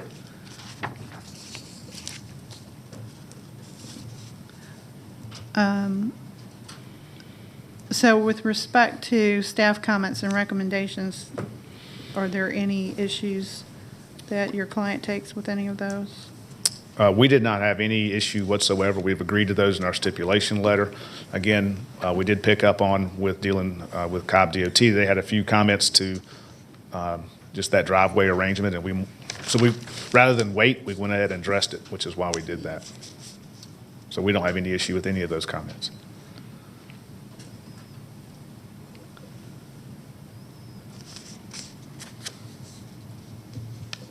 Okay, and with respect to the comment about the airport and the height of the buildings, do you have a response to that, or are you aware of what those kind of impacts would be? We don't believe there'd be any impact or an issue with that whatsoever. Okay.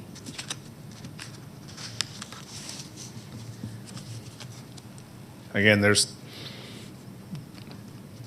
tall or as tall buildings right behind us, so I don't know why it would be an issue here. And this sits lower, so. It's lower. It's lower than the Town Village development on the other side of Slope-wise, Noonday. right. Yeah. Right, elevation. Okay, and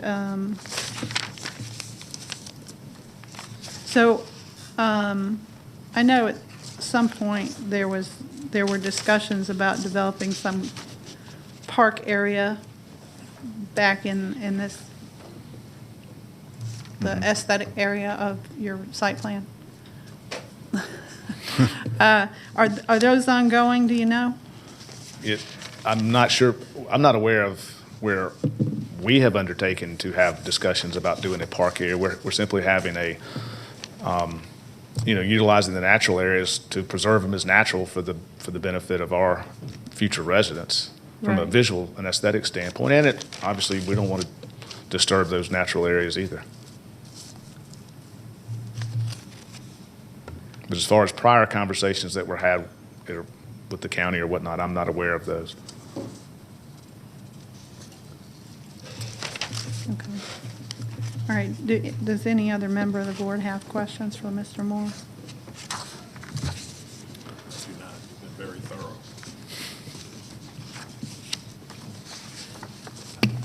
I just a couple quick ones. Just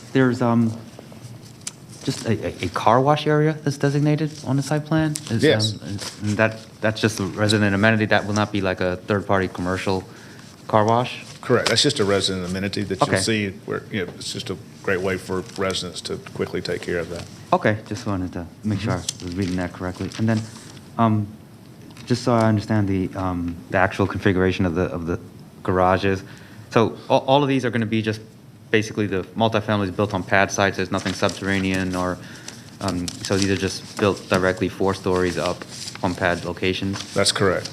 Okay.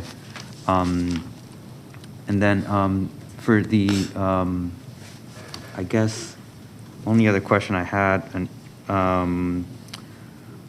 was for, in terms of the developer of Presidium. Yes.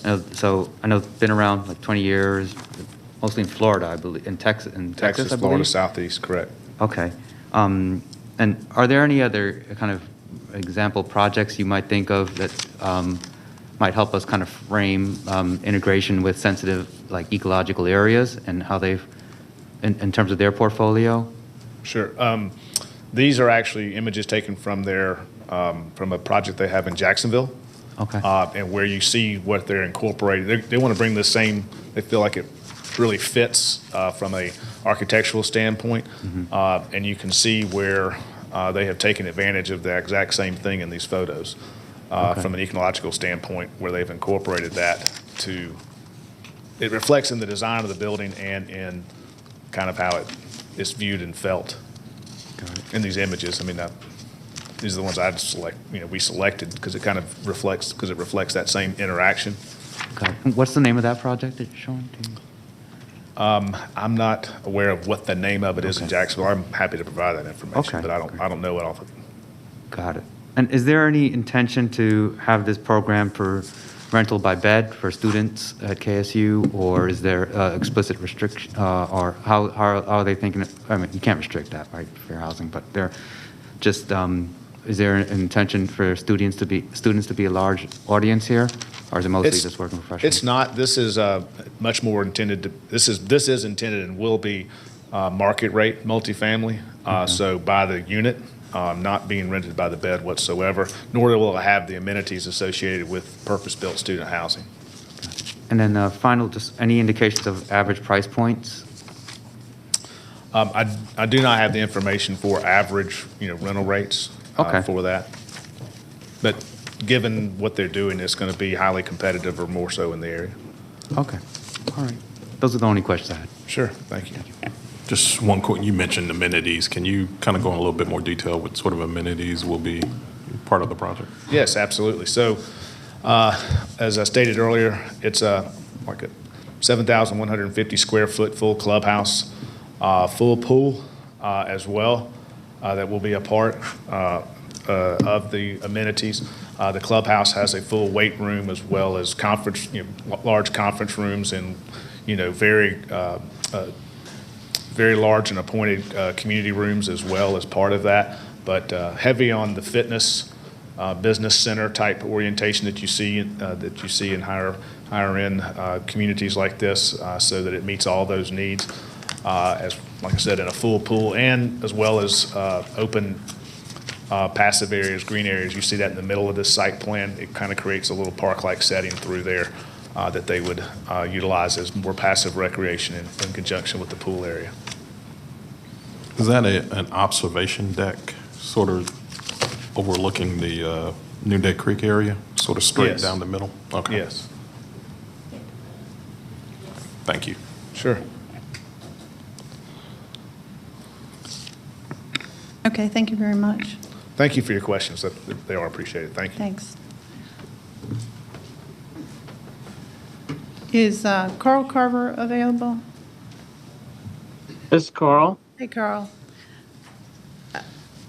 Can you provide us with a background for that creek area that's back of this property? What exactly Cobb County has done and what efforts it continues to maintain the integrity of that area?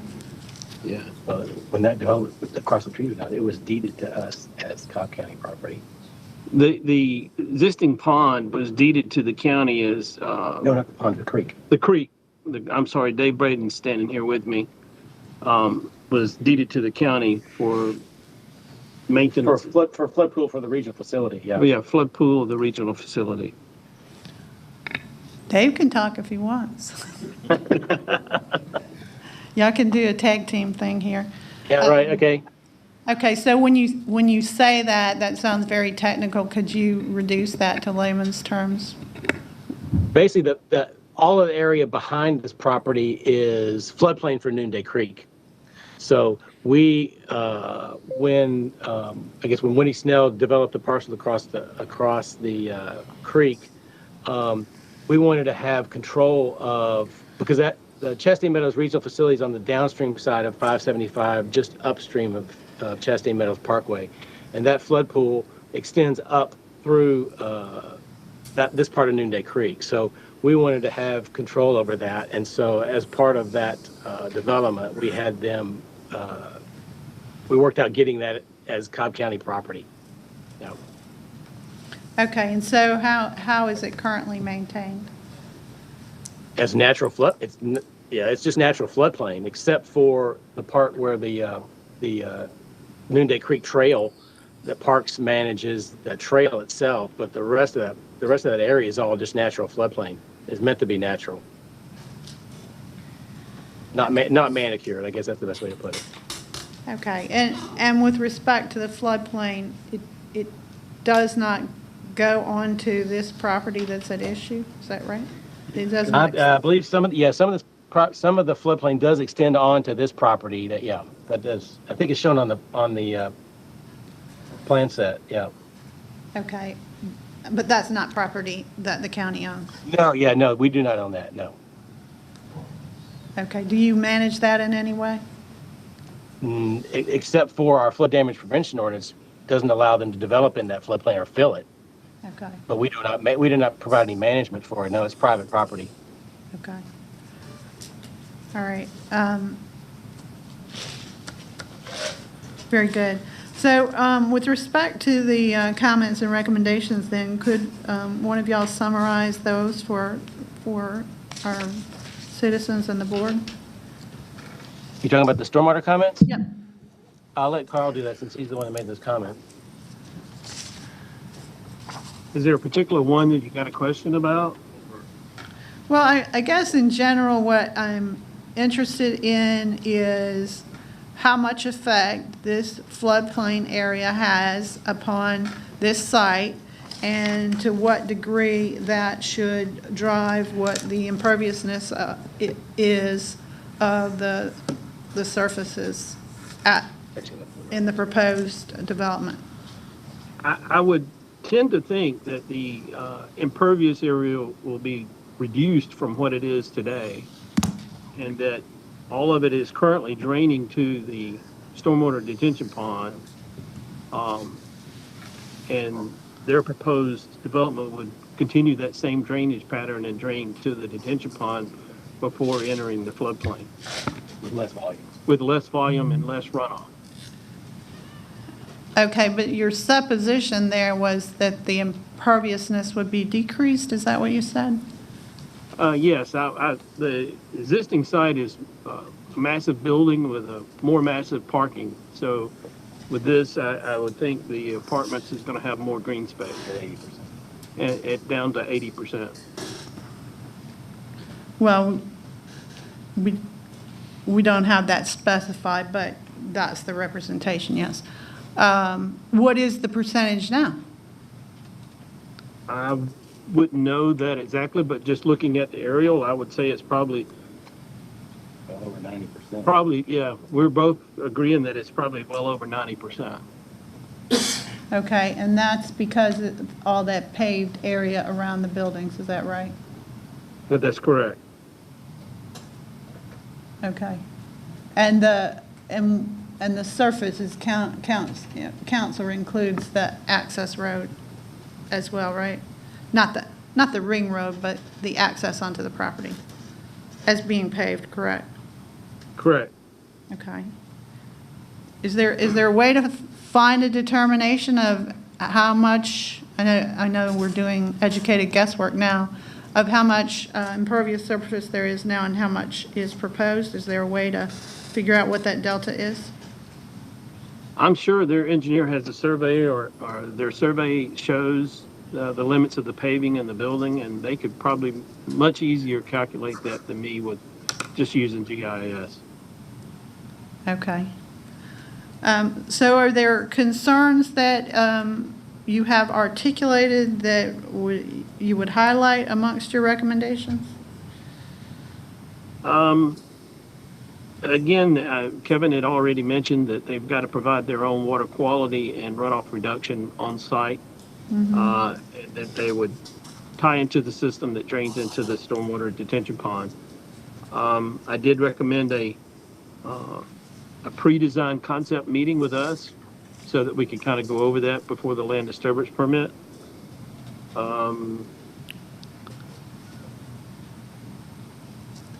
The floodplain and everything would be based on their topo survey at the time of plan review that may, require adjustments at that time. Okay. Does any other member of the board have questions for stormwater? No. Thank you, gentlemen. Thank you. Thank you. Okay, and if I could have Ms. Diaz briefly.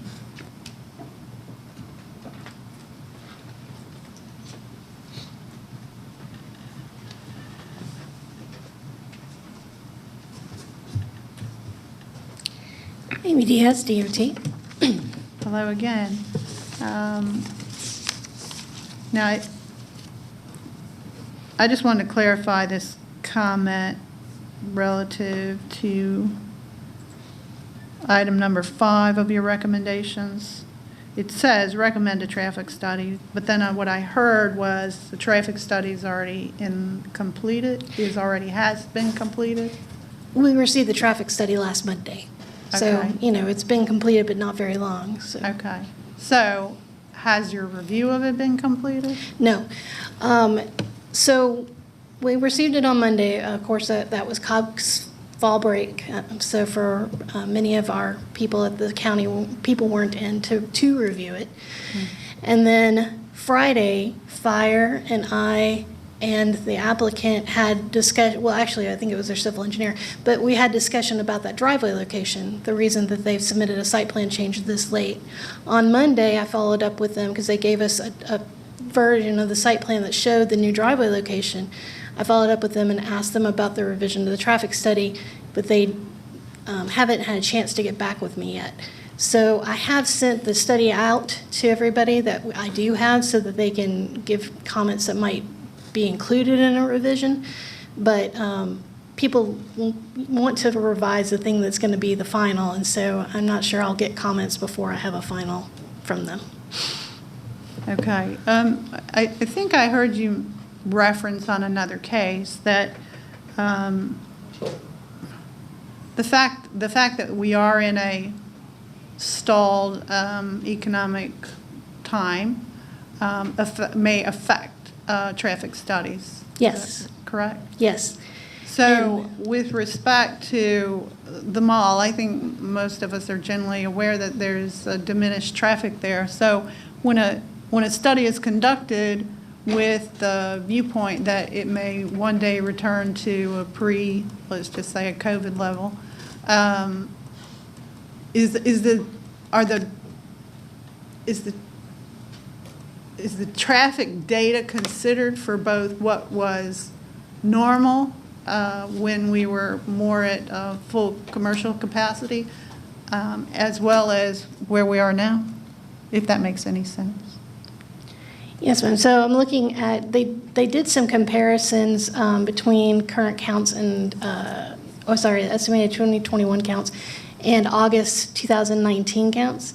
And so they had collected them in 2021, and in the comparison, they were actually very close to the GDOT counts. They didn't show a whole lot of adjustment. However, they did adjust their counts for what was shown, which was They flat in the morning, so same in the morning, and then PM it was 3% different. So that's 3% using difference from when a to when? historical count to the count that they took. Because as COVID, and I know we've gone back into a surge and the state of emergency, but as COVID kind of eased off, we saw traffic volumes increasing again. And so people that have older studies have more of a COVID change, modification based on comparing to historical counts than newer studies. This one is one of the newer studies we have. All their counts were taken relatively recently, I think September, but I'm not positive. I have to look at in the report to see. So as long as they did it before the surge, then they may have had counts that were closer to normal volumes than most we've seen in the last couple of years. And that's what was reflected in their historical comparison to a pre-COVID time. Okay, so as your study proceeds, you'd be looking at the impact on the ring road and also connector roads around, correct? Correct. What is the current grade, if you will, for traffic relative to those apartment complexes and the development that's on the other side of the creek? On those the other side of the creek. Connector type roads? Is there good traffic flow there? So the intersections we had them look at were George Busby at Town Center Drive, George Busby at Town Center Drive South. There's two intersections that are Town Center Drive because of the loop. Okay. We had them look at Mall Boulevard at Town Center Drive, Okay. George Busby at Barrett Parkway, Okay. Mall Boulevard at Barrett Parkway, then the Ring Road at Town Center Drive, and the Town Center Drive at the Varsity Driveway. And those were the 7 locations we asked them to look at. So I don't think we have anything that you're asking about at the other side of the creek. Primarily, we were looking at traffic going to the south. Right, and I guess my inclination was that if you, my supposition doesn't matter, so I'll stop right there and leave it to the professionals. So you've asked for that data, you've gotten that data, y'all just hadn't been able to crunch it all yet, is that right? Right, and since we're looking for the revision of that one intersection, as soon as they can get that to us, then we can turn around the review. Okay. Does any other member of the board have questions for Ms. Diaz? There is something I want to clarify. The location of the driveway for the minor entrance is basically, it's a compromised position for us in fire. It wasn't moved because of DOT recommendation. It was moved because of Chapter D, Appendix D, the fire code that's caused the need for the separation distance. Okay. They accommodated us by restricting that left in because the offset is not sufficient from the Varsity driveway. Previously, they'd had it lined up with the Varsity driveway, which we preferred, but does not meet the fire code. In terms of the distance between In entrances? terms of the distance between the two driveways. Okay. So this location is acceptable to all 3 parties, but I do want to make it clear that DOT wasn't driving the change. Okay. Thanks. All right. Does anybody? We're good? Thank you.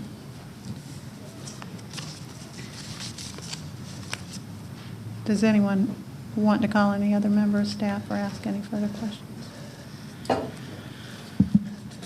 One quick question for John. John, just for the RRC category and the 500,000 square foot designation for that, in this case, just confirm, this is below that threshold, is that correct? I believe it is. Okay. Was that something that generally, as part of your consideration in the staff analysis, would have necessitated a variance, or would it have been something where it's more discretionary? The 500,000 square feet is more for the commercial part of it, and this has no commercial part. Okay. So even though it's multifamily rentals, that would not be considered? That's right. As approaching on that limitation. That's right. Okay, thank you.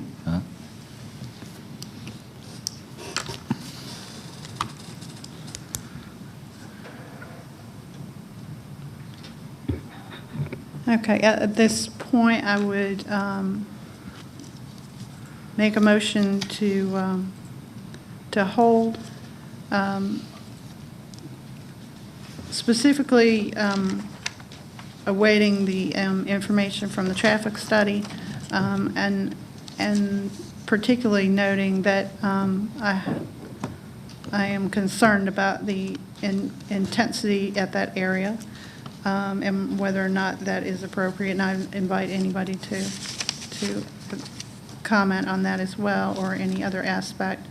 But I believe it'd be in the best interest to hold. And I'm also very interested in confirming the impervious surfaces in the area, just due to the ecological interest there.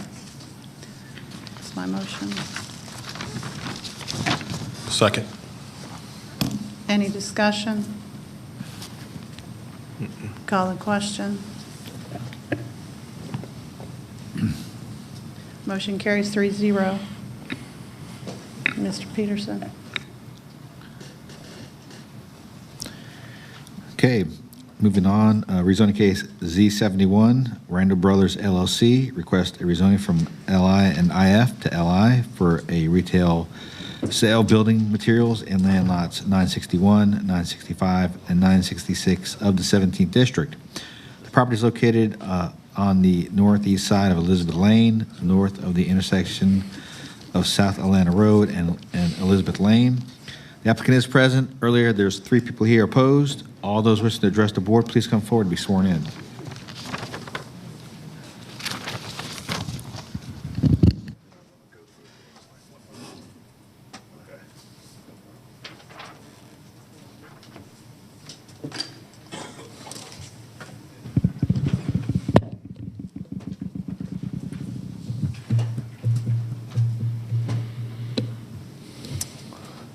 Thanks. That's what we needed, Tim. Thank you. Oh, that's perfect. You may go. Thank you. Again, Kevin Moore here on behalf of the applicant, Randall Brothers.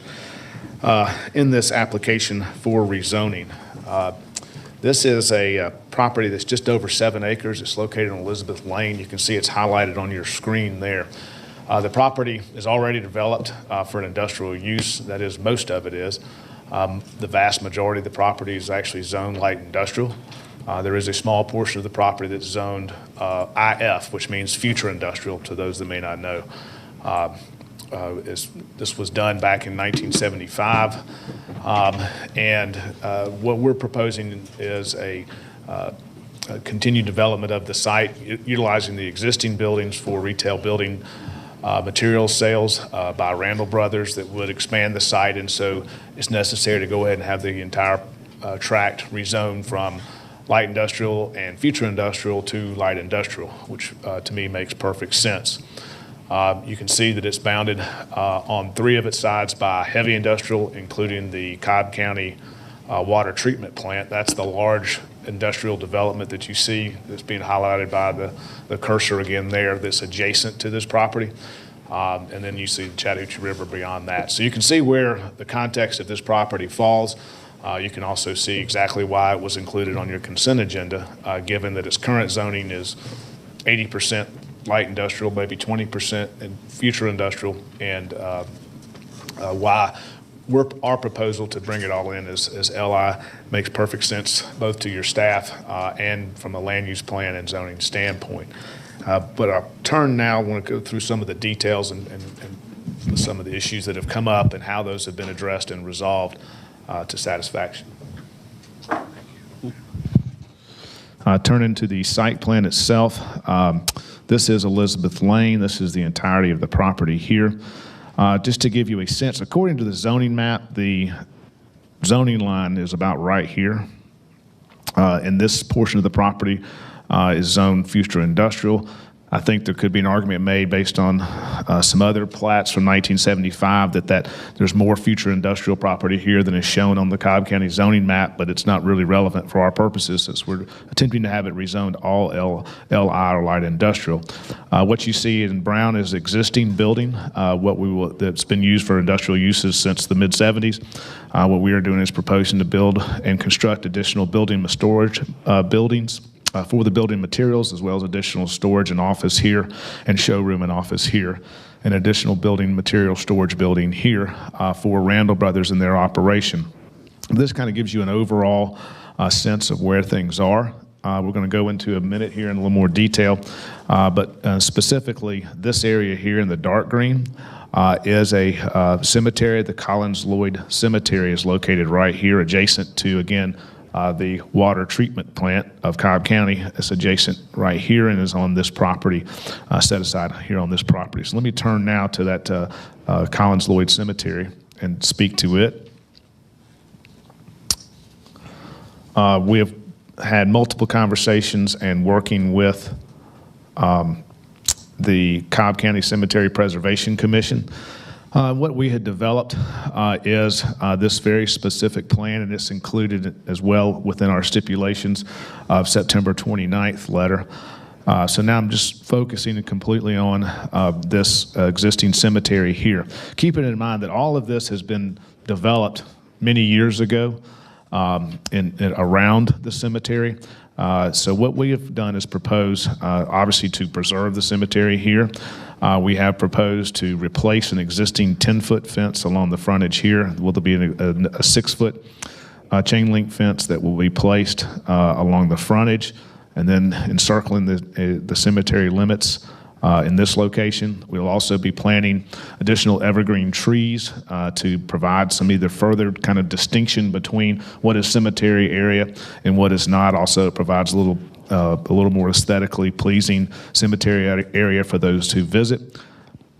Also, we are constructing outside of the cemetery limits a small retaining wall where we can create a flat area for that fence to come around and connect to the existing fence that borders with the Cobb County water treatment plant. And that also creates additional flat area for us to plant trees, and I'll show you that as well. Lastly, this is a dedicated cemetery parking area that's existing that will remain as part of this program. And we've included this diagram as part of our stipulations so it could be very clear as to what is being proposed and what the commitments are of Randall Brothers, which we think are extensive, but it's part of also them working with the Cobb County Cemetery Preservation Commission, and we'll let Mr. Jimmy Richards speak to that. I don't want to speak for him, but we feel like we've done a great job in working with him. And in fact, yesterday we had our archaeological surveyors with New South Associates. They went out and did an archaeological survey with Mr. Richards of Cobb County Cemetery Preservation Commission. We have a letter dated October 4th from them, and I'm going to hand that in just as an additional letter that can be added if this is a motion for approval, for that letter to be included, because it details out in terms of the locations as well as the distances that are provided, where this wall is located in this little area here. That little wall is actually 40 feet from the furthermost, at minimum of 40 feet from the furthermost grave in this location, with the building being greater than basically 50 feet from that nearest grave.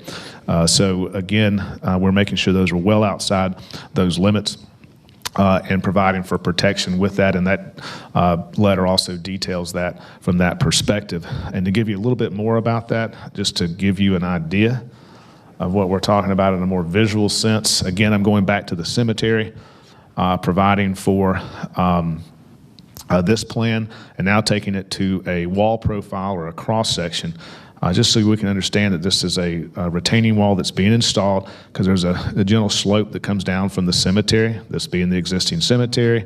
We have existing ground elevation that drops down. What we want to do is create a concrete retaining wall here. This is the high side facing towards our development. That allows us to do some basic fill here, place the fence and also place the proposed trees that we showed you on that plan. It creates a much nicer setting as opposed to trying to protect it on a hillside or a slope side, and we think that that will make for a very nice setting on something that was offered up by Randall Brothers to employ as part of their development here.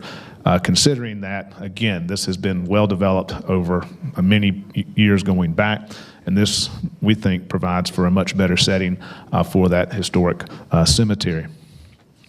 Now, turning back. Go this one, I can just put it there. Thank you. Now, going back to our site plan, I also wanted to note that as part of this proposal, we have, there had been submitted to staff and to the actual Cobb County Historic Preservation Department or Division of Cobb Community Development. There had been, by the same New South, which is one of the experts in the field, an archaeological historical survey and study of the property. You'll see on the left-hand side of your screen, there's not a lot of building or a lot of going on over there. As part of where this is located, it's very instrumental that we provide that historical survey and historical study to determine if there's any notable Civil War trenches and so forth, as the river line is prevalent in this area. And it was conclusively determined that there are no such, no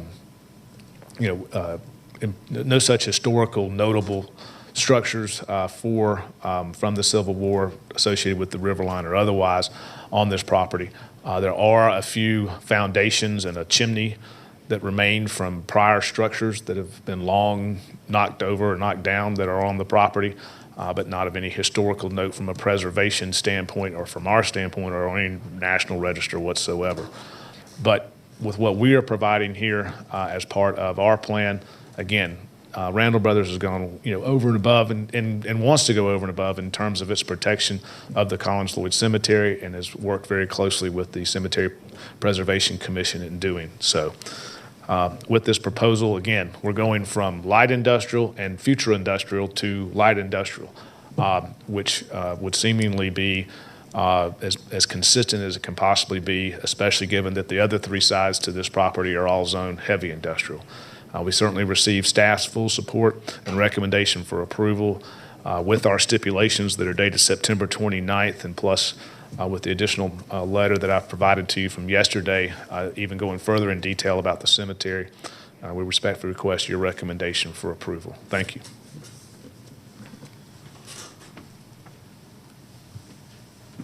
Any opposition?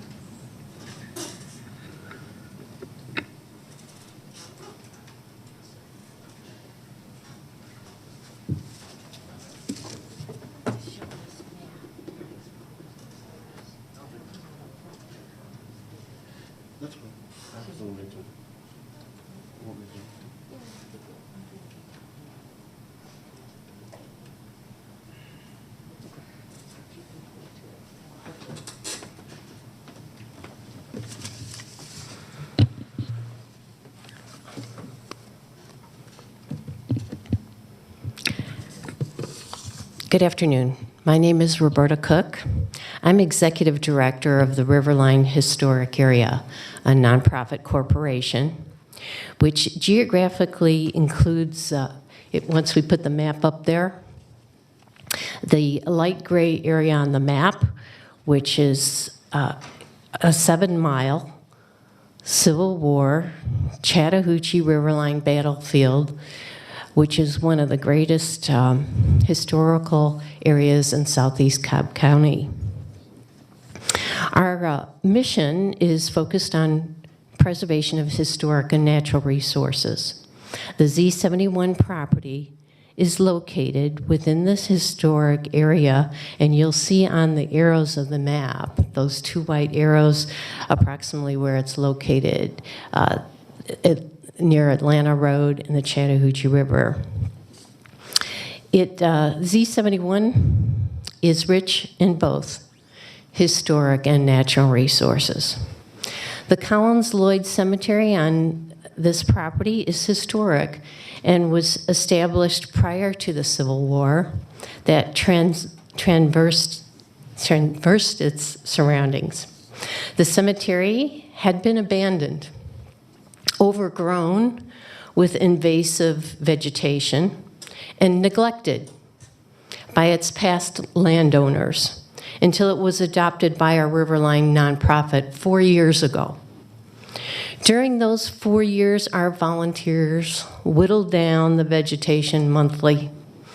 We've endured bee stings, poison ivy exposure, and the stench from the next door, what they're calling the water plant is really a sewer plant, believe me.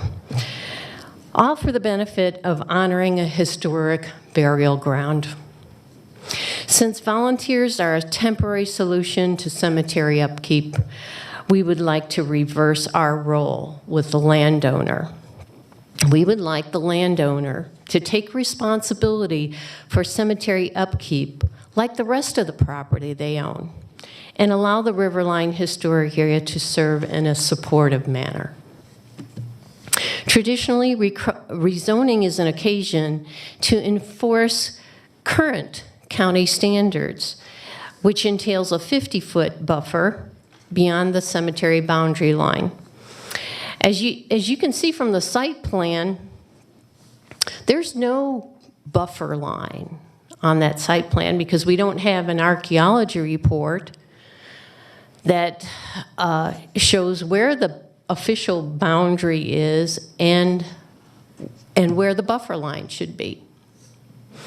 And because there's no buffer line, it really shows an intent not to honor a buffer. The plan for building is in close proximity to the cemetery and is an encroachment on the cemetery and the spirit of a protective buffer. The location of the building should be reconsidered. Half of Z71 property is virgin land on steep topography, hosting a wealth of majestic old trees, encapsulating historic ruins from the Frank Mason Robin estate, an early founder of what we all know as Coca-Cola. The 3.5 acre of ruins in the form of fireplaces, retaining walls, and a spring-fed pool are monuments left from 40 acres owned during Mr. Robinson's lifetime from 1845 to 1923. There are 2 living descendants who had occasion to live in those ruins, which are now ruins, and their interviews are available to the public online at the Smyrna Public Library Oral History Project. There is latitude through the Chattahoochee Corridor Plan, because this is located within 2,000 feet of the Chattahoochee, to preserve historic resources. We hope Randall Brothers will take advantage of that feature for the mutual benefit of development and historic preservation. Thank you.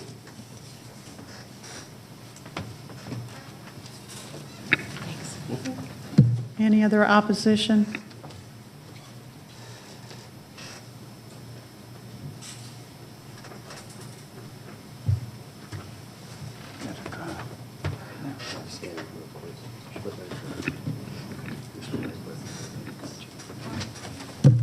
Brian, could you announce how much time remains? 5 minutes and 12 seconds. Thank you.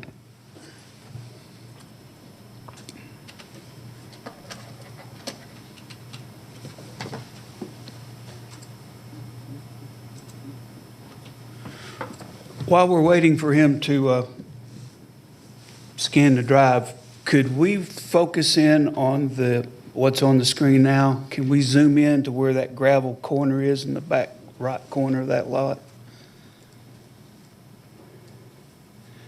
Where the cemetery. Where the cemetery is? Yeah, where the cemetery is at. Okay, we'll get there.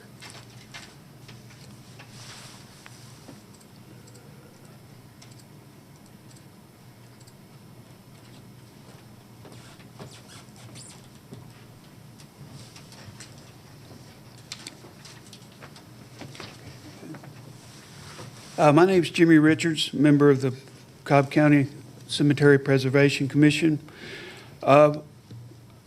The area in the back of the cemetery, what's called the north line, was never really an established buffer. And on this plat, there's no measurements or anything like that.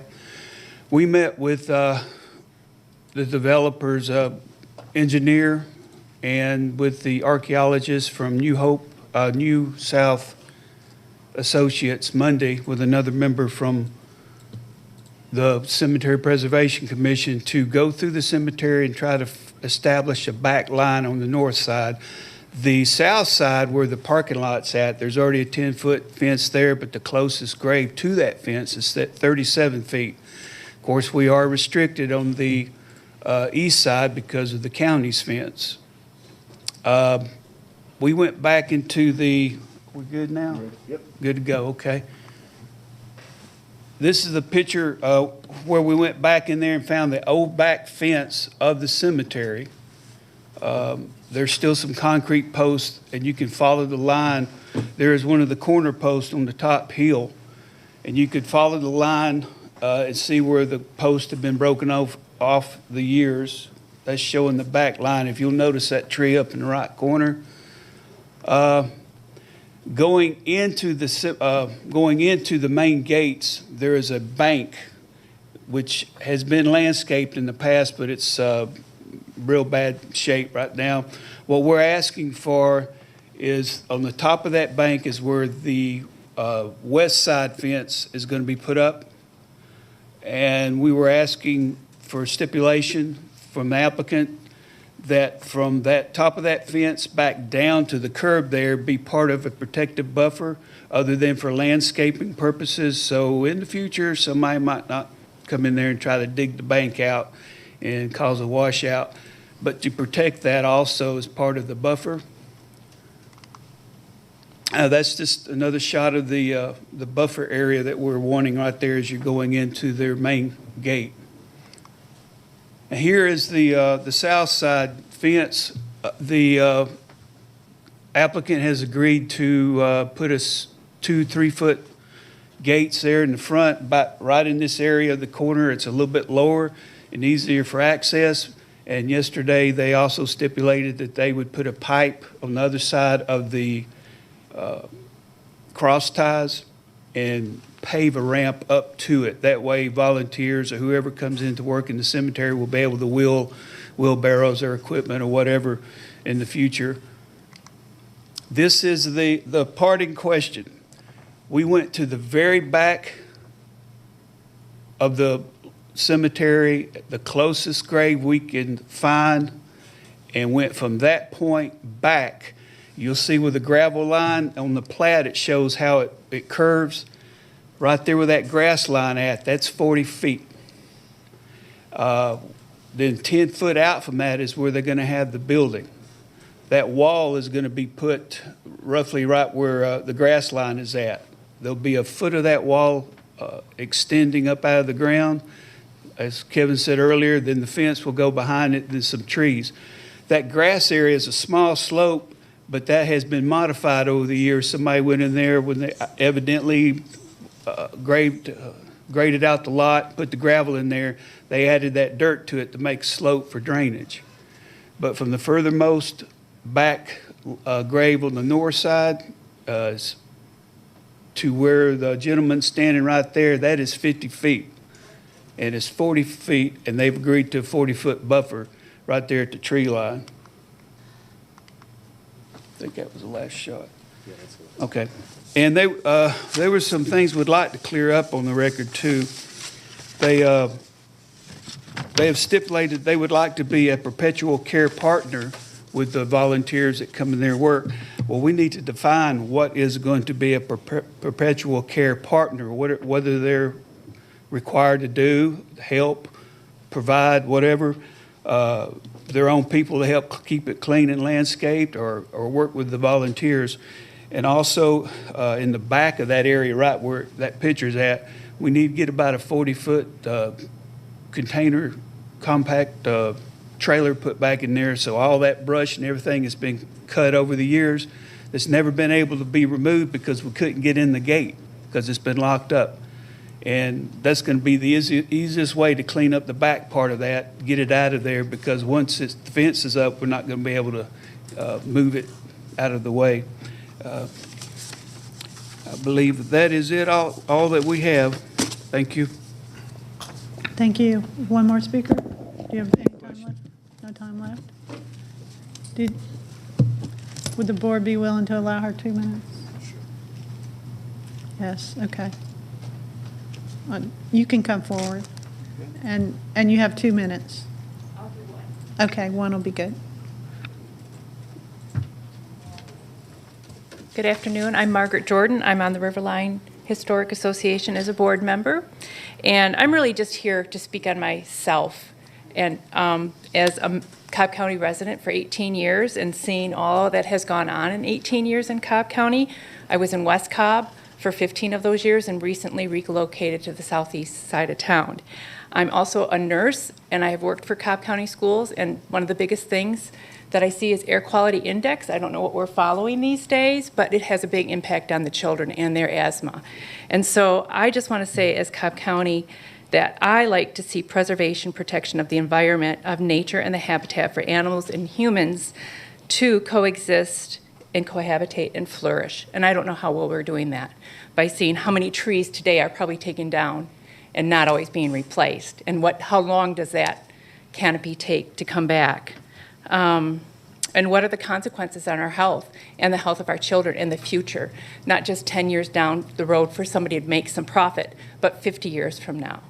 And I just want to leave a quote that conservation means development as much as it does protection. A man's usefulness depends upon his living up to his ideals insofar as he can, and that's from Teddy Roosevelt, who did a lot for our country.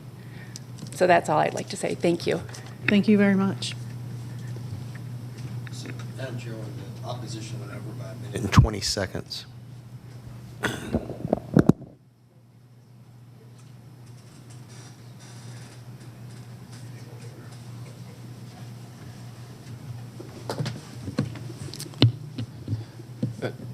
Just want to add a few more pieces of context, and also so I can inform you, we are in agreement with everything that Mr. Jimmy Richards stated up here as far as those commitments and kind of how that's going to be arranged. And we are in complete agreement with those various component parts.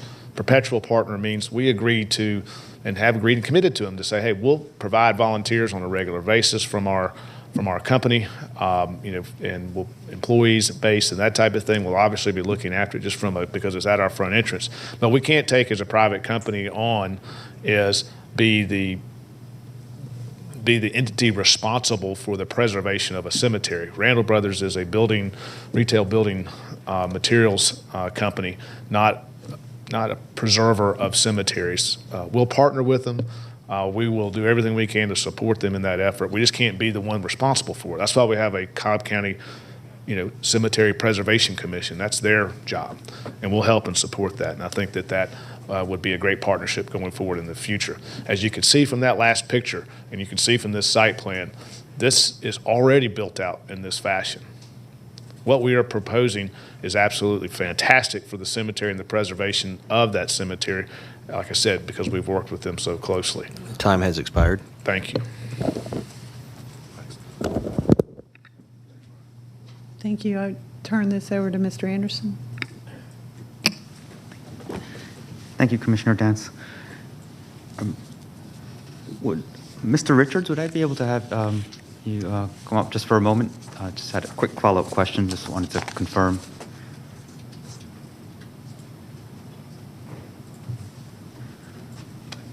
Yes, sir. Great. In terms of the archaeological, the survey that was performed yesterday, is there another deliverable there in the form of an actual site plan demarcating those boundaries, or is that I'm sorry. Is that the survey? You had, just to confirm, you had an opportunity to participate in the Yes. walkthrough with New South? Yes. Okay.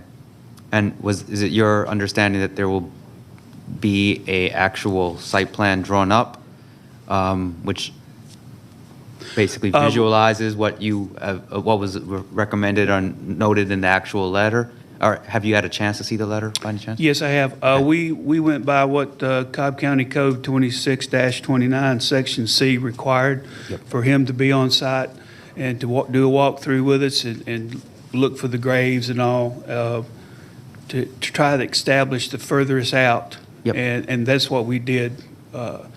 That was the north end was the most important, obviously, because the other three sides are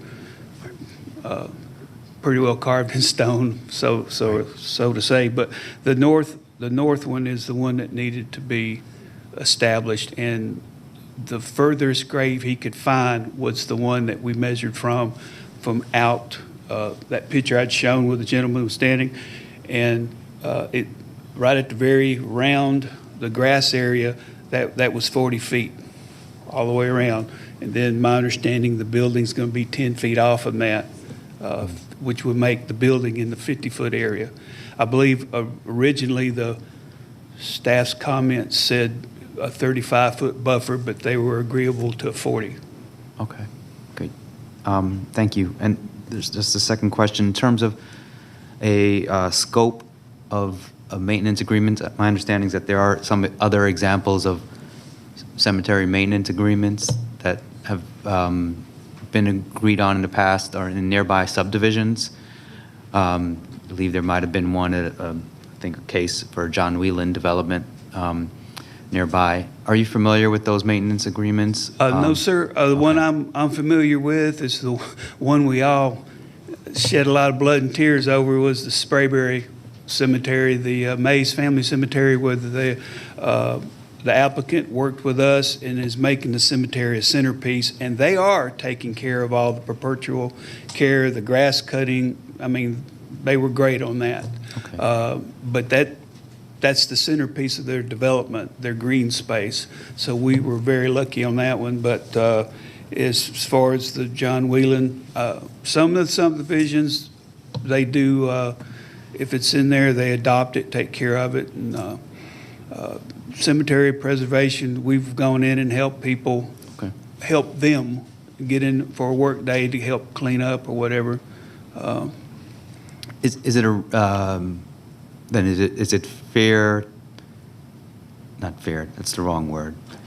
Is it a reasonable expectation that you would be able to support the applicant in terms of negotiating or forming a maintenance agreement with a third party, given that that is not necessarily their core expertise, or maybe not necessarily them themselves might not be the best As party? Randall Brothers Company has been in this area since 1885, I would hope they would help to preserve and protect the history of our area and be a part of it and help with volunteers, anything they can do to help, yeah. Okay. But we're getting old. There's not, as Roberta said, a lot of the people that help, the numbers are getting smaller, trying to get young people involved in preserving our history. It's getting scarce, but to help a corporate partner like that, hopefully we can work something out with them. Kevin's said to try to, work the best we can, but they are a different type of business than the one we agreed to with the Sprayberry Crossing project. Okay. Good. All right, that's helpful. And I was just trying to understand if there is a path where you can certainly, as you said, negotiate a partnership with them. That would be great. Just Sure. want to set some expectations that that's probably something which is molded better in your hands, subject to them being agreeable to like the asks and the And not requests. as much as the Cemetery Preservation Commission, but the Riverline Historic Society, because they've done a lot of work out in that area. Right. Excellent. Okay. And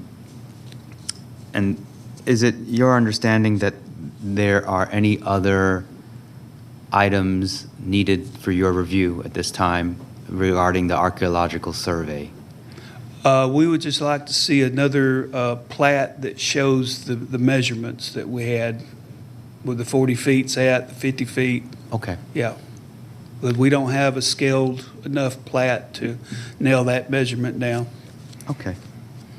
All right. Those are all my questions. Thank you. Thank Mr. you. Richards. May I have the applicant just come up for a moment, please?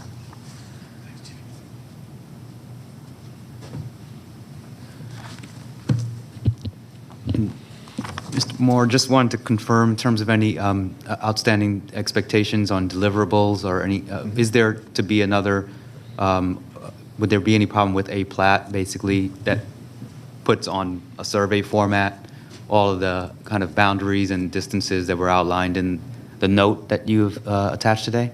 Yeah, that's not a problem at all. It can be produced in about a day's time or Perfect. less.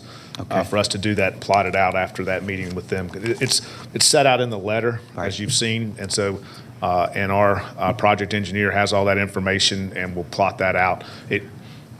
And we're also going to do it in a much more, we'll do it in a detailed fashion, but it's to do it in a day or less. It's pretty quick. And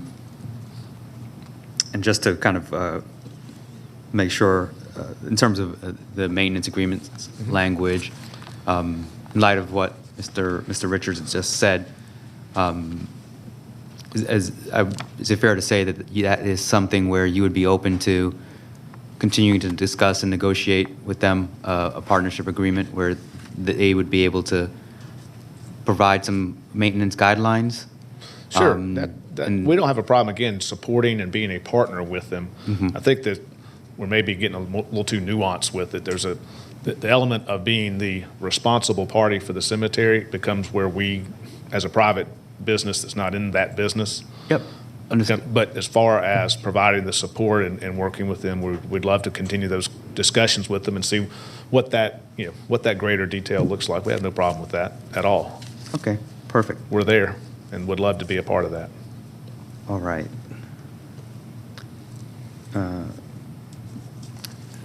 At this time, I don't have any more questions on my end. Thank you, Mr. Moore. Do my fellow commissioners, planning commissioners, have any questions? Okay, great. At this time, I'd like to, and this is maybe just a logistics question for county attorney and also John, but I'd like to move to approve this request, subject to the addition of the following stipulations to what were on the original approval request.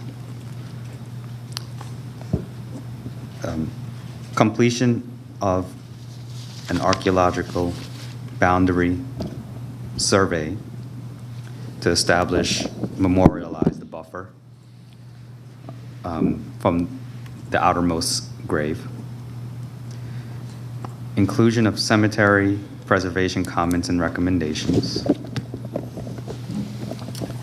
And establishment of a maintenance agreement for cemetery upkeep with the Cobb County Cemetery Preservation Commission or their designee.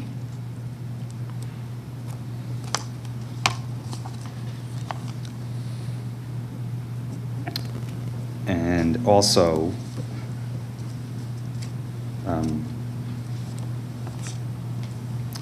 believe actually there was a request.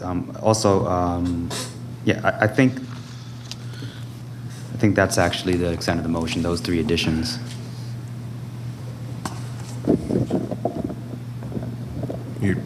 Is that your motion?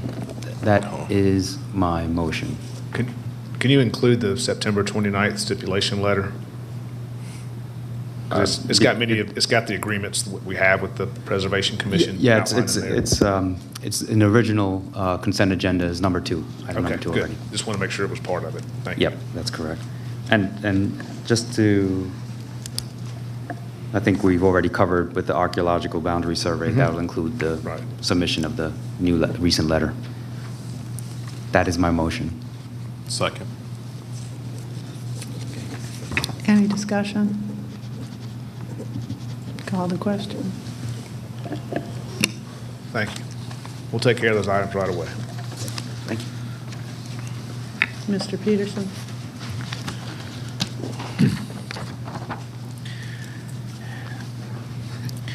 Madam Chair and Board, the next zoning case has a companion special land use, and just make a separate motion on each case.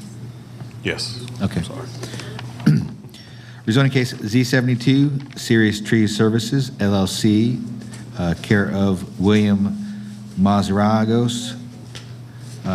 Request rezoning from GC and R80 to HI for tree processing in land lot 911 of the 19th District, located on the north side of Flint Hill Road and on the west side of Sanders Road, with its companion special land use permit case, SLEP 9, Serious Tree Service, LLC, care of William Mazaragos,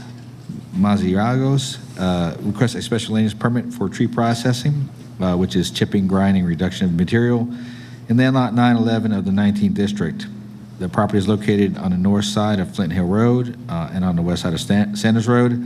The applicant is present. Is there anyone here opposed to Z72 or SLEP 9? Let the record show there's 2 people here in opposition. Would the applicant and opposition please come forward to be sworn in?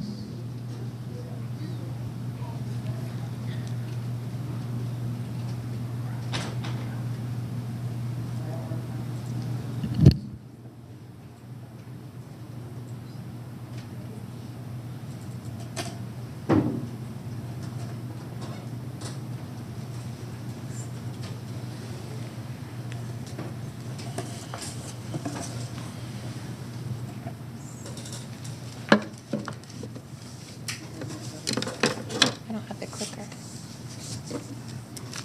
Is it side to side or up and down?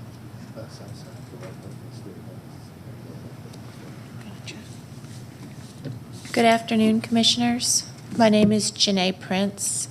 I work for Parker Poe Law Firm, but I'm not a lawyer. I'm a planner. I actually used to work for Cobb County many years ago. So we represent Serious Tree Service, and they have purchased the property at 3969 and 3989 Flint Hill Road. That's in District 4. Now, we know that there is some opposition to our application, so what we would like to do today is request deferral. But first, we'd like to just quickly run through the case, and we would like to hear from the opposition. We'd like to be deferred to the November 2nd meeting so that we can revisit our application and fine-tune it a bit. So you can see these are the 2 lots. There's the one that's outlined in red and the one that is to the right of it. And you can see that there is a little yellow star on the aerial photo. That would be the location of the wood chipper. The 2 lots together total 17.7 acres. There's a 100 feet buffer, natural undisturbed buffer, on the eastern side of the property and along Flint Hill Road. Not all of it, but most of it. Serious Tree Service is a small business that is already located in Cobb County. They want to expand a little bit. They have 15 employees and 10 trucks. Here's the current zoning of the property. It's zoned general commercial, and this strange trapezoid is zoned R80. There was a house there once upon a time. Right now, the property is vacant except for 4 radio towers, which are being removed. You can see that along Flint Hill Road, there is a lot of heavy industrial zoning, and that is what our client is requesting, heavy industrial zoning with a special land use permit to allow chipping, grinding, and reduction of materials. That's for the wood chipping, for the trees that these 10 trucks will be bringing in each day.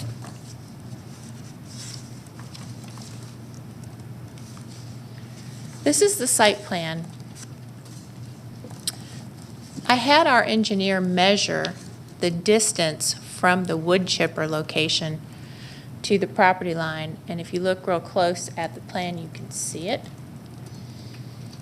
But I was more concerned about the distance between the location of the wood chipper between the location of the wood chipper and the closest residential property line. The closest residential property line is to the east. It's over 600 feet from this proposed location of the wood chipper. There's a subdivision to the south called Brass Hill, if I'm remembering it correctly, and the wood chipper would be over 900 feet from that property line, that residential property line. There are a lot of industrial businesses along this street, which is why our client purchased this property thinking it would be a good fit. The Cobb County future land use map calls out this area as industrial. There's the future land use map. So they took that on faith and decided that they should locate their business there and grow there, thinking this would be a good location.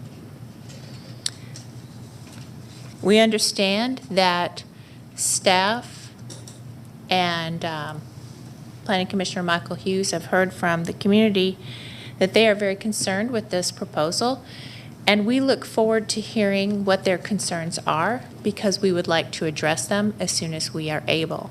So that's why at this time we respectfully request that you defer this item to the November 2nd Planning Commission meeting.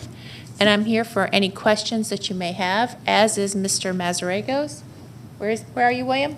There he is. That's the business owner. He's here to answer questions as well.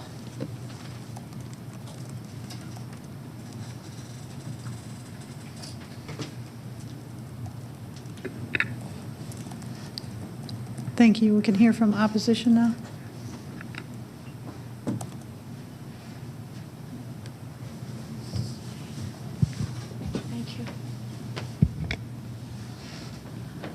Commissioners, staff, can you hear me?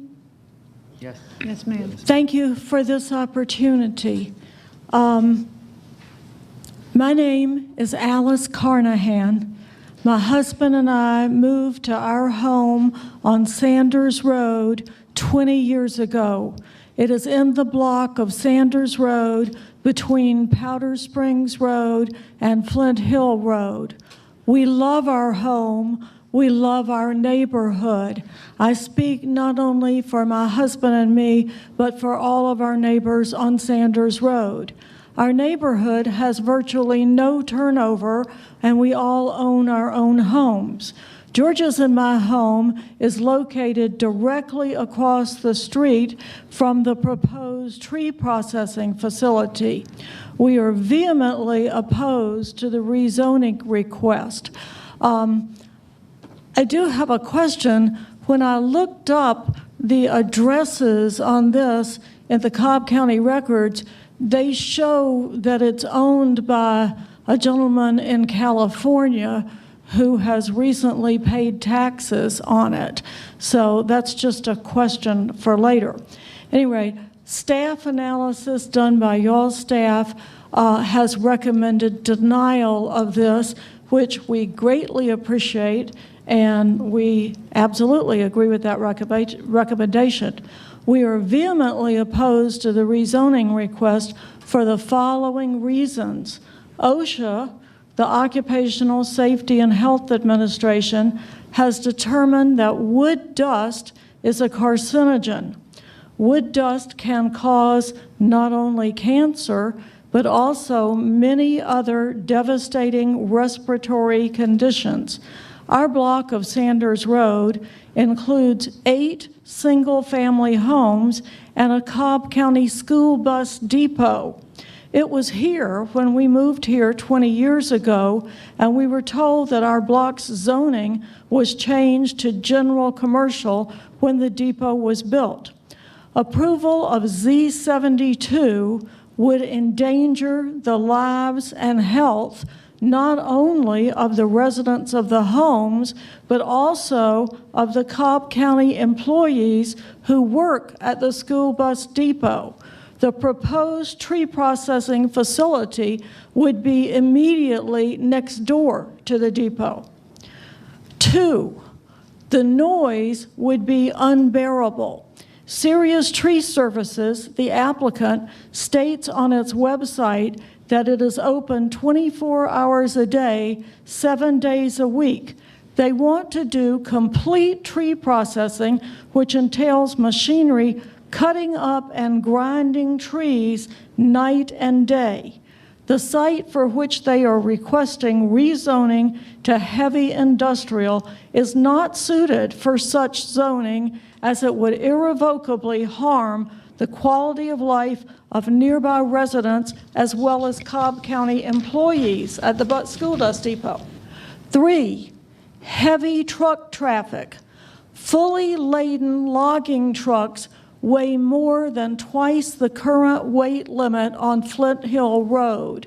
They would ruin the road. Should this proposal be approved, the county would be required to resurface Flint Hill Road frequently because of the damage the trucks would cause. Further, there is a great deal of traffic already on Flint Hill Road. If this proposal is approved, it would ruin our health, the quality of our lives, and would destroy the value of our homes. I do not want to see this deferred. I would just like to see it voted no. Please vote no to Z72. Thank you. Thank you, ma'am. Anyone else? Still your mic. Mr. Hughes? Thank you, Chairwoman. Just a quick question for Ms. Carnahan before you slide all the way back.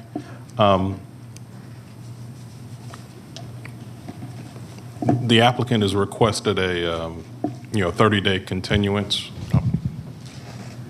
The applicant, he's up here. The applicant's requested a 30-day continuance. Would you be open to a meeting to discuss some of your concerns to see if they can address them? I don't want to be an obstructionist. I was once a certified mediator, but in all honesty, I don't see any way there can be any compromise. Heavy industrial is the staff analysis, y'all's staff analysis, recommended denial, and I'm in complete agreement with that. I just, tree processing is so harmful in so many ways, which I have just outlined. I don't see how any meeting could make any difference. I mean, okay, that's fair. That's fair. You were here. I thought I would just ask you. Thank you. I appreciate your asking. It's nothing personal. Well, it is. It's very personal to all of my neighbors and me, and I don't think Cobb County wants to expose their school bus depot employees to this either. I don't think that would be a good thing for you guys to do, but a carcinogen, the noise, the dust, the traffic, frankly, I think they should withdraw their request. Okay, thank you. I appreciate that. Thank you for asking. If I could have the applicant's representative come back up.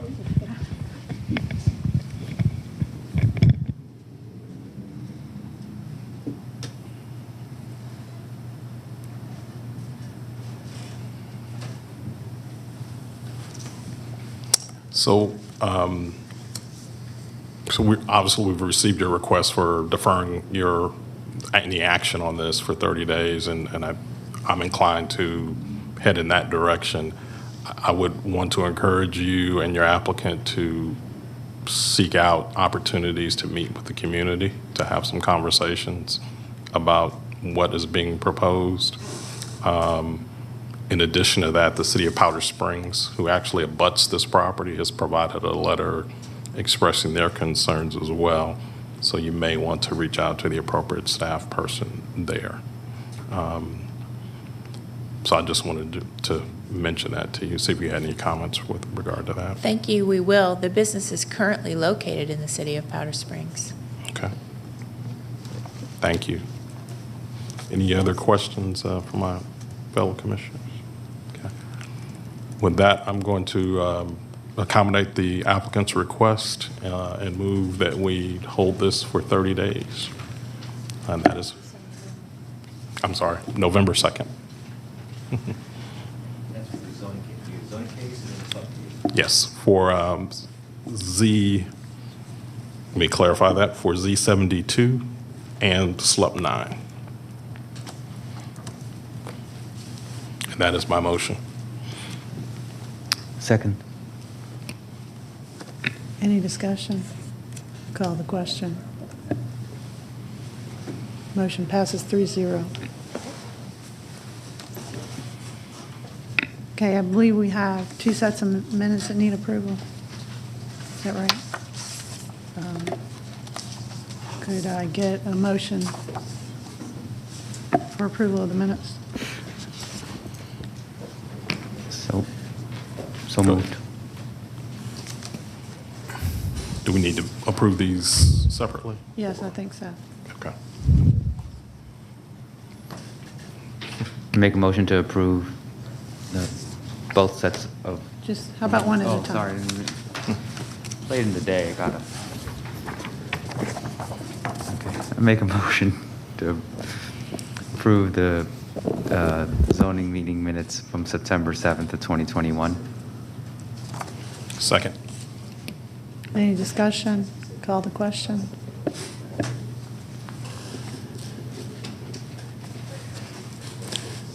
And I will offer a motion to approve the minutes of the special call meeting for the agenda review work session, September 27th, 2021.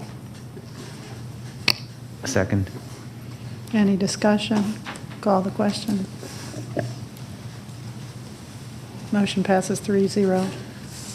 Actually, both motions pass 3-0.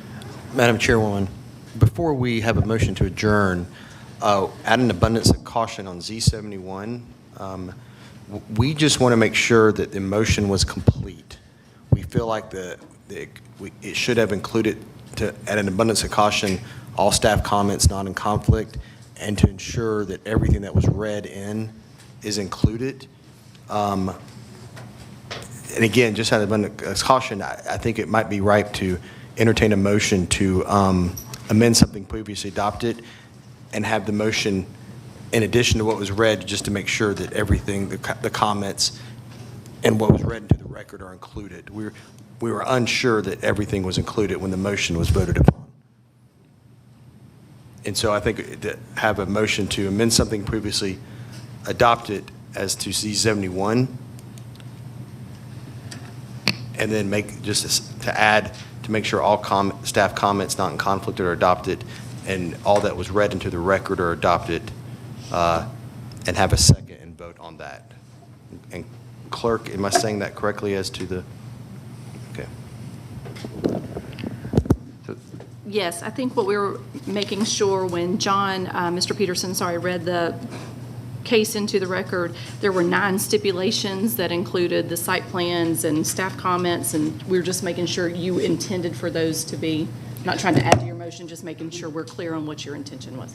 Yes, so intention was to include those and add on the ones that I had already stipulated. So I think you need to make a motion to amend something previously adopted, just to articulate that for the Yep. record. I make a motion to amend previously adopted motion for C71. Second. Any discussion? Call the question. And now, does he need to do it as to the content? Yes, So you need to add 2 more, right? All? Yes, the motion would say, I move to adopt what had been read or intended that the county clerk had said, and all comments not in conflict, just so that the substance of it, because the first motion was to amend it, now we're amending it.